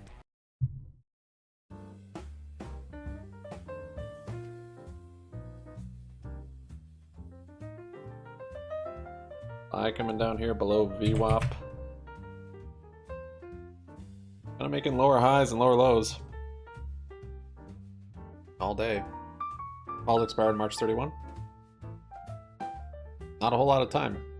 Given that earnings is tomorrow, you're going to get some Ivy crush. So I sold out of some of my calls that expire the week after. Given I'll probably still keep quite a few because the market makers are pricing in the smallest move they have since Q1 of 2019. So if there ever is a time to beat the market maker on GME. This has been it.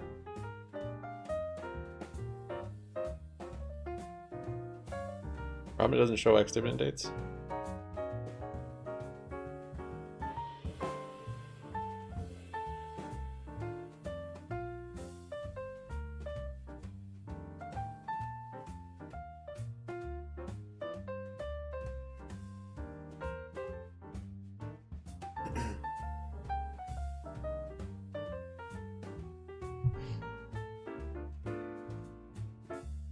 Sweden's biggest pension fund, Electa, sold all of its shares in struggling U.S. lender First Republic Bank at a loss of 7.5 billion kronor, or $728 million.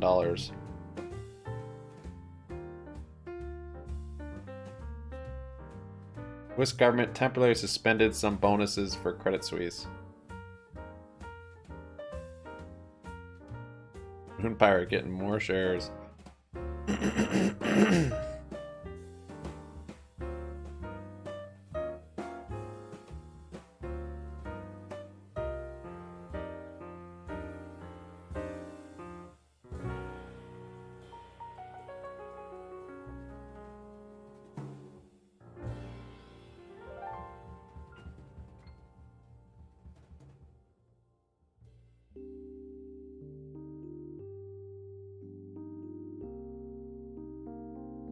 Down row put the chart that we've been talking about with pretty lines on it.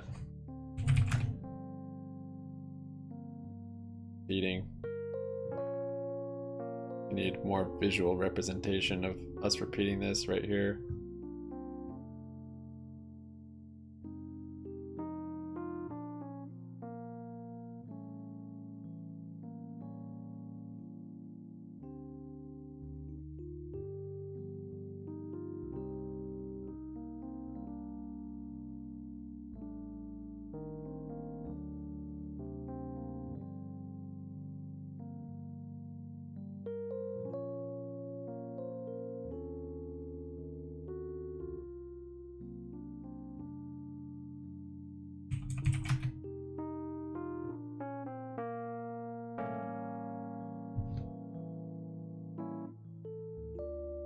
The 54,000 bid on BBBY, 81 cents.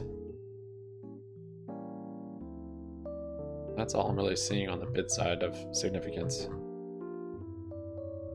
Not a whole lot of sell pressure anywhere.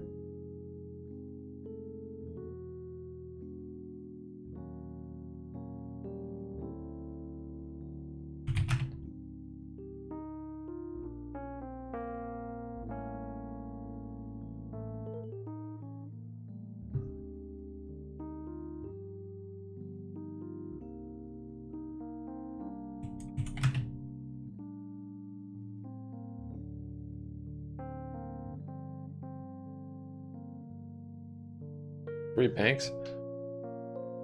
I mean, you've already gotten like three that have defaulted. You've got SVB, Silvergate, Credit Suisse.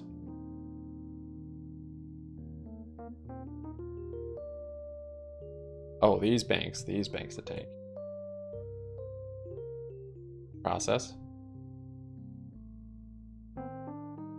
About in the last 2 hours after the existing home sales number printed. So yeah, signature. It's not all said and done by the FRC end of soon, tomorrow. maybe. Yep. We could potentially continue to see rates move higher, which is causing some easiness not only in the 2-year. I don't have buying power. I would be getting put debit spreads on FRC. Touched by this as well.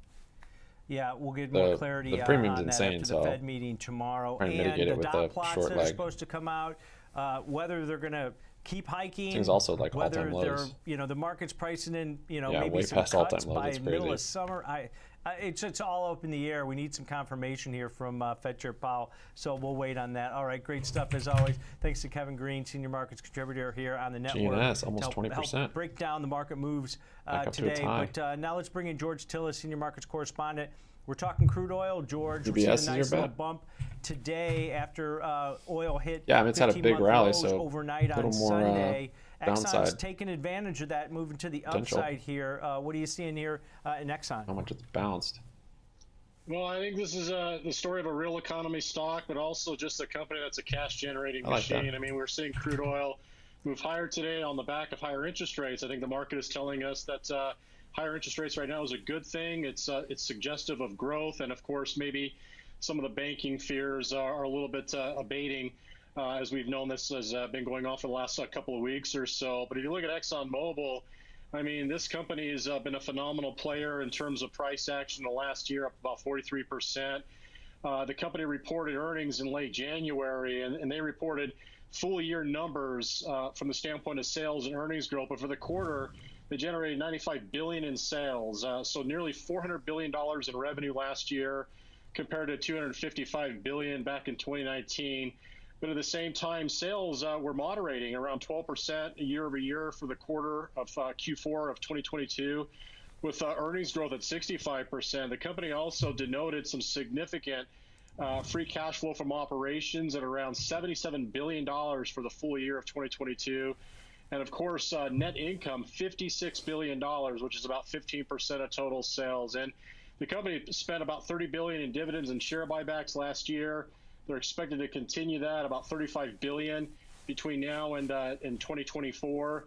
And at the same time, the company's paying about 3.5% dividend yield on about $3.64 a year in dividends, which is about 30% of their earnings. So ultimately, I think this is a company that has performed phenomenally. They took advantage of higher gasoline and oil prices. They have low cost of production, domestic and global scalability. And even on a forward basis, the company's expected growth is moderate, around 8% sales growth and 15% EBITDA growth. And anytime you get 2 times EBITDA growth to sales growth, you see positive trends, not to mention a nice hefty dividend from the name.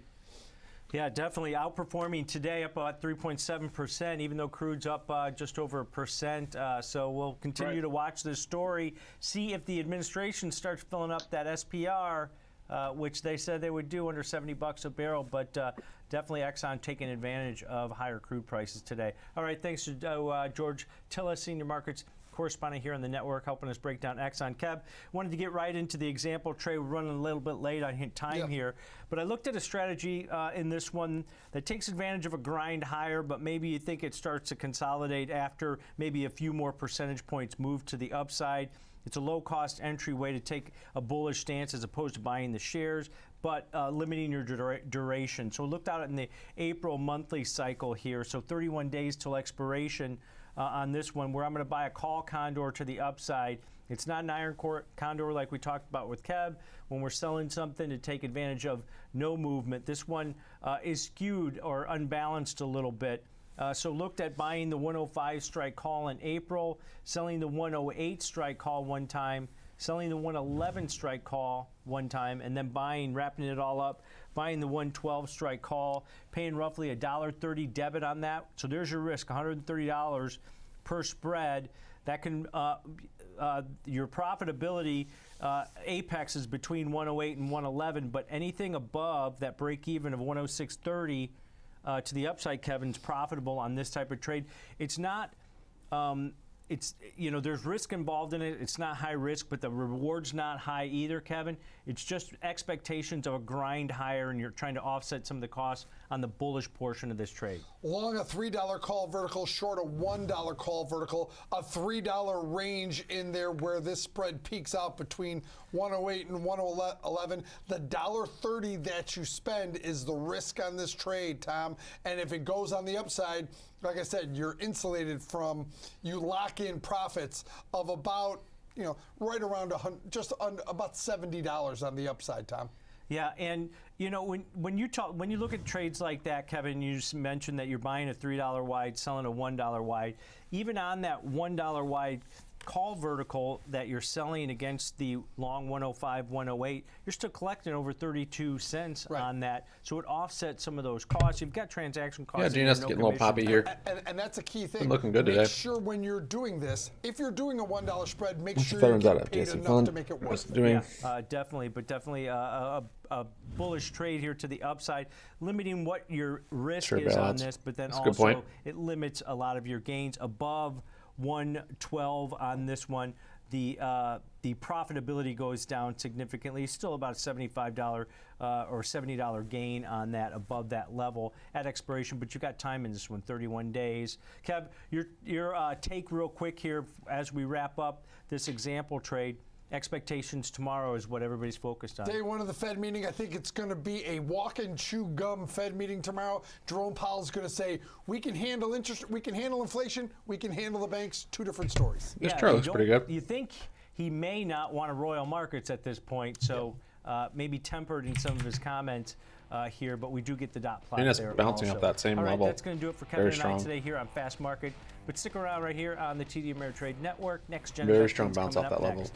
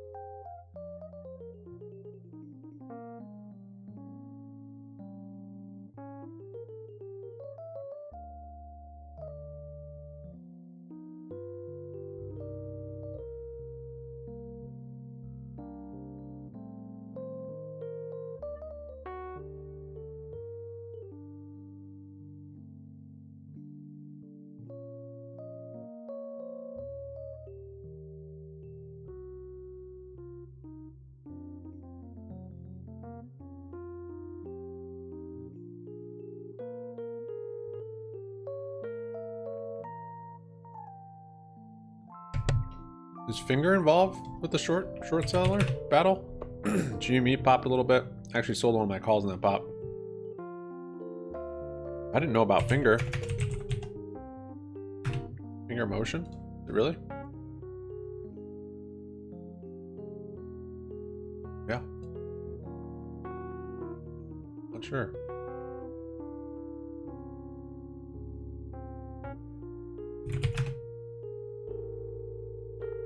GME up 7%. Looks like it's gonna go for a little intraday rally here, coming up on 1 o'clock.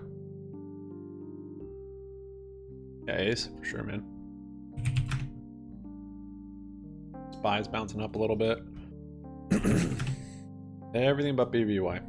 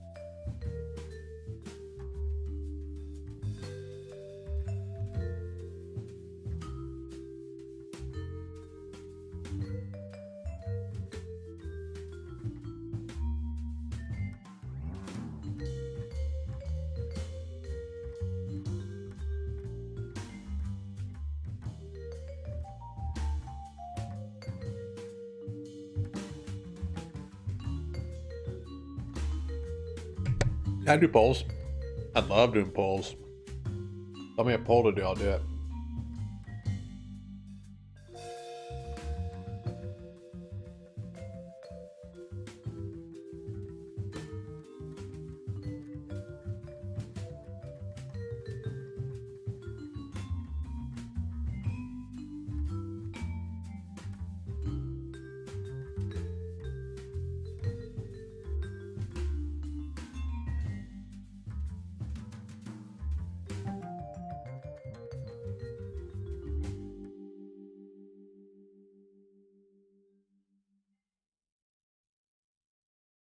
A lunch bowl?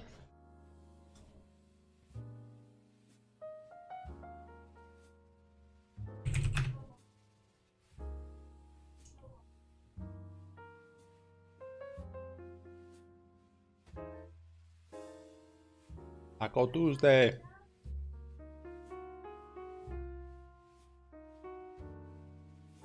AFC?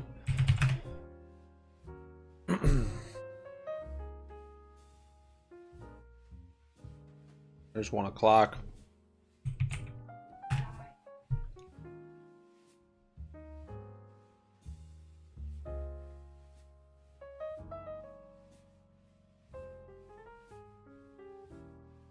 Put you in the stream early. That's like a subtle diss you're trying to tell me, Ace? Subtle complaint. Yeah, but you had the stream early, so I guess you can't do that. I was looking to buy it at 10. 5 I can't resist. You talking about finger? Oh no, wait, what you talking about?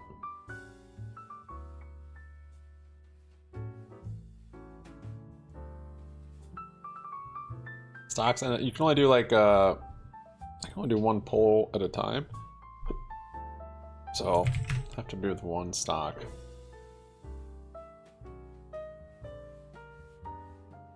Buy's coming down here a little bit.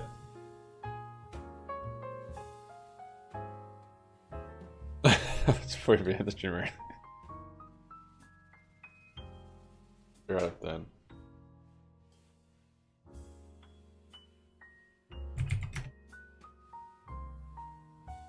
GME about to test the high on the day. Oh, finger motion's actually on my watch list. Cool.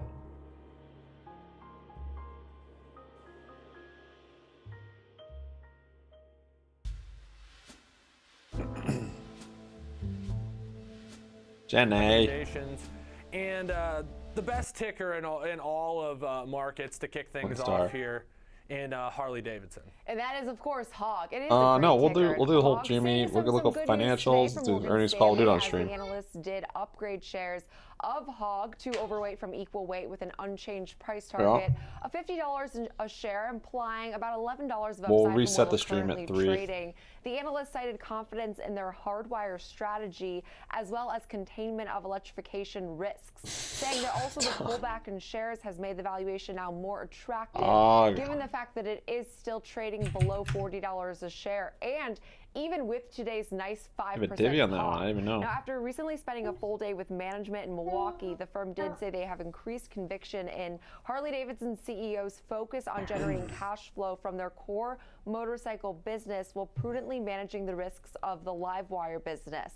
I read that also the first time I saw this analyst note as LimeWire, which really probably dates me, but totally different company. And Harley-Davidson has been a name that was once a pandemic winner as people sought to seek recreation outside. We've since seen shares wobble slightly, down about 5% for the year, down 24% from their yearly high, but now a whopping 32% from their low out. I mean, in your state. So, you know, Jenny, I think it's really important in any leaderboard situation for to try stocks in your to state. step outside of your own reality and try to understand things holistically. And the one thing I think that I struggled with is Harley Davidson. Like, I just don't see people in my age demographic driving motorcycles, particularly Harley Davidson motorcycles. I know it's a historic brand, and maybe there's some vintage clothing you'll see from time to time, but this just seems like a brand that is their LiveWire division didn't end up working out very well to younger generations, and I think that's a major hurdle for them. And again, you know, we're all prisoners, I guess, of our own reality, our own circumstances, our own social circles, but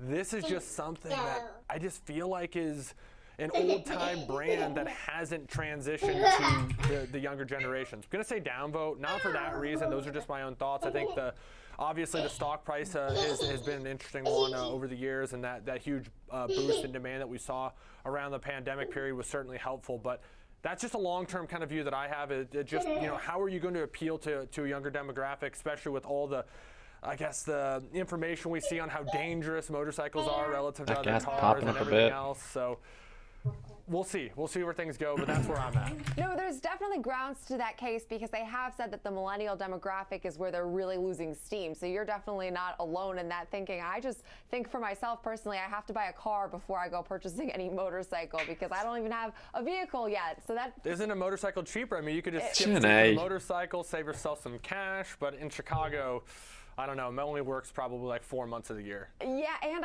I've been hit by cars on a bike, so I think I need to assess my risk when purchasing a motorcycle. But our next name today is Alphabet. Now, Stifel did resume coverage on Alphabet with a buy rating and a $130 price target, saying that the early demos for Microsoft's actually Bing via OpenAI have been quite impressive, and Google's have been disappointing. But the firm does not expect a monumental shift now in behavior or search their e-bike supply is too expensive. Noting that Google has been focused on AI for quite some time, and they estimate that more AI-based searches are likely to weigh on margins. The firm also added they expect Google to take preemptive steps that may appease regulators before the resolution to their DOJ case, that it sees substantial opportunities still ahead for YouTube and YouTube TV. So what was not an overwhelmingly optimistic note, I will say, from this analyst, given the fact that they hit by a car, Microsoft right off the bat, GTA stuff there. Being right now that the environment for Alphabet will not necessarily drastically change, and they see that actually as an upside. Alphabet shares are up 18% so far this year and up 15.5% so far this month. So seeing a nice March, also up about 25% from their yearly low.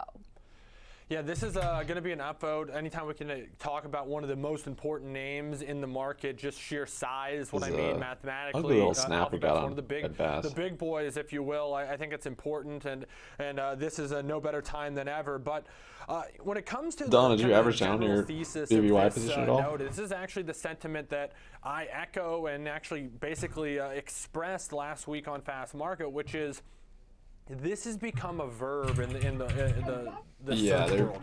You Google pretty things. Overpriced. Without even thinking about it, you're probably just typing something in either to your search bar, which is automatically hooked up to a Google search, or your second nature, just clicking spelling Google with your fingers and going to Google to get your answers.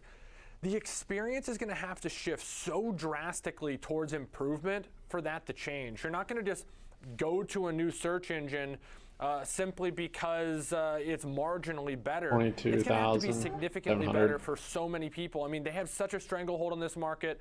They have such a 46-mile range, role, and that's not to assume that they're not 95 on the highway in their own way. So not going to so fast. 0 to 3 seconds. Cheers to Alphabet, but in the case of Google, the specs are cool. They're just such a dominant player. It's going to take a lot to disrupt that from the top spot. But YouTube TV, of course, just updating the prices. I joked as well. I just subscribed to it like a week ago, so of course it went up in price before my trial even went off. But I apologize to all subscribers, bringing my bad luck to that base. But fascinating company, does a little bit of everything. One of the major ecosystem type companies I think about. Always great to talk about. Going to say upvote. And I will say, I did tweet asking who on earth is using Bing, because I use Google, like you said, like it's a verb. And I was surprised by the amount of people using Bing, where I have all my browsers set up to default to Google, because I think that is at least what I'm familiar with. But now our next name today is NVIDIA. And NVIDIA is, of course, betting big on what has been the buzziest name in tech, which is all things AI. Now, at their GTC conference, the keynote. Yeah, the call won't be till like 5. Financials will come out 4:15 or so, which we'll be looking at vigorously for DRS numbers only. I'll just keep looking at everything. Now, at the keynote, the CEO did say that generative AI is incredible in terms of its potential, winning words, huh? while inspiring virtually every industry to reimagine its business strategies and the technology required to achieve them. They announced several new updates at the GTC. One being the fact that they don't ever average down your long-term latest AI computer systems are now in full production and will be coming soon little pop. to enterprise customers. Pop, pop. The updated version does incorporate 8 NVIDIA H100 GPUs, which offers them much faster performance than their prior system. They also launched a DGX cloud service, which then allows companies to rent AI computing capacities powered by their semiconductors. I thought that was actually really interesting. They are also collaborating with AT&T for processing data, as well as basically optimizing barcoding their service again. fleet routing. And that's just one partnership. I also saw several other major tech players. This is the under the dollar barcoding we've seen. Oracle, AWS, other BBBY, stocks. Microsoft Azure, Meta Platforms, as well as Google Cloud will all be using their latest accelerator cards to then service their customers. So lots of developments. We talked about this name yesterday, Alex, and I will say not what is that? a huge surprise. We are seeing 10,000. although they've recovered some of their earlier losses, but with big expectations into this The event, 10,000. I think it's natural to see shares falter a bit. It's but 0.8100 is still and up 11% this month and up over 140% off their yearly low. These We candles. did talk about this one yesterday. I believe it was during FOMO, and we talked about how not this early. I get that you want to wait. However, if it's down 50% from where you did it, it's at all-time lows. It seems like we're kind of getting just this lukewarm, almost non-event type of a response. But of course, we have that big Fed meeting tomorrow. You're still going to see elevated implied volatilities, but at least for now, it doesn't seem like there was any major surprises. Wait for the fundamentals. Nothing seemingly fell short. At that point, you probably won't be averaging down either. And so, with the overall market higher today. Nvidia certainly a laggard, but not by much, just barely underneath that unchanged line. So we'll see if it can just hold that through the close. Obviously, it has traded lower and certainly has traded higher throughout today's session. Going to say down vote though, just for the point that we got to keep things fresh here. We just talked this one yesterday. You kind of rolled through the news. One thing that did stick out to me though, before we move on to our final name, which is PDD. GME almost at the highs of the day. Actually, right at it. 1818. Keynote talked about this being the iPhone retesting moment the for high. AI, and how basically just pointed to the amount of attention that ChatGPT in particular has drawn to the space. And the optimism isn't just from analysts, it's from the company itself. And I think that's a strong position for sure. For investors of NVIDIA to feel right now. There's such a key role in AI, and the company seemingly knows that as well. So be fascinating to watch that one. Let's talk PDD Holdings, no longer referred to as Pinduoduo, which was like one of the all-time great names. It was, but it was a mouthful. So PDD definitely does roll off the tongue a little bit better, but we did see Citigroup lowering the firm's price target on PDD to 115 from 127, but maintaining their buy rating. The analyst did state that considering the challenging macro and COVID-disrupted fourth quarter, which they did report yesterday morning, their 38% growth in online marketing revenue and 86% growth in commission fee revenue drove that 43% growth in their profit are stronger right now than its peers. Citi did warn, however, that the higher base and higher expenses related to the fast expansion plans like Temu are likely to weigh on Pinduoduo's margin. We also got news today that Alphabet has suspended Pinduoduo's app on the Play Store for security reasons and flagged several Pinduoduo apps as malware. A Google spokesperson did say that off-play versions of the app have been found to contain this malware that are being now enforced, and right now these will be suspended while they undergo an investigation. So there is that to consider. Pinduoduo shares, though, ever so slightly on the day. We saw a pretty negative reaction yesterday to their quarterly update, but this name also still up a whopping 155% year to date, which is crazy when you consider the fact they're 3% lower on the year. Yeah, the earnings were disappointing, but like the revenue numbers in terms of growth are still just astounding. It was well over 40% year over year still. Even when the stock was getting slammed, it just shows the high bar that's been set for this company, some of which is, of course, expressed by the tremendous rally that we have seen off the lows. But obviously serving primarily a market overseas. That market, of course, has been, several question marks throughout the years with, of course, the lockdowns, the opening back up, the lockdowns, the opening back up. And so we'll see where it goes from here. But what I will say is, even in this price target cut from this analyst, this is still an optimistic stance from the company. So it's important to read through the notes and understand what's actually being done in these reports. You might read price target cut and think, oh, this is a negative note, but still got a buy rating and still a price target well above the current share price. That's a bullish take, regardless if it's less bullish or not, still bullish. So I'm going to say upvote for PDD. I don't know if we've talked about Pinduoduo, now known as PDD Holdings, ever on the show, but we are going to in the next segment. I know I'm going to probably keep saying Pinduoduo out of habit. We'll move forward today, though, with our two upvotes, those being Alphabet as well as PDD Holdings. We'll be diving into the charts, looking at some example trades in both of those names coming up next. New high there on GME. Low volume melt up. Loud noises.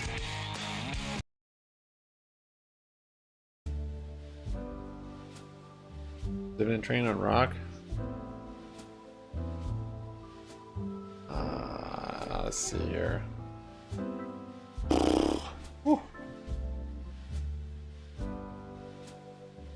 FRC broke 50%. That's what's up. Yeah, it did. Look at that thing rally.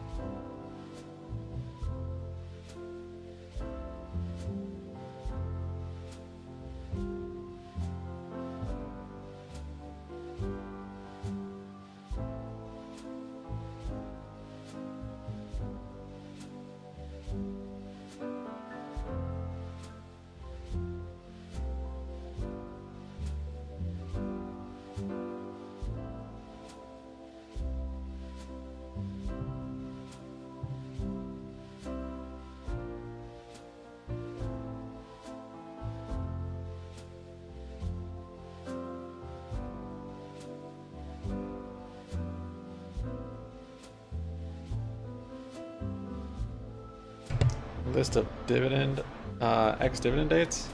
Yeah, look on our Discord under trading tools. You'll find websites that'll give you ex-dividend dates.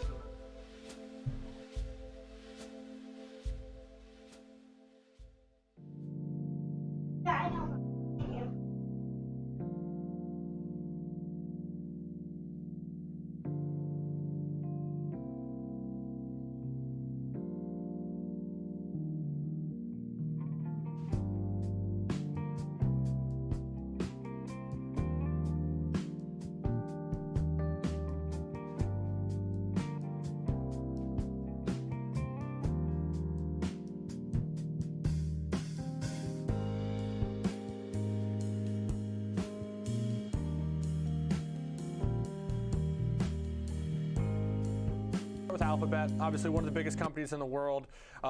Pretty nice, impressive move here today, up 3%. Yeah, pretty nice, impressive move over the last month, with now shares up over 15% month to date. So we have seen some relative strength in the tech names, some of the largest tech names like an Alphabet, but really being a beneficiary despite the overall volatility in the market. So here to tell us more now on the technicals, I'd like to welcome in our chart master, Rick Ducat. So Rick, Alphabet, who would have thunk this name would be seeing such strength? This is a name we don't discuss as often as some of the flashier names like a Meta, but we've got to give Alphabet some love here with a nice rally. Yeah, it's a nice move upward here, but it's coming up to a critical point that could kind of make or break this run upward that we're seeing here. And if you take a look at the chart, you can see this purple line. This is our 252-day exponential moving average. This has been a stopping point for price multiple times during the past year, here and here, and we're coming up to it right again today. So nice short on Alphabet, maybe. A close above this level that isn't very strong, or you know, maybe you want to wait and see what happens tomorrow before going in on a long on this one, because this has been an area that the price has had some trouble getting above for much of the year here. But it is a nice move upward. No getting around that here, and it looks like we are starting to cross above that 252-day EMA. So watch that heading into the close. The 130 price target, that's about 25% to the upside, so it's still got a ways to go before we would reach that point.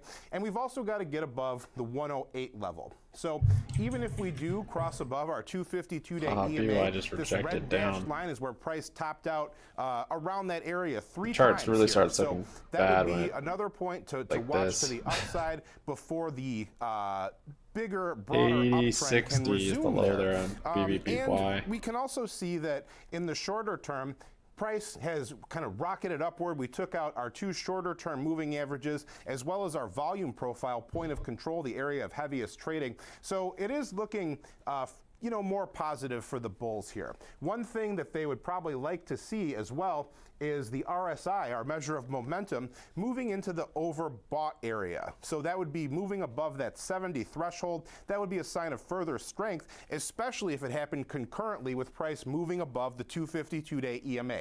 You want to look for things like that to happen at the same time. One thing kind of confirms the other thing that's happening. Never just trade off of one indicator by itself in a vacuum. That's not a very good idea in general. So where do we look for some potential support here? We already kind of talked about resistance. There's these 2 points to the upside.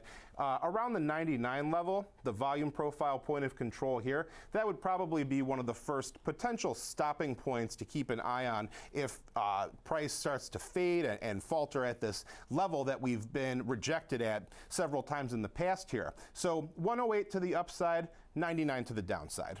Okay, so 108 to the upside, which is even a little bit weaker than the price target we got today, but I'm assuming that doesn't apply 12 months out, which was 130. But 108 would still be a nice move even from here, Rick, considering we are getting a nice 3% jump in Alphabet shares today. So with that in mind, Alex, for an example trade today, leaning bullish, say you want to buy into the AI hype, but I think it's also important to consider right now we are trading on a day with a ton of volatility, just given the Fed excitement and enthusiasm, and markets could really, do anything over the next several trading hours or even into tomorrow. So I think be mindful of that. Yeah, and I think it's important to note too that even with this strength, this stock is still like a good 30% off of its all-time high, and that just highlights how much damage was done just last year in this name as it sold off its highs. And so optimism can look for continued upside, and it can build on it. I mean, just look at today. Today's basically been a straight line to the upside. Alta's so high though. This stock has just gone higher and higher and higher. Yeah, GME high today still hanging out up here, low volume. Higher prices as being the best case scenario for it, and that's just simply looking at buying an in-the-money call vertical, or at least one of the items, or one of the options here in this case is in the money. Buying one in the money, selling one out of the money here. Creating a debit spread in which we look at a $5 wide spread, the 102, 107 in April.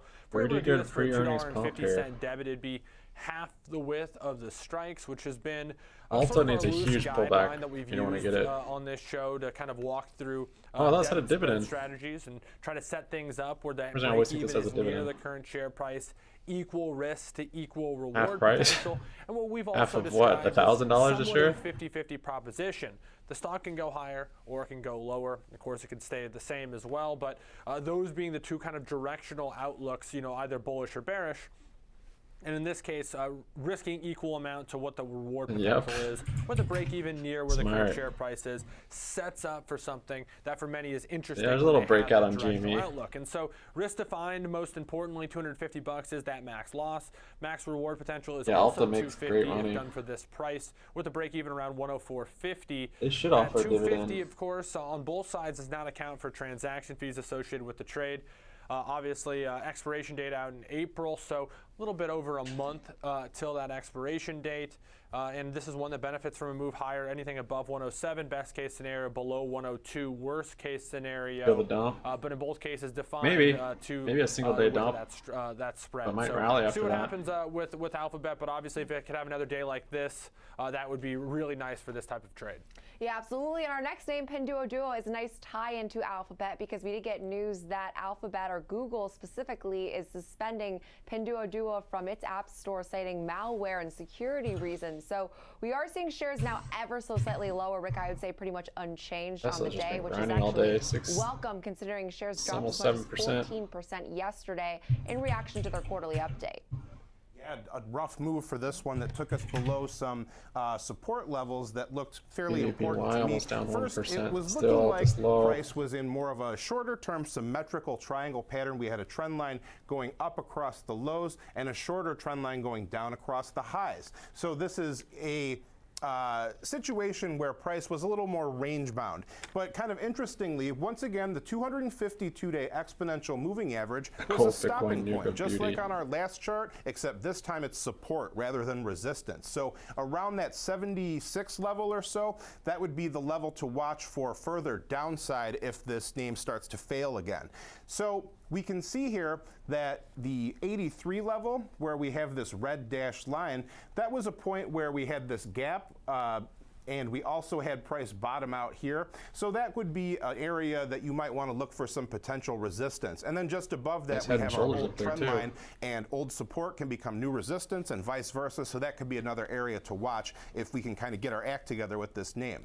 To the downside, the 72 level is a site where we topped out a couple times here as well as here, and this also lines up with the upper edge of the value area of our volume profile. These two thick yellow lines, that is where 70% of the trading has taken place during the time period, and this is also kind of an area of support and resistance as well. So we can see that according to volume profile, we saw quite a bit of acceptance here. We saw two nodes, areas of heavy trading that suggests there was some conviction on the part of traders there, but we're slipping back below it into an area of lighter trading here. So look for perhaps a migration back to either up to this area or down to an area perhaps around the 70 to 60 range for where we saw much heavier trading there. So this could be a difficult situation for this name. Momentum is not favoring the bulls here. We're in the bearish side of the camp, and it's trending lower, it looks like. Ticking up a little bit on the day, but making new relative lows past where we were before. So now my covered calls are down 46%. Once again, look to the 252-day EMA to provide some support for this name. And the good news about this name, Rick, is it's seeing a completely different week than, say, Alphabet, or a completely different month, because we are coming off of that day of 14% lower, some massive selling. So now we're sort of hanging out. This is kind of the same thing that happened to AMC before their earnings. Lower level, like you pointed out, at just shy of $79 a share. So we are just more stuck. So perhaps an area of opportunity. But we will leave it there. Appreciate all the technical insight as always, Rick Ducat, our chart master. The day before, there was 32%. And Alex, we're trading this name, leaning into the fact that we are a bit trendless in terms of the RSI, like Rick just mentioned. Walk us through a more neutral to bullish example trade. Yeah, obviously huge move in reaction to earnings, but analysts sticking by this one with the buy equivalent ratings and a price target well above the current share price. But Rick talked about some of the hurdles maybe facing this name from a technical standpoint. A lot of damage done yesterday. A lot of those support levels broken through. And so it could Profit's be good, yeah. a little bit of the monster one is like it's not a climb for this one to recover from that not a big mover, tremendous move in response to earnings. So I looked at a strategy that while it leans you into just had the weeklies. weakness, Yeah, you definitely got out with a profit. For an upside recovery, but rather not seeing continued downside. And so I looked at selling a put vertical below the market in PDD here. In which we're selling the 75, buying the 70. Yeah, you could get back into it and just get more time. If we're able to collect $1.25, it's like a nice, that would be a 73, nice trade, longer date, maybe like a month. 375. It's got an engulfing candle there on the daily now. Not accounting for the rejection of that new high. Neutral to bullish strategy, in which hold it till it gets down to the support. Max profitability. So I always like to compare and contrast GME is grinding up. Example. In the prior example, we started near break even and needed something to happen to either lose or to make a profit on those particular trades. In this particular example, you start in max profit and you need something not to happen so that you can keep that profit.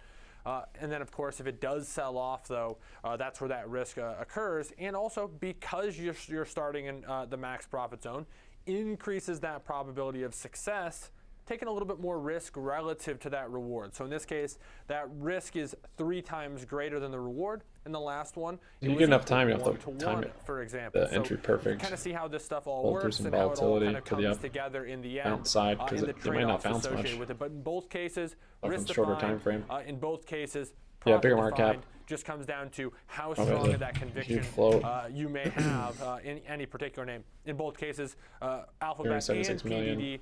These are just underlyings that we're using to illustrate and have these conversations. In no way is this recommendation of a strategy to be used on any of these. Just have a conversation illustrating a couple strategies. Yeah, and I think that PDD is a good indication of some of the volatility we've seen in the Chinese ADRs for the last, several months, because there is that added risk, because these names do typically tend to move. But also important to keep in mind for both of our example trades today, they do contain multiple legs that can lead to higher transaction fees. Short options can be assigned at any time, and carrying option positions into expiration can add risk, like unanticipated exercise or assignment. Now, coming up next, it's time for FOMO. We are looking at all things Tesla with a nice 6.8% move higher today. We'll dive into the headlines talk about Tesla every day.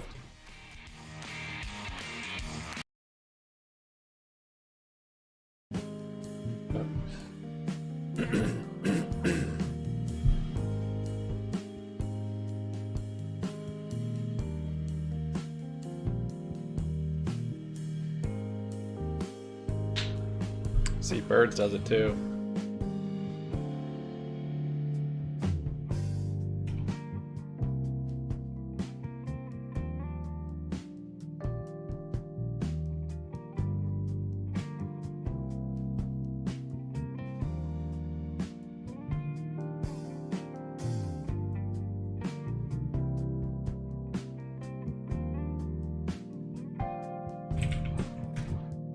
I'll test 30. Talking short time frame, huh? I mean, at the bearish momentum, it needs to keep coming down. Kind of just hit its triple top there. We'll be looking for the other direction, down for 25. SPY moving up here. Tesla up 7% and going. GME 8.7.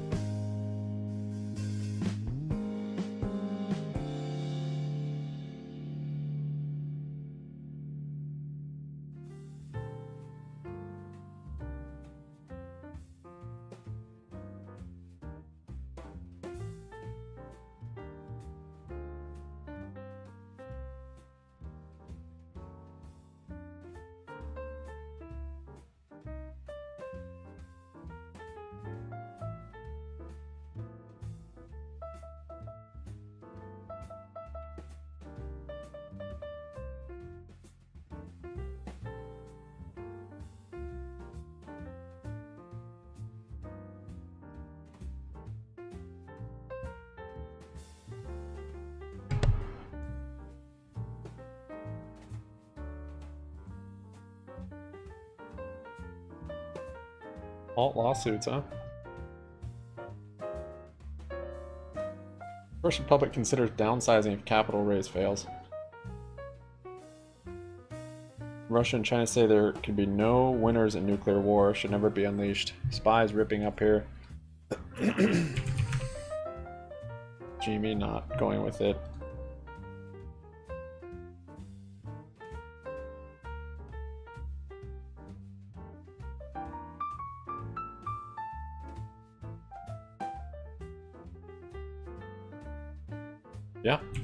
Yeah, Genius, I mean, showed good support. Showed good support on that bounce today.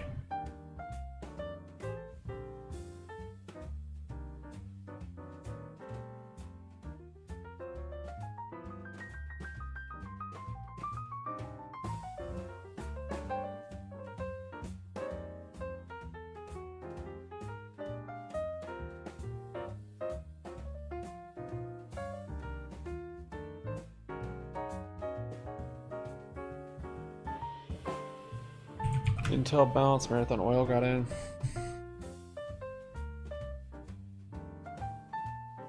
Yeah, GME. That's it. Liquefied. We hit the floor. Stop.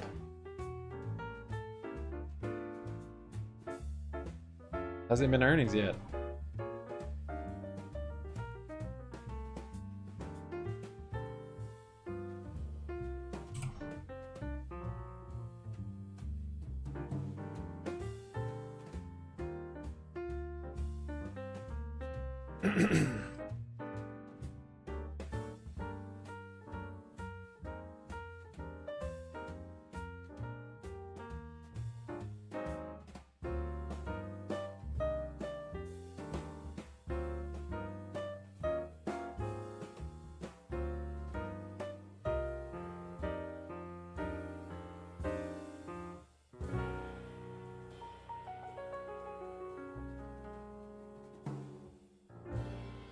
News leak.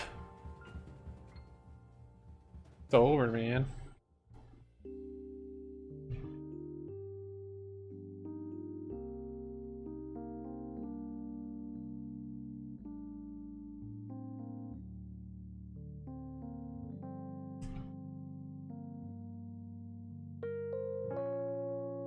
Ubo and Carvana both up 14%.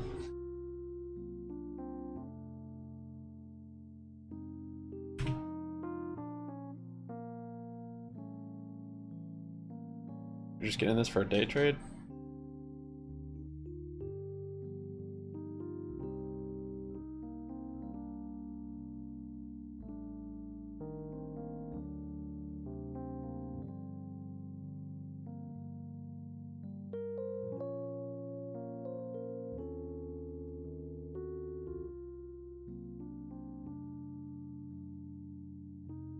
The distort part?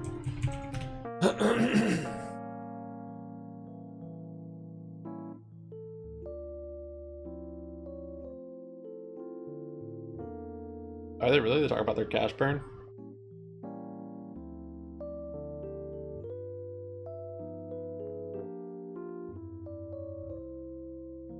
Days. European sales in the month of February, there is a method to Musk's madness. Now, we did see that at this point, we saw their February sales rise more than any other vehicle in terms of their growth on a year-over-year basis. The European Union registrations of Tesla cars, which reflect their sales, rose to just over 19,000 this February from around 13,000 in the same month the previous year. Its European sales grew faster than those of any other car manufacturer, according to the data we got Tuesday. The price cuts that have happened earlier this year in Tesla have dropped the cost of some of their most popular models, like the Model Y in Europe. So now it's being reasonably concluded that these price cuts are paying off for Tesla, frankly. Their growth of nearly 50% outstripped rivals like Volkswagen, which increased its own registrations by about 18%. Volkswagen is now targeting growth in its EV market to then compete with Tesla, but not able to come close, at least not yet at this point. Tesla's registrations represented 2.4% of the total EU passenger market, up from 1.8% last year. More interesting than that, though, is that their EU passenger car registrations collectively rose 12%, with actually EVs rising pretty significantly by 40% on a year-over-year basis. So while 2.4% does sound relatively small, consider the fact that it was up overall by 40%, showing that EVs are definitely of interest in Europe and only continuing to rise from consumer interest. We also did get news that Moody's Investor Service on Monday did upgrade Tesla's credit rating, moving it from junk territory to investment grade status, saying that the outlook is stable, indicating a low likelihood of a rating change now over the medium term.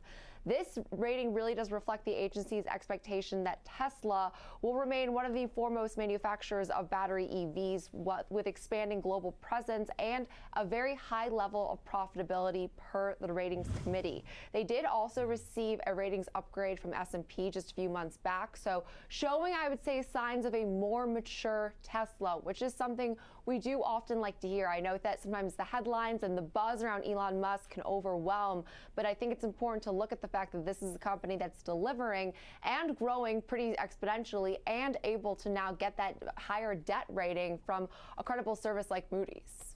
Yeah, I think you kind of take the words out of my mouth in regards to that. Just maturation of a company, kind of coming full circle now as we're talking about one of the biggest companies in the world in Tesla, and it's not just a growth story. There's a feeling of optimism about the role that it plays in this space. There's arguments about that, but there's certainly bulls, there's certainly bears. But one thing that stuck out to me, too, is we talked about this on Morning Trade Live. Morgan Stanley analyst Adam Jonas coming out, overweight, 220 price target, talked about the EV price cuts actually potentially being something of a rational competitive decision. I believe they used something along those lines with the terminology used, and how because Tesla is such a strong player in this role, they have scale now, or they're working towards it. They have that cost leadership. Resistance they're up here. able It's to do projecting this, a new high. Doesn't see it as just a a fad, but rather a trend that we're going to see those prices come down for those vehicles, and that's actually potentially a point of strength for this company. I think it's a positive to spin, but say you buy into that and you see that 220 price target as a achievable thing over the next couple months, that's where my trade kind of looks to achieve success at. And so what I looked at here was just simply locking in on that price target, Jenny, and going from there. So 220 call calendar is what we're looking at, April to May. I went out to May because this is asking for a lot in Tesla, even to go from the current share price of just below 200 to 220. Tesla could be there tomorrow. Could also be 150 tomorrow. It moves both ways. It could also be 150 and then still get back to 220. Anything seemingly is possible in this one, despite the fact that it does get that investment grade rating. The chart from last Friday. So trades pretty viciously at times. Got some back and awesome forth. crystal balls. We'll see what happens. Obviously, a nice move here today, down over there. 6.5% to the upside. I did sell one more GME looking call for a up here. continuation of that move. 220 being the apex of profitability Don here Rose on this graph. bearishness is If getting it's to done me. for a $4 debit, that would indicate $400 in Hold on risk, to not a accounting bank, for ask for a loan, transaction the bank fees. wouldn't. There's risk in both directions. So 220 is the best case scenario. This thing can overshoot to the upside. If Tesla makes a run back to 300, which we've already seen it make a tremendous move on a percentage basis, and actually going from 102 to over 200 at one point, was about a $100 move in short order. If that were to happen again, it's likely that this one could be overshot to the upside too. So keep that in mind, keeping this price target in mind though, but it is customizable for someone more bearish in Tesla. Maybe look to the put calendars, a strike below, and someone even more optimistic could find a call calendar potentially in a different expiration, or the same with a different strike price to the upside. So tons to do with this one, tons of strike availability. Just keep buying Tesla, no shortage of liquidity, at least for now. And 220, to really put into context its volatility, even just year to date, we were trading at just shy of 218 just earlier this year. So that does make 220 seem less unreasonable, given the fact that we are trading at around $195 right now. But that'll do it for our FOMO segment. Now, coming up next, we'll look at Meta Platforms with another upgrade from Morgan Stanley. We'll dive into that stock's price action. Shares are higher on the day. Caroline Woods coming up next.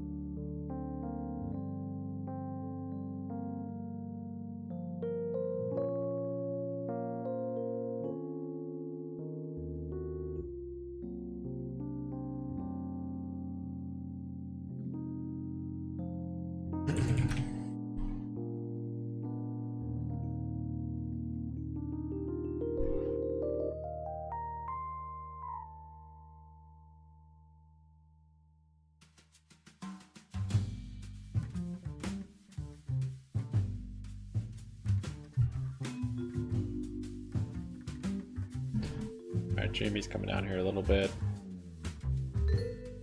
Done quite well versus the SPY today, though. Might make a move back down to VWAP.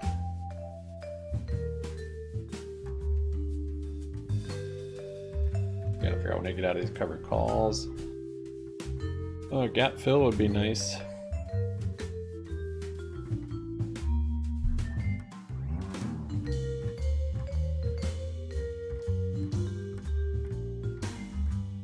Volume today isn't crazy.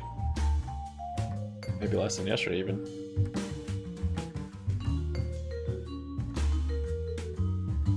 Market cap, that's what the company's worth. You find that value. Amount of shares times the stock price.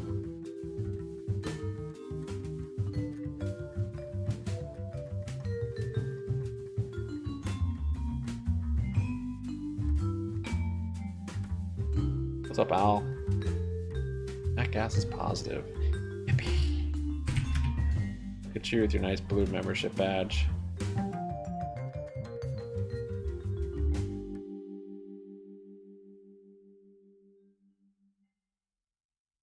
Let's get an engulfing candle here, Nat Gas. Come on, you can do it. Let's see where those dip buyers are at.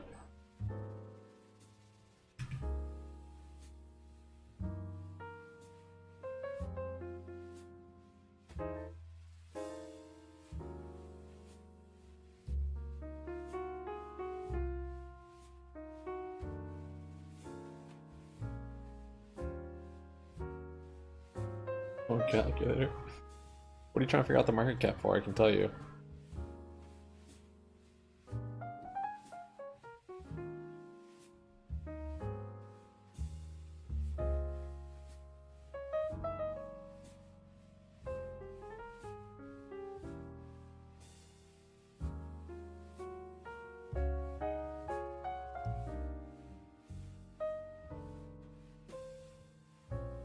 You want to know the free float.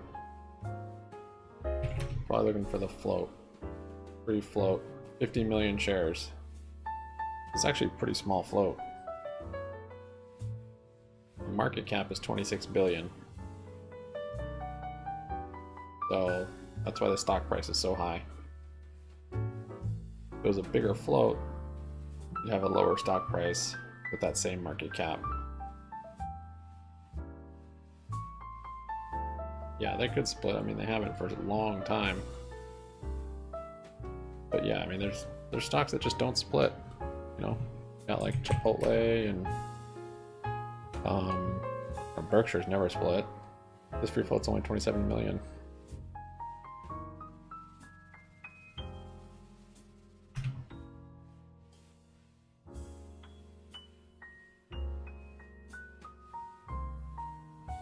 It would probably help them having a lower share price.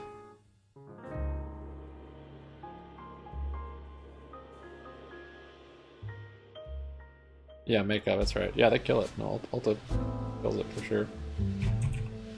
Baba, 3% today.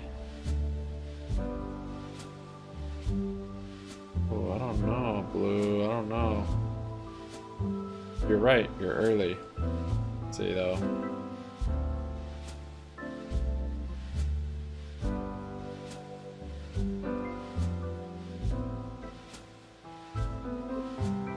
Okay, you do have an RSI divergence there. Yeah, alright. From here to here. Even here. Yeah. Like it's due for a rally.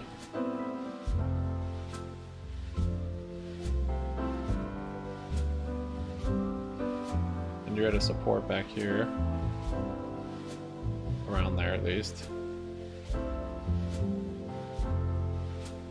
Little engulfing candle here maybe. Calls it an inside bar. There's engulfing.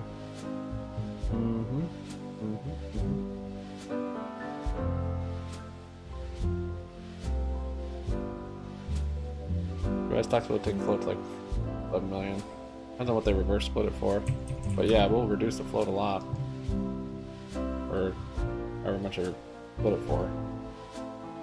114 million. They do a 10 to 1, 1 to 10.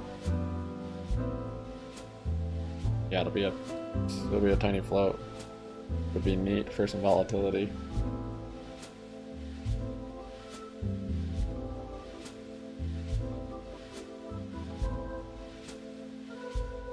Is Mary can confirm? Yes, women love it and they just buy it, and it's expensive and they just keep buying it. Doesn't matter. They must have it, no matter the cost.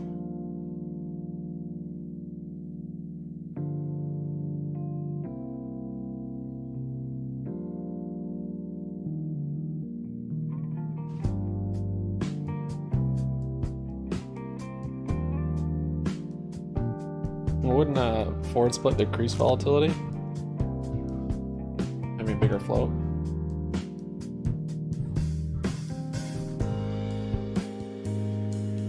I mean, you get volatility maybe around the split, but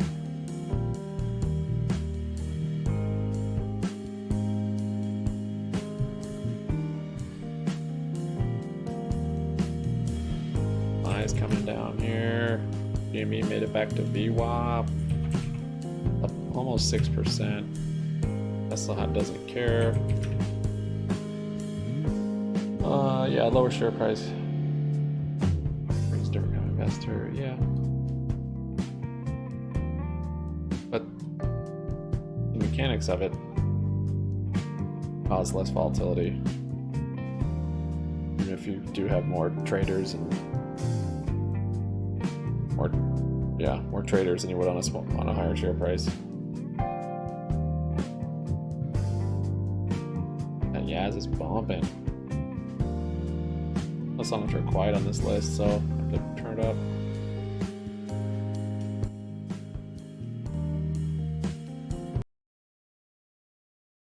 These guys talking about happen. But you have to be wary of the good banks versus bad banks, and when you actually have calls. coordinated efforts Still down by 18%. The FDIC with the FDIC in conjunction with banks in which you're actually taking assets over with the stores. That's actually a good thing, and I think that's one of the reasons why this I've name, New York, has actually I've just seen him in the mall. recovered quite a bit of its losses since the banking crisis began just a couple weeks ago. You know what's the real play? Well, George, what to me it sounds like you're somewhat describing, at least from a stock price performance, is that there's kind of this implicit tipping point at some point. I don't necessarily know where that is, but some of these names have lost so much value that it's like the path of least resistance towards an outcome is that someone's going to buy either parts of them, the whole thing, or something, because they're just fractions of what they once were. It's hard to come back from that kind of damage. In the case of NYCB, it seems like it kind of just got caught up in the excitement where there was this feeling of just sell all of them and let's ask questions later. Dillard's was part and there of the was tremendous basket, opportunity. Though, I want to be frank too. This isn't necessarily over, and this isn't necessarily an all clear flag for all these different regional banks, of which NYCB is going to fall into that conversation. But the stock lost like half its value in short order, and now it's subsequently recovered the majority of that. To me, this was like a fire sale of all of these things, and there's a couple clear losers. The jury's still out on a lot of them, but there was also some good banks that could have been the case still. In the mix. That's valid. And it really comes down to the loan portfolio, the deposit to loan ratios, as well as the aspects of the quality of the loans. I mean, what was the upper price target? Was it 1840? Even Silicon Valley Bank, it really was tied into either Bitcoin or collateralized assets from cryptos, but also venture capital assets, and these are not necessarily quality from COVID lows, though? Loans, and that's why we're seeing a run on these particular banks. And now we're seeing, of course, other San Francisco-based banks like First Republic get caught up in this storm, so to speak. But let's let the market tell us which are good banks versus bad banks, and that's using price action. But also, you have to think about the quality of a bank to actually take on the loans and balance sheet of another bank in conjunction with the FDIC. What was your high price target range? Not going to assign assets and liabilities as well as the deposit base to a new bank unless they're actually sure that that bank can handle it. And I think that's one of the reasons why we're seeing New York Community Bank closing out your DRS shares. I was going to make a fake one of it. Came out with from a whole rating to buy transferring out of DRS. $11 price target on the name. because of the fact that they actually got these assets and deposits at a supreme discount. They're shoring up their asset to liability ratio. And also, you have to think about the confidence that the FDIC has in this particular bank to have taken over Signature Bank's assets. So all these are a win for the bank, but you have to still consider this banking crisis is not over. There is going to be more fallout.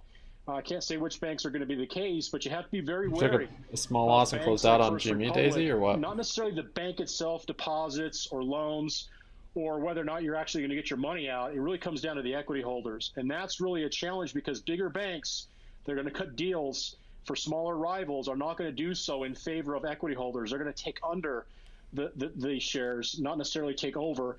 And that's why we end up seeing continual pressure outside of today's move in companies like FRC or First Republic, because again, bigger banks smell blood in the water, and they're not going to essentially throw good money after bad unless they're getting a quality deal. Yeah, George, I think that's such a good point, the way that we're seeing that not all banks are created equal. I mean, I'm nowhere close, and I think that a lot of times the headlines can make you think that the financial sector is in a doom and gloom situation, but that's not the case. If you look at I was curious to see. Company, Still am. Individual balance sheets, The they do differ pretty DRS. greatly. But we will leave it there, as I'm sure we'll revisit this conversation tomorrow ahead of the Fed announcement. Lots to talk about with banks over the next several days. Thank you, George Chillis, as always. That also does it for Alex and myself for Next Gen Investing. Coming up next, we have the Watch List with Nicole Pedalides.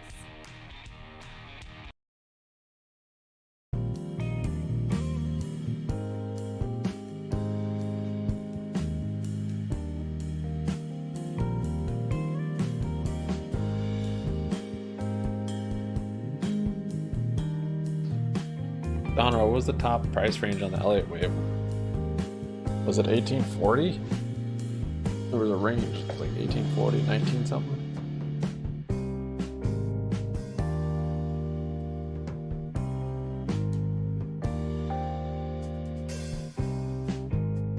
I mean, if we get a sell-off from earnings, possible we get another test down here.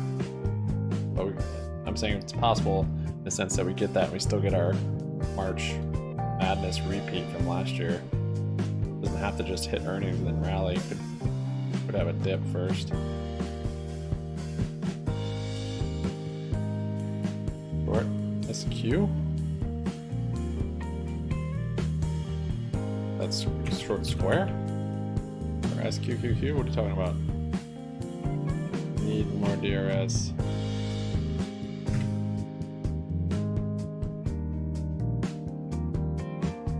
Maybe. 1798, 1867. Such a pansy little price target.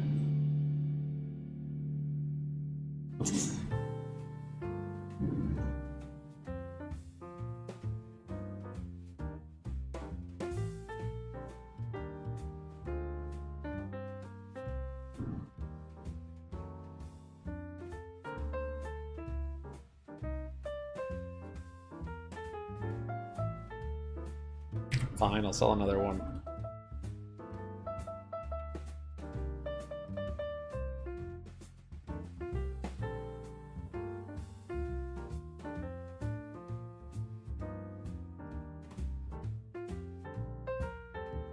Elliott Squeeze. Exactly. Where is his brother Elliott Squeeze? Let's talk to him.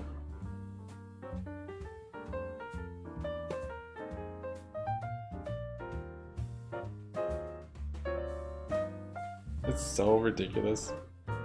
The spreads on the options on GME. It's outrageous. It'll literally drop like 8% just trying to get it filled. You have to keep bringing the order down and down and down.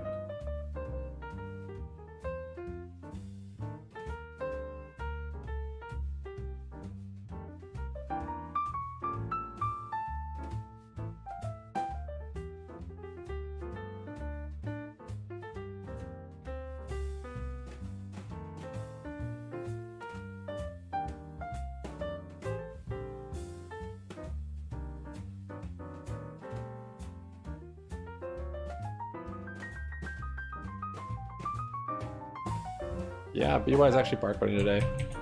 Sub $1 barcode. This is what it looks like. It's even tighter. It's trading to the 1,000th decimal place. See that? So these candles are 0.8051 and 0.8050. Got some GNS, nice.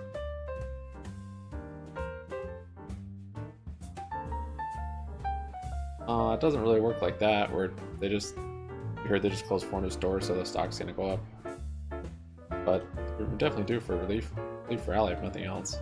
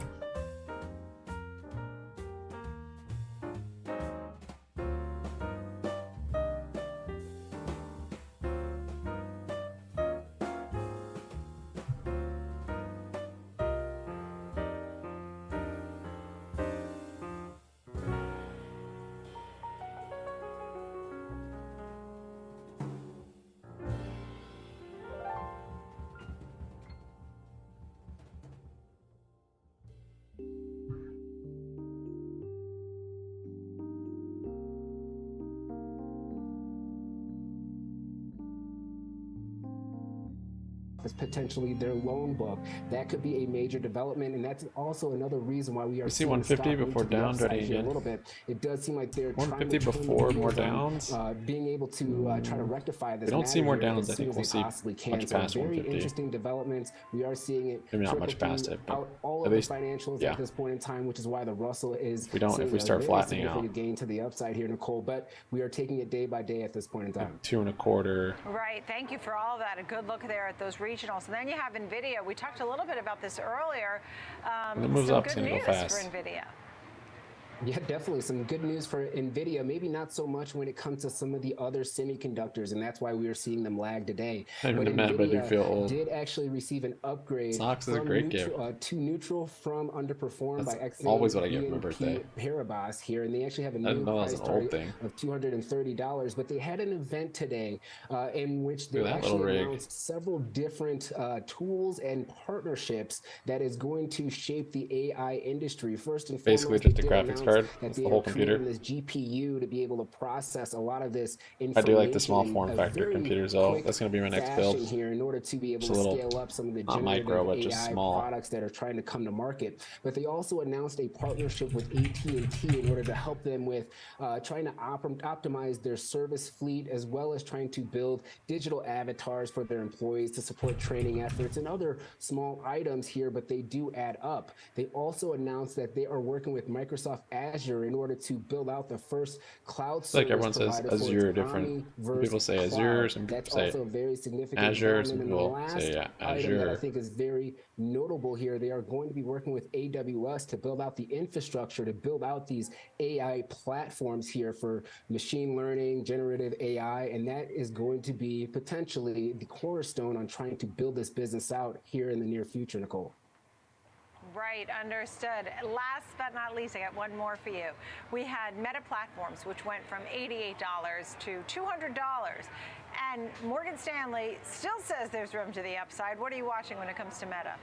Like this little From a thing. valuation standpoint, That tiny little tower. Meta is typically Kind of sick actually right looking. now trading at somewhat of a discount. It looks like a little Morgan espresso Stanley machine or actually something. upgraded the company to overweight from equal weight with a price target of $250. That's up from $190. Gas, They're that a noting girl. that they Do believe it. That Meta is Do at it, a do it, do it, structural do it. pivot point here when it comes to trying to What manage their non-GME expenses, GME become stock? a little bit more efficient, and not really trying Oh. to put capital towards projects that BBY. might be take a long time in order to see them come to fruition here. They also note BBY, I the think, is monetization at a of great Reels, value right now. as well as some of the other services that they provide, and they do believe that Meta is one of the more durable. Some of these banks, if they don't fail, weather the they've storm definitely if we got do see good an economic discounts. downturn, and they do believe that the stock is trading at a 33% Is your pronunciation? discount to its I don't know how to peers, put that and in they a do believe poll. that there is some growth there to be made, which is why they have the upgrade We're in it on together, the stock. brother. Right. Thank you for Brother, three it's up great 8.25. stories today. I Kevin think he means Green, longer thanks for term or getting more off the show. fundamentally. Appreciate it. Nice to see you. Something that's not going to get crushed. All right, now it's time to take a look at the bigger picture. Capitulation. Right here on set, Joanna Gallegos is with us, co-founder of Bond Blocks. Thank you I guess for being BBY here. isn't like promising, but it's great value, I think. Since last Friday, SVB, basically a week plus. Promising? What are you thinking now? Well, I think you can just go back 2 weeks ago and you had SVB happen in the market. You even need to go back the whole quarter, week by week. There's been surprises in economic data. I didn't see that there were There's been really interesting developments fighting now illegal with naked private shorts either. with companies. So I would say Dawn was saying that. I don't know. if you're looking at some kind of trend for the quarter, it's very difficult to predict what will happen next because we're not getting a lot of consistency week over week. And we're seeing a lot of volatility between the bond markets and the equity markets. And you do like investing in micro bond ATX. markets. I mean, you think that That's like that micro. Yeah, now more than ever, investors need to be thinking about total return in their portfolios because yield is so powerful in what they can expect their portfolios to do in 2023. Or what is it? Yeah. And so we'll get back to that in a moment, but I do want to get your thoughts on what's been going on in the banking system. This says Powell has to make a decision for tomorrow. What are your thoughts? Do you feel like the worst of it is behind us? I think that we aren't going to be in a position to understand until we see what the Fed is going to do tomorrow. But what they're dealing with is a really difficult balancing act of trying to keep their program of fighting inflation going forward. It's got a little like suitcase handle on it. That we need to make sure that we get to a stable rate of inflation of 2%. But then with the recent instability in the financial markets, and particularly in the banking sector, they're going to have to balance whether it might be a time to pause or slow down. Yeah. And in the meantime, as the Fed will that make gas their bouncing decision nicely. based on either inflation Hopefully it's or not fake. financial stability, we'll see what Well, they it looks say like tomorrow. it is double bottoming in the here. meantime, we're still expecting If you haven't unemployment grabbed Boyle, probably to rise. they'll have time. Very strong, right? Or There UNG. hasn't been a problem with jobs this year. There hasn't been a problem with consumption this You year. like trading And we ranges. think that unemployment has still had the lowest numbers that it's had in over decades. So there's a problem set there. Even if it rises a bit, it's still incredibly low for historical averages. So still a strong you're welcome, labor Blue. market, even if more job losses come our way. I mean, we know tech and Posted photos financials of have been media. two areas where there's been a lot of layoffs. Citrus tweet. That being said, the consumer The behavior, ultimate how gaslight. Yeah, I resilient saw is that the tweet. consumer? What's that? How resilient is the consumer? Always watching out this. there spending and doing, according but Owls? to I don't. I've never known them to be a bad last month's omen. last month's data Or told us people that think there they're is a a bad lot of omen. resiliency in the I thought it was economy like just still. black There's still crows. growth in the economy, and that's putting pressure on the inflation story, which the Fed is trying to fight back. So we need more economic data points, but as you've seen in this quarter, the economic data points aren't really trending exactly as how we expected them to trend at the beginning of the year. We're in a very different position. 2 weeks ago, I was talking about an expectation of a 100 basis point rise in rates by July, and now that's being walked back significantly to where we see rates being reduced by the end of 2023. Yeah, and that's the whole thing. So tell me about the opportunities. I wanna Let's look get into up that some a little creepy bit. owl. What do you tell investors? The most important thing we're telling investors is you really need to That was the top of consider wave 4 and it's price reallocating RB 1096, bonds into your 1248. portfolio. All right, They're Don. incredibly powerful for If you're wrong, 2023. banned for life. Year over year, rates have increased by over 450 Life. basis points so far. And you can't underestimate the power of that income in Same your buy volume portfolio of right BY now. and Webull. Because what investors were doing in the What are you prior looking at? periods over the last decade is they were using price appreciation and not really thinking about their total return because income really wasn't producing them. So considering There's a little volume reallocating to spike bonds in your on portfolio is critical. Build So towel. many different types of bonds, right? And you have short-term and Look. long-term. What do you think about that? The simplest thing you can do, we've been Look saying at this this, for over a quarter, is that you should 300,000 really volume. activate any cash you have on the sidelines and get it Stuck in into a some barcode. treasury products.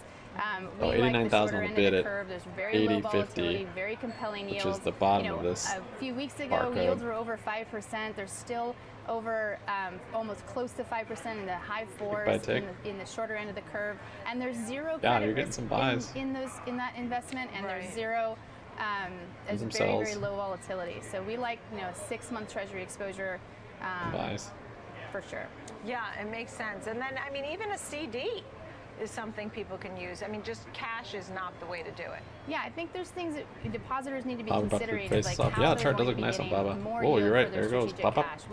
We build ETFs. We like the flexibility of the ETF. Yeah, I'm out of buying how power. easy it is to Natural trade gas has in and me out of. Your money is not locked up. So we would recommend thinking about Locked other up. instruments like ETFs to Nat get gas that rallies, treasury I'll exposure. So be back into ETFs losing for money on bonds, options. right? ETFs for It'll be bonds, great. you know, treasury ETFs Yeah, you are got your RSI seeing a lot of divergence. flows right now in the Got shorter a end. bullish Our MACD. product It's line on the nice. shorter end, Kind of on its previous XHLF, support. the 6-month product, and then Maybe a rally the to 1-year 95. product have been growing really fast this quarter because I even think more. it reflects the needs that clients have in terms of Why is I it want popping? price Because stability, of the but I want chart to take down. advantage of these yields, Ugh. which are, you know, Obs. becoming historical. And then you have another for emerging markets and another for higher average credit quality fund. Just quickly get out a few of those other ones so we can hear about the them. other thing that we think is mischaracterized is taking on risk in this market. And if you can take on, you know, risk From in the high Elliott Wave quality 5 bonds description, and many would high-quality treat this segments initial of reversal bonds. And so we really as a like once in a our lifetime product buy XP. opportunity. It's So the actually next a low, high-yield product, the but it tends to be, 1096, it's a very 1248. diversified portfolio. One And it should be gives you, cautious at this it moment. gives you another set of compelling yields, but with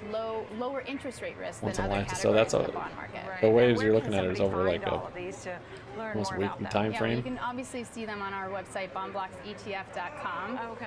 But at the very least, you know, you should talk to your advisor. You should talk about what allocations they're making to bonds and what you're doing with your 5 cash. to 8 Be weeks. really mindful of that and ask that question. Right. Well, Don't we'll let see it you at just sit 40 in there. 2 Make it weeks. work for you. This is the time is now for sure. Yeah. Nice to see you, Joanna. Thank you for being You're here. just Joanna trying to be Daniels overly of bearish so that you're not disappointed if we don't rip. Okay, I later know. this hour, we're going to be joined by the president and CEO and chairman of Duckhorn Portfolio. They're going to discuss Right, Green Corp, everything about Westport Fuel luxury System. wine. The company recently had its earnings report. The ticker is appropriately Napa. We'll talk about that. All good banks. Artificial intelligence Nat has gas been all up the rage since 4.25%. ChatGPT was released to the public, and Really we'll discuss how you can invest in hit me. AI with an ETF. And our panel is ready to talk all about GameStop ahead of the company's earnings after the close. Ooh. But up next, Technical Tuesday it is. Kevin What Horner you got from to Charles Schwab will say? join us. He'll take a look. Two names, Estee Lauder and $10? Halt. Oh, what about $10? No lower than 10.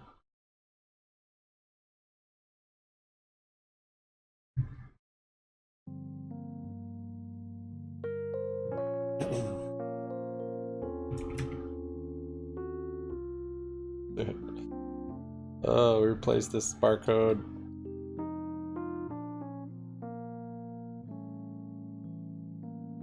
For a new one. What's the spread on these? 0.005. Now we're in 0.0001. Yep, they're gonna talk GameStop.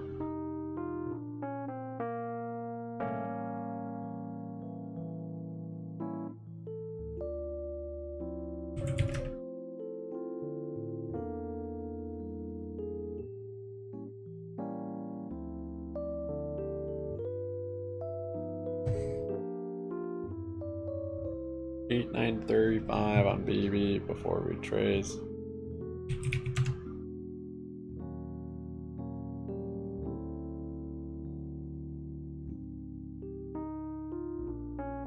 $89. Is that fib levels?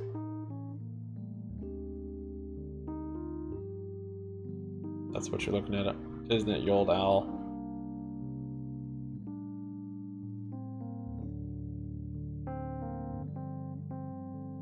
$88.51. Always.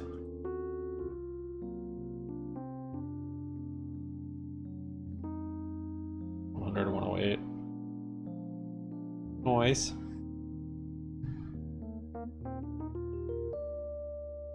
I like it. I mean, this looks like a nice bottom, just with the RSI and price action, engulfing candles, all that.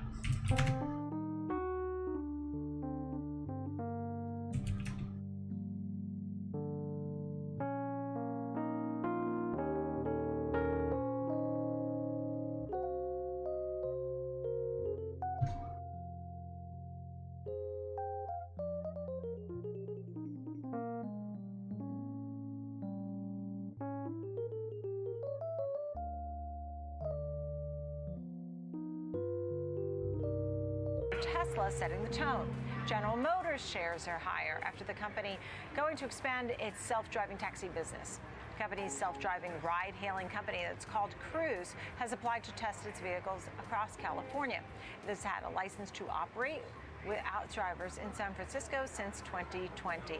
Amazon's trading higher, Citi reiterating its buy rating on shares, $145 price target there, following the company's latest rounds of layoffs. The firm believes Amazon is becoming more profitable, particularly in North America retail. Last but not least, for short, Bitcoin, 28,230, up 1%. Certainly been jumping over the last week and a half. Okay, it's time now for Technical Tuesdays. Kevin Horner, Senior Manager, Trading Services Education at Charles Schwab. He knows when stocks are jumping. He's watching these charts carefully. We're going to go through a few of the names with you. But first, just the big picture on the S&P 500 ahead of tomorrow's Fed announcement. It sure seems like we're front running it a little bit, doesn't it? Lots of guts to be playing the bounce here, I'd say, in advance of what the Fed has to say tomorrow.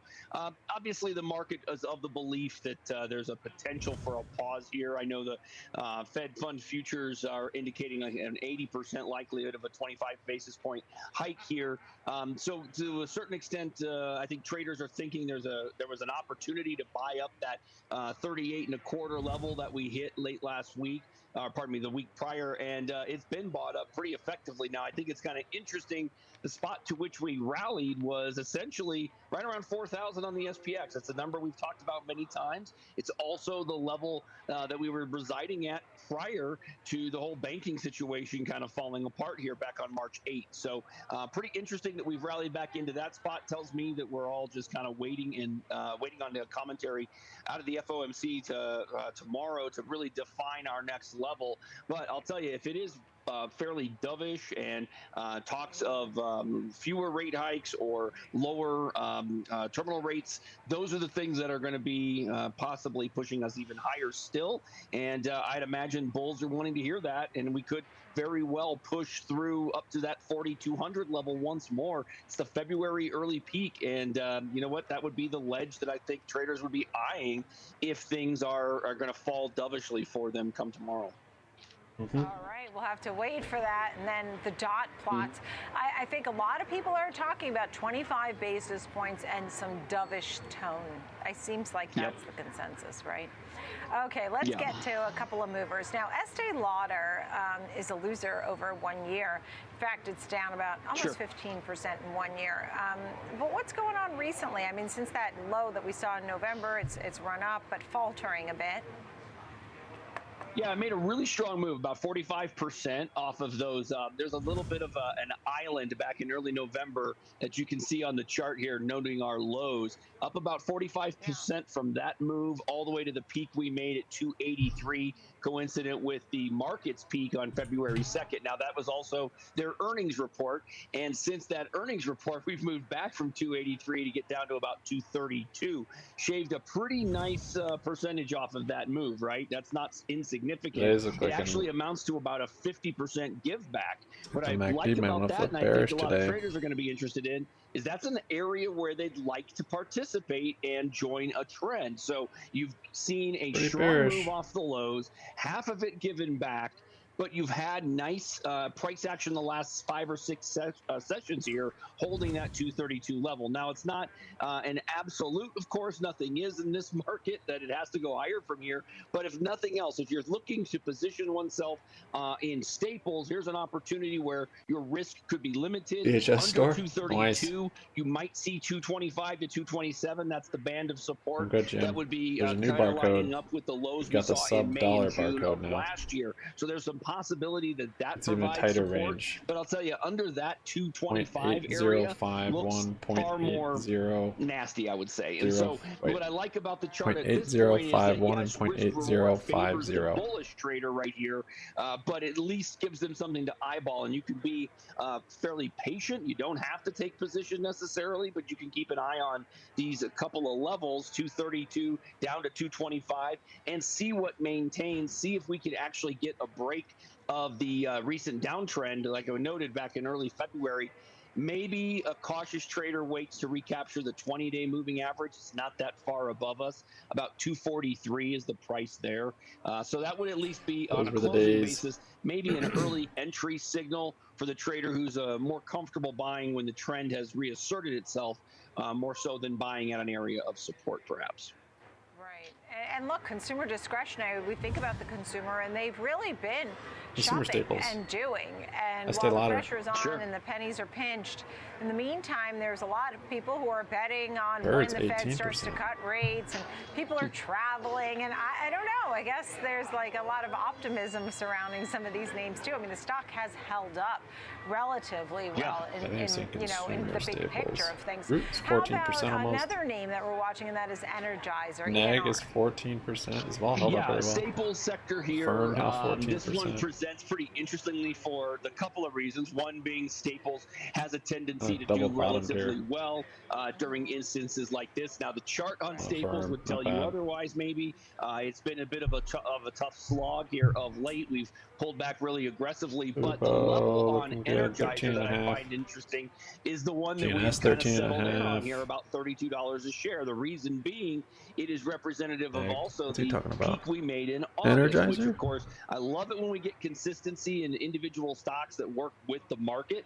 That mid-August peak was the same peak we saw in the SPX, and we took it out with conviction in November and moved to these highs that we see around 38. Now, there's a red line there because that's a potential target for traders who are interested in starting a position right now. What's interesting about this level at 32 is that once broke into the upside and pushing into 38, yes, we've broken down and have come back to that same level, but holding that level, this is a very common scenario that plays out very frequently amongst bullish charts. You get a breakout through a level and you push higher for a little bit. There's a digestion of the move. In this case, what you had was a lot of selling volume at 37.5, 38, and that brought us with obviously the narrative of the last 10 days brought us lower into an area of support when things started to break down. But what you're looking for, obviously, is to maintain this $32 level. We've got a lows for about 3 out of the 4 days in the last week,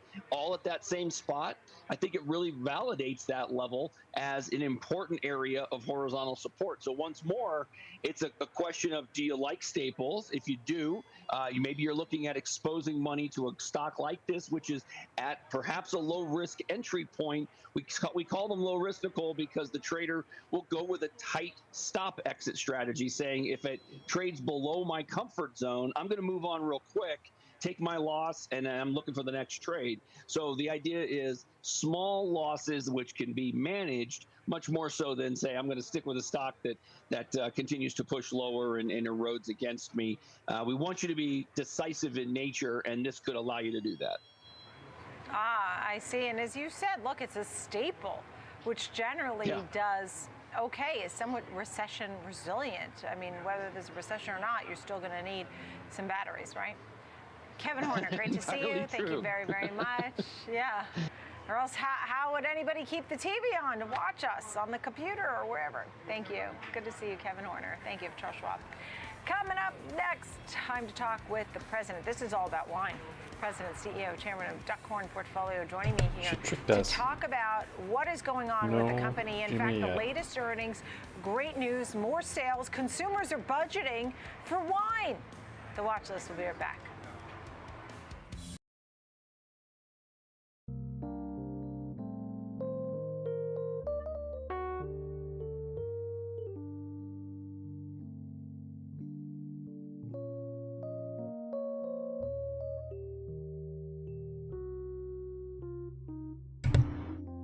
This is sub-dollar barcoding.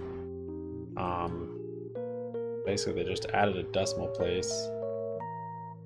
point to the price, and now they're trading between 80.50 and 80.51. What we're looking at that's similar, I think Birds does it, yeah. So sub $1, it's just a different barcode.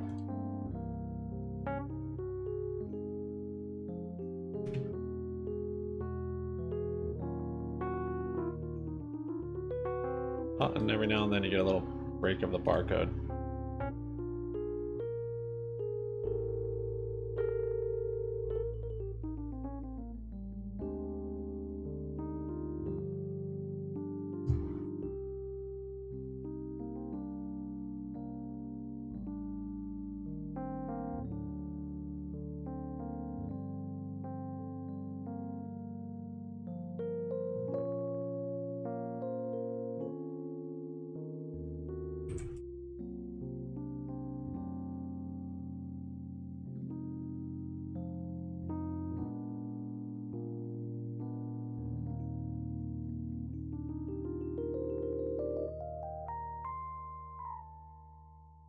Truth, if we had 10 minutes ago when this happens.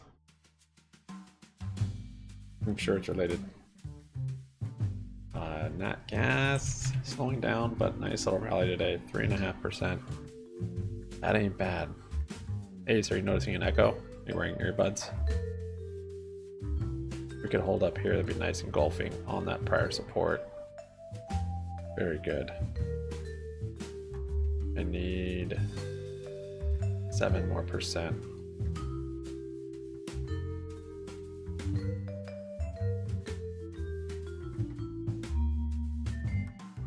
Not bad, not great. Buy moving up here.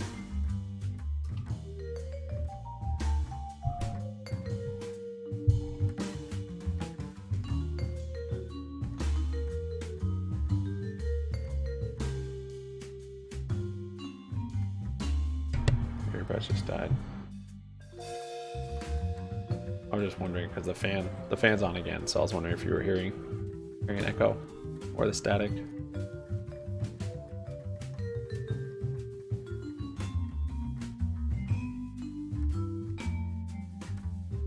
Sounds good. Weird. Oh, Tesla new high. Buy rallying up. Coming to 230. So at 3, I'm gonna end it and send a link for the other stream for the earnings, GME earnings.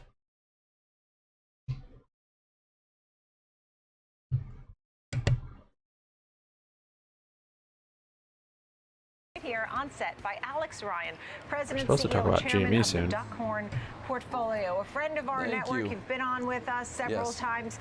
In the latest quarter, I was looking at double beat, a raise, revenue on the rise, and the part that really I love to see for you, consumers are budgeting for wine. Tell me more about that. We're finding the consumer is allocating the same amount of wine they want to for luxury. They're chosen luxury favorites, right? And our portfolio happens to be amongst them. We're not seeing any trade down. We're not seeing people move out of wine, and certainly not move out of luxury wine. So right now, those fundamentals are helping us beat our expectations. Look, I mean, during the pandemic, alcohol was deemed an essential, right? I guess it really is, and it's to continued. A certain extent. It's legal, right? Yep. And it continues to be extremely popular. You have a variety of wines. You've been there since the 80s. You worked the fields up to the CEO and chairman role. Tell me about what has changed in the last decade, and even now in the last few years, your products, you have to keep up with the tastes of the consumer, that's right? an interesting point. And actually, I brought this to share with you here today. Innovation's important, right? Our customers and our trade in particular, they want new things. They want to kind of be teased into new ways to enjoy wine. And we have to talk to many different constituents, younger consumers, older consumers. So innovation is very, very popular. I did see the core essence tweets of wine, about food, relationships, kind of a step back and look at the good things about your life. Wine, we still share that as they've been doing since the Romans. So we have a strong belief that interest in wine, and especially luxury wine, is still solid and will continue to be so. And so among the products, this happens to be a beautiful Napa Valley Merlot. Last time we talked, I think you talked about a depends on how you want to play it. If you want to try and time the bottom, then sparkling wine from Decoy also. Sparkling wines are popular right now, as you know. We had a great opportunity to get some really good grapes to join that craze, and it's been really solid. People are enjoying the sparkling wine these days. Tell me about, since you have the perspective, you said we had the opportunity it could be better good grapes. Because we're here. If this is the bottom, then great, but you don't know. If it comes down to 30 cents, I mean, California in you're particular, by here because we've seen floods. I forgot the 30 cents. If that's the bottom and it starts rallying, you'll know by it's a great question. We love 50 it, cents right? or 60 we're cents. a Mediterranean climate. We get hot summers and we get cold, wet winters. If you're already heavy in, as everyone well knows, we need the water. Average down, you could just scale a little bit here and there, or wait for momentum to flip. So you're more confident with your buys. It's really good for California and agriculture. I'm heavy enough in, so I'm waiting for momentum to flip. Specifically, so we're really encouraged. I'm accepting to not bottom ticket basically, which is kind of a fool's errand anyways, but.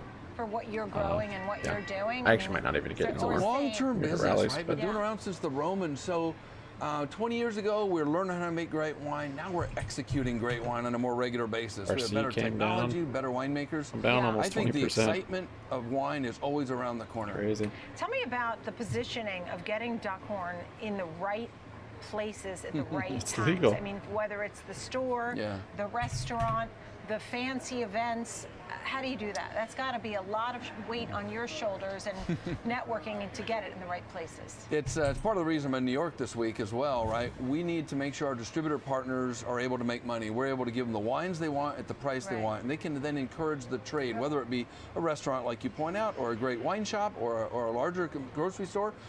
They need to make money. They need to have products that pull off the shelf. They need certainty, comfort, in not only pricing, style, and brand image. We deliver that as a one-stop luxury shop, and the trade knows that, and they are phenomenal partners in making sure that we can continue to be at the places our customers want to buy our wine. And with whatever cash you have on hand and raising the guidance, what are some of the things you talked about? Innovation, and so many CEOs that come on, and even the kids in business school know that innovation is the key to success. I mean, you can't sell the same widget forever and ever. One of the perks of being the boss, I guess. It's very hard to stay on top doing that. Agreed. So putting money to work, putting a great team to work, is it new hires? Is it new? That how gas do you with do a it? red candle. We have been investing in our sales team because we're in a category right now. It's very competitive. We've been taking share. You might have noticed in recent scan data, we continue to take share from some of my neighbors in the industry. We're putting a lot of skilled salespeople to work in that.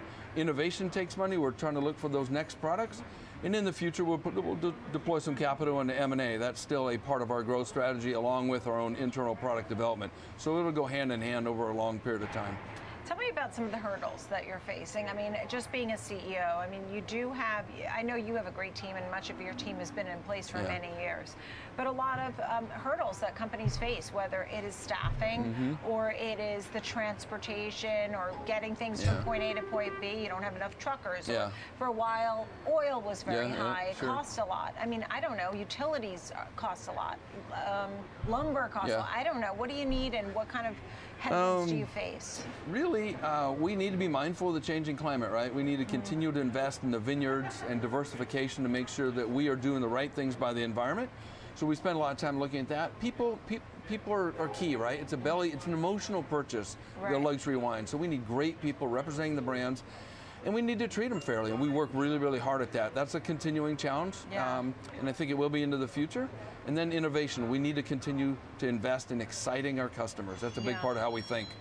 Listen, and you know, the other thing too is you talk about, you know, having a team that you really care for in an environment. You know, that brings us to the conversation of ESG and the companies that sort of move ahead of others. And people like to work with companies that are not testing on animals or selling, you know, I don't know, whatever. Tell me about that sort of the kind of questions that you get in that world. Because CEOs get those. ESG is important, but ESG is not a new thing. ESG is doing the right thing. You should be taking care of your employees, taking care of the environment. You should be transparent with your governance. These are all really important concepts that every CEO should embrace, and we do clearly. We're in agricultural products. We care a lot about the environment. We watch water management and the inputs we put into the grapevines. My biggest priority is taking care of our people. Are they paid well? Are they supported well? That's super important. And then being on Wall Street or even being a private company. Governance, all right? Can people believe in what you're saying? Are you transparent? As far as we published an ESG capital report allocation, and now we are on a larger platform being public, and we're very proud of that. And there's 52 pages of really important stuff we're doing, and we'll continue to build on that in the future. Yeah, that transparency really is key. So what's some of the most expensive products you're putting out there if somebody wants to be duck horn fancy? You know, I don't know. What are the most sought out? Is it because it's more limited? What usually. It's a scarcity factor. People love to have the things they can't buy. What's your position? You haven't shared it. The fancy club. We have some of our expensive Duckhorn Vineyards wines, the Discussion and Three Palms Vineyard. These are some of our older wines, relatively high price, relatively limited production, and they're real gems for the cellar, for people who want to lay down for something special. Let's see, Ace, you called it, which would be something we probably consume on a more regular basis. So we can cover either end of the luxury spectrum. All right. Well, it's always great, Alex, to have you here on the show. And I always think back to that Lucy episode where she's stepping in. I don't know. Do you actually turn colors if you step in the grapes? I don't know. Anyhow, it is wonderful to see you. Congratulations to you and your team. Always great to have you on the show. Thank you, Alex Ryan of the Duckhorn Portfolio, President, CEO, and Chairman. All right, still ahead in the second half of our show, we'll look at AI and how you can invest in artificial intelligence using ETFs. Time to break. Let's look at winners and losers in the S&P 500.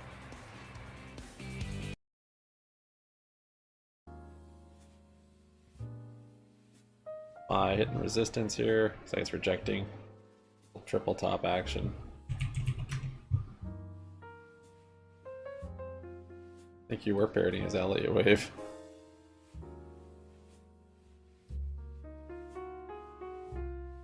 So that's out of the money pretty good. 88 for 4.6.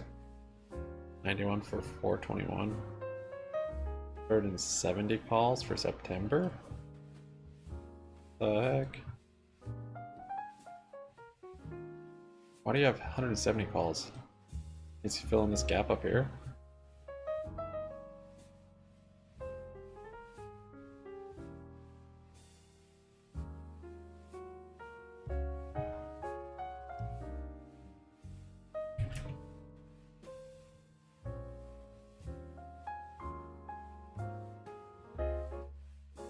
It went to 1835, not quite 1850.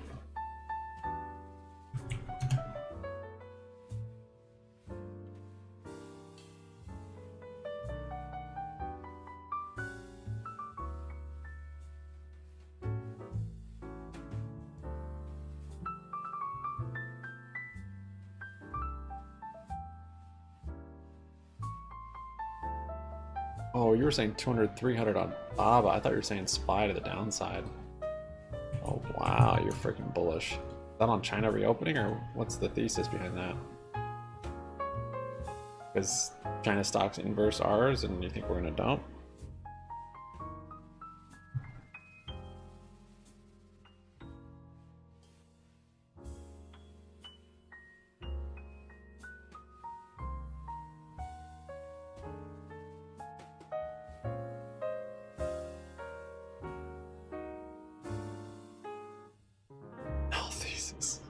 Bag.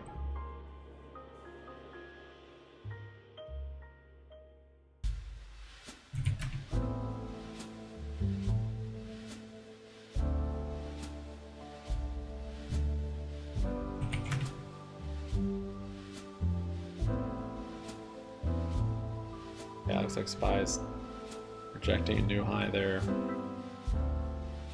Back in this range, back to VWAP, maybe back to the lows, 395.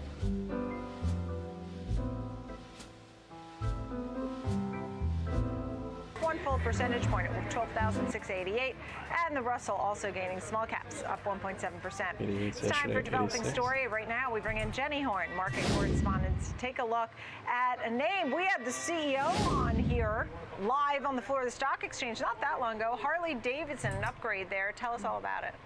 And a nice day to talk Harley Davidson, with shares up over 4.5% here, Nicole, and a name that has been really a pandemic winner, as so many sought recreation outside. This was one of those huge beneficiaries, but Morgan Stanley seeing more upside from here, actually upgrading shares to overweight from equal weight with an unchanged price target of $50 a share, which does imply about 25% upside from where we're currently trading. And the analyst cited confidence in their hardwire strategy as well as the containment of electrification risks, saying that the pullback in shares has now made the valuation more attractive, under $40 a share, with its risk and reward skewing now to the upside.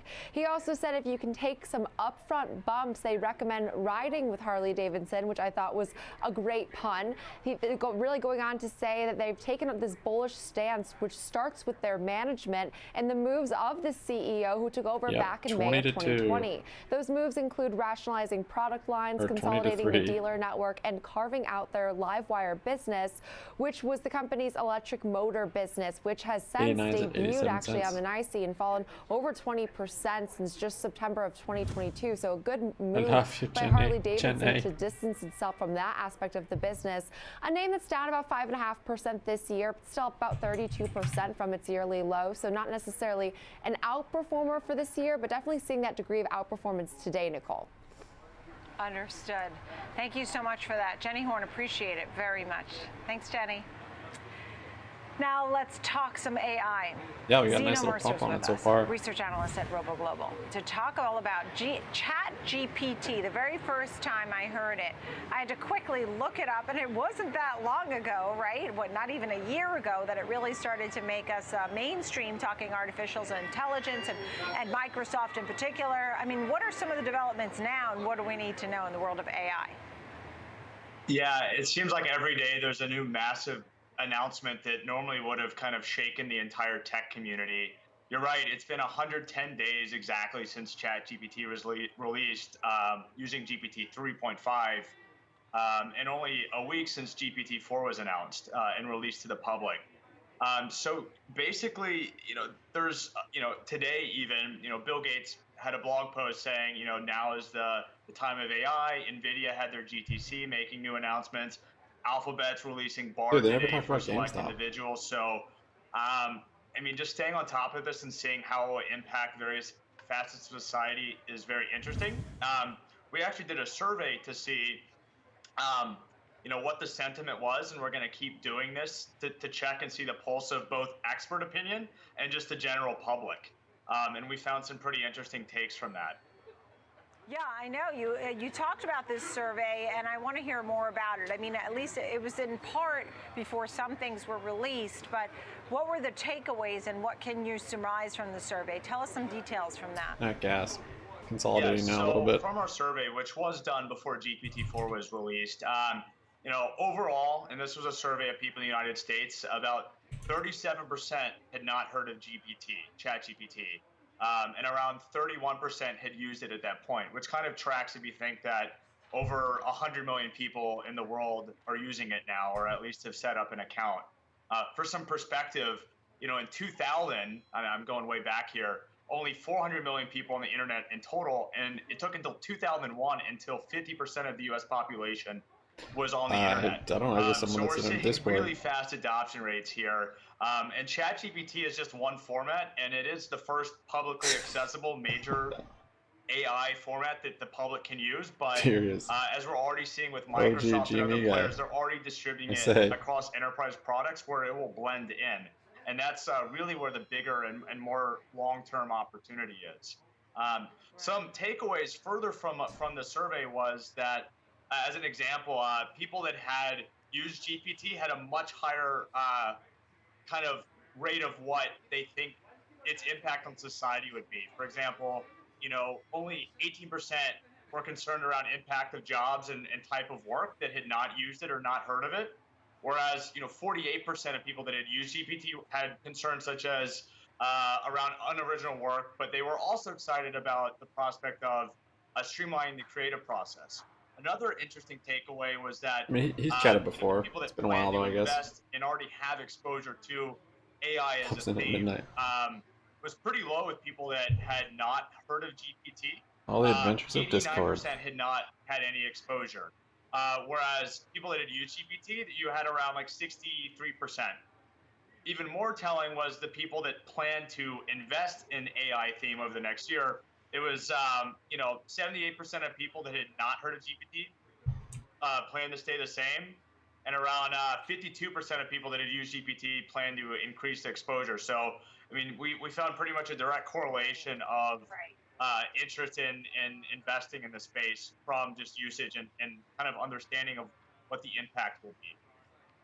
Look, and what makes the world go round is everybody has different talents, different skills, different interests.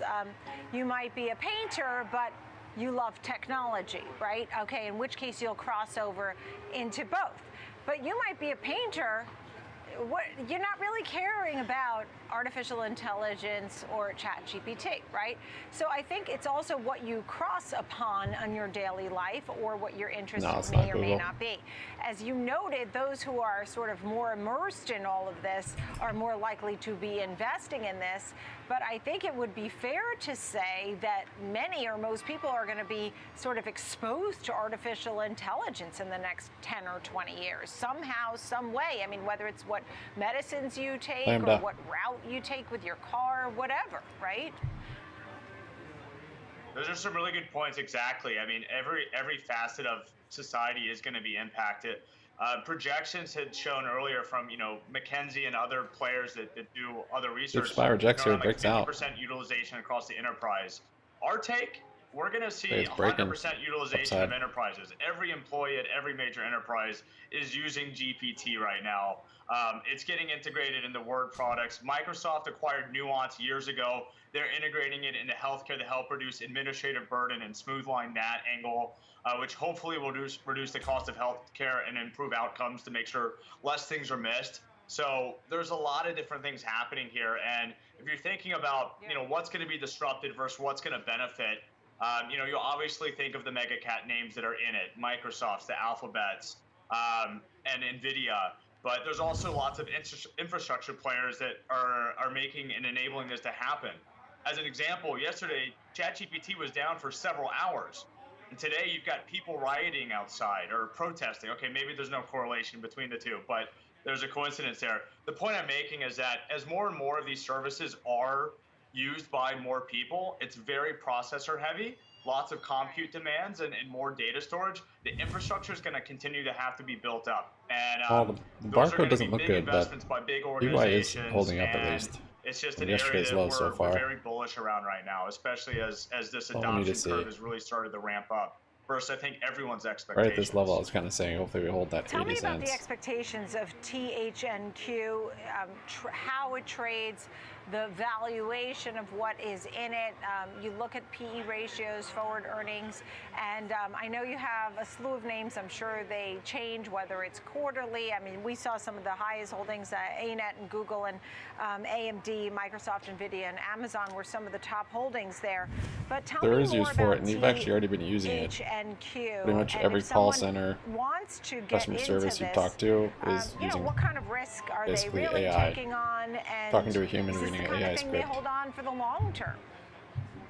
Right. I mean, we're really in a weird place in the world right now. You're seeing systemic financial sentient risk. AI. You're seeing the risk of potentially AI disrupting lots of existing companies as we know it, whether for the better or worse. But either way, what we believe is that a growing share of the economy and GDP and total spend will be in AI products, services, and infrastructure. And that's what Think really is, THNQ. And so it does provide exposure and weighting to these companies based on a scoring methodology around their revenue, their investments, et cetera, in artificial intelligence. And so the weighting is more equally distributed across the ecosystem Creates rather its own than code. maybe just 12 companies above 1% in the S&P 500. And the T1s take over. So we do see deflationary pressure. Most and majority of these companies are revenue generating, profit generating. So these aren't just moonshots. These are active, in a majority active contributors to society, already making a profit. So in terms of risk, you've got a lot of high quality names in there. Just a lot of names that aren't necessarily weighted or have as much exposure in other indices. And in terms of valuation, I guess you had asked about that. You might think with all the GPT and the CHIPS Act being passed that you'd be trading really high up right now, maybe all-time highs. We're actually down, if you're looking at forward EV sales, down to 5.4x versus a long-term average of 6.8. and a high of over 10x in 2021. So, from a relative valuation perspective, yes, the overall market is down, but you might expect that AI would be trending and tracking higher than its long-term average with everything going on. So, just something to think about. Yeah. Good to chat with you about all of this. Obviously, a hot topic of late. Zeno Mercer, Robo Global, thank you very much. Still ahead, we'll bring in our panel to talk all about GameStop. The company will report after the closing bell today. Let's get you ready for that. This name obviously has been beaten down. It was a meme stock. What's next?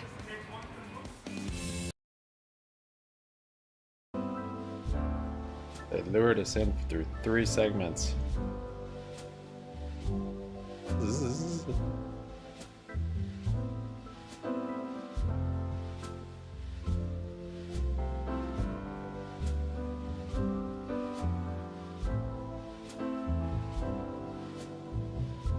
Okay, 250. I'm gonna cut this one off in 10 minutes. Start right back up with the GME earnings call live stream. News will be no, they have nothing really to say, but I still like to hear it.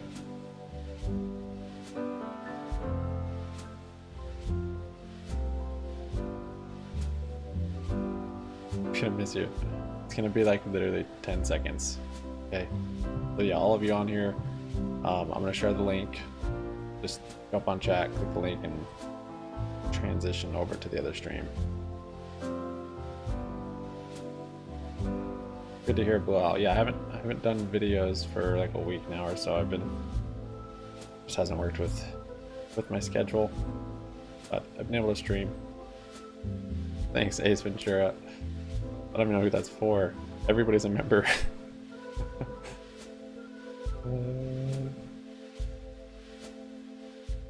There's no more members that aren't here. They're all members.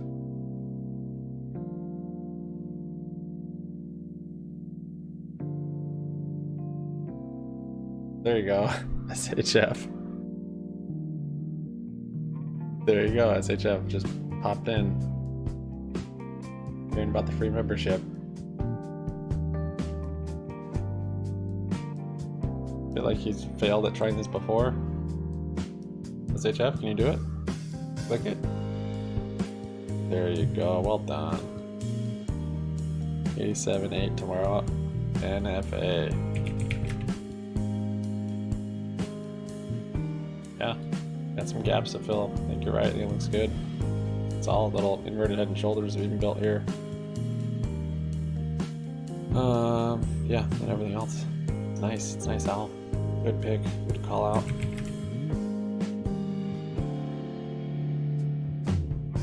There we go. At Wedbush, thank you both for being here. Nick, underperformed. That's what you say when it comes to GameStop. I mean, this was so hot, it got everybody during the pandemic interested in stocks. Now what? Now what? We get the Q4 results after the close. I think there are a few signals from some of their key customers that it could be a bit of a disappointing holiday season. If you think of their bread and butter on the hardware side, you've got Nintendo talking about weaker than expected sell-through over the holidays. You've got Microsoft talking about Xbox hardware being down 13% in the December quarter. And for Sony put up a great number for PS5, but it's unclear how many of those units came directly to consumers as opposed to through retail. If you flip that to the software side, I think it's worth keeping in mind Call of Duty actually came out a day before the beginning of their December or January quarter. And in general, GameStop is trying to, but can't really stem the mix shift towards digital downloads that's been happening over time. The final thing I think that's worth keeping in mind too is that the way that consumers consume games is changing over time. So you're seeing potentially less purchases of individual games over time and more focus on things like subscription and other forms of revenue. Yeah, and I think that Jim is in somewhat of the same boat with you. Jim, you're not a believer in this at this point, and just the fundamentals of, there was the time where my kids would say, can we go to GameStop, can we go to GameStop? Because they wanted all the hardware products, games, consoles. They don't need any of that anymore. Jim? Yeah, thanks for having me, Nicole. I agree with everything you said, and our other guest here. The challenge is that as he mentioned, people are doing downloads. We may get some growth with GameStop if we do have a recession, if people are looking to save some money, but the technicals look really, really poor. The valuations look poor too. I have forward PE of 150, and there's only 3 analysts covering it, and 2 of them are bearish. So that doesn't really bode well. I think it looks like they're burning through just too much cash. Cash flow needs to improve. Yeah, I think expectations are relatively low, and sometimes that's a good thing. Positive Nick, for cash your flow. thoughts there, because we always say they beat lowered expectations. I'm not sure that anybody really has a lot of high hopes for GameStop at this point. Yeah, I think it's more around what they say to kind of pump up the meme stock crowd. So, for example, I think for this quarter specifically, there are things they could do with the balance sheet to improve free cash flow or make the number look better. I think there's a chance they could continue to cut costs. They had another round of layoffs in December. But I think long term, the way we have it modeled, we have it as a kind of a slow and steady decline with pretty significant amounts of cash burn for the foreseeable future. Yeah, I mean, in your note, you talked about the loud thud of a tree falling in the forest. At this point, I wonder what they can do to reinvent themselves. I mean, Jim, if you were talking to the company directly today, I mean, what would you say that they could do differently to spruce this up? I mean, other than turning it into like a public storage or something. Yeah, it's a great question. They've got to adapt. They've got to be able to get into streaming and downloads. There's other things that they can do, as Nick mentioned, with the balance sheet. Maybe there's just too many stores out there. They're still well above where they were prior to COVID. And so, they've got to kind of reinvent themselves, I think, to, improve their situation dramatically for investors to get excited about it. And I think the challenge too is that a lot of people have moved on from this meme stock, idea. A lot of that may have gone into NVIDIA. I heard your prior guest talking about AI. Bitcoin has even had a good bounce so far this year. And so, those original investors that may have been in there trading it, maybe they've moved on. Right. And look, we've had a short squeeze that sort of, as you wrote in the note, there at Wedbush saying, look, it's disconnected from the fundamentals at this point. Can't wait to get more. You both are wonderful. Thank you for a good look here at GameStop ahead of the important report today after the bell. Jim and Nick, thank you. Jim Warden, the Wealth Consulting Group, and Nick McKay of Wedbush. Thanks both. And that's going to do it there for us here on the guys. watch list. I'm Nicole Petty. There's your analyst. Not wrong on all that. I mean, there's some truth to some of the stuff they say. Buys ripping up here. BBBY, sorry, Chili Chills, we're listening there. BBBY is in a new algorithm pattern now that it's sub $1. There isn't even a tighter barcode, but not all bad today. It's up or down 1%, but if it's flattening out, that's good. That's good on BBBY. When you've been just down, flat is your best friend. And up as a one-night stand. So we want flat. And then we want to rally. SPY's ripping here. So we'll see what happens at the end of the day. I'm going to cut this stream off and restart another stream for GME's earnings call. We'll still look at the same stuff, look at BY tickers and stuff like that. But we'll just be streaming till through the financials for GME and through their earnings call. So it won't be a whole lot different, but I just want to reset for organization, I guess. I don't know. Yeah, it's clean, neat.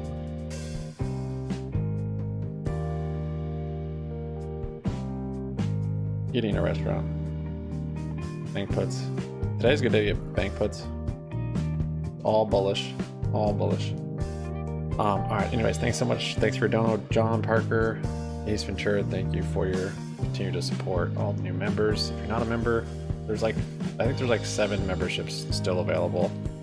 If you want to click on the blue box, Ace Ventura's been gifting memberships. Just come in chat, move up. There's still a lot available. Trader, you could pick one up if you want.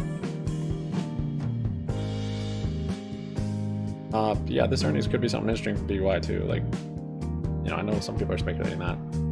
But thanks guys, I'll see you in like 30 seconds. I'll share the link here in chat, so just come in chat, click on the link, and I'll bring you to the new stream. Okay, peace out.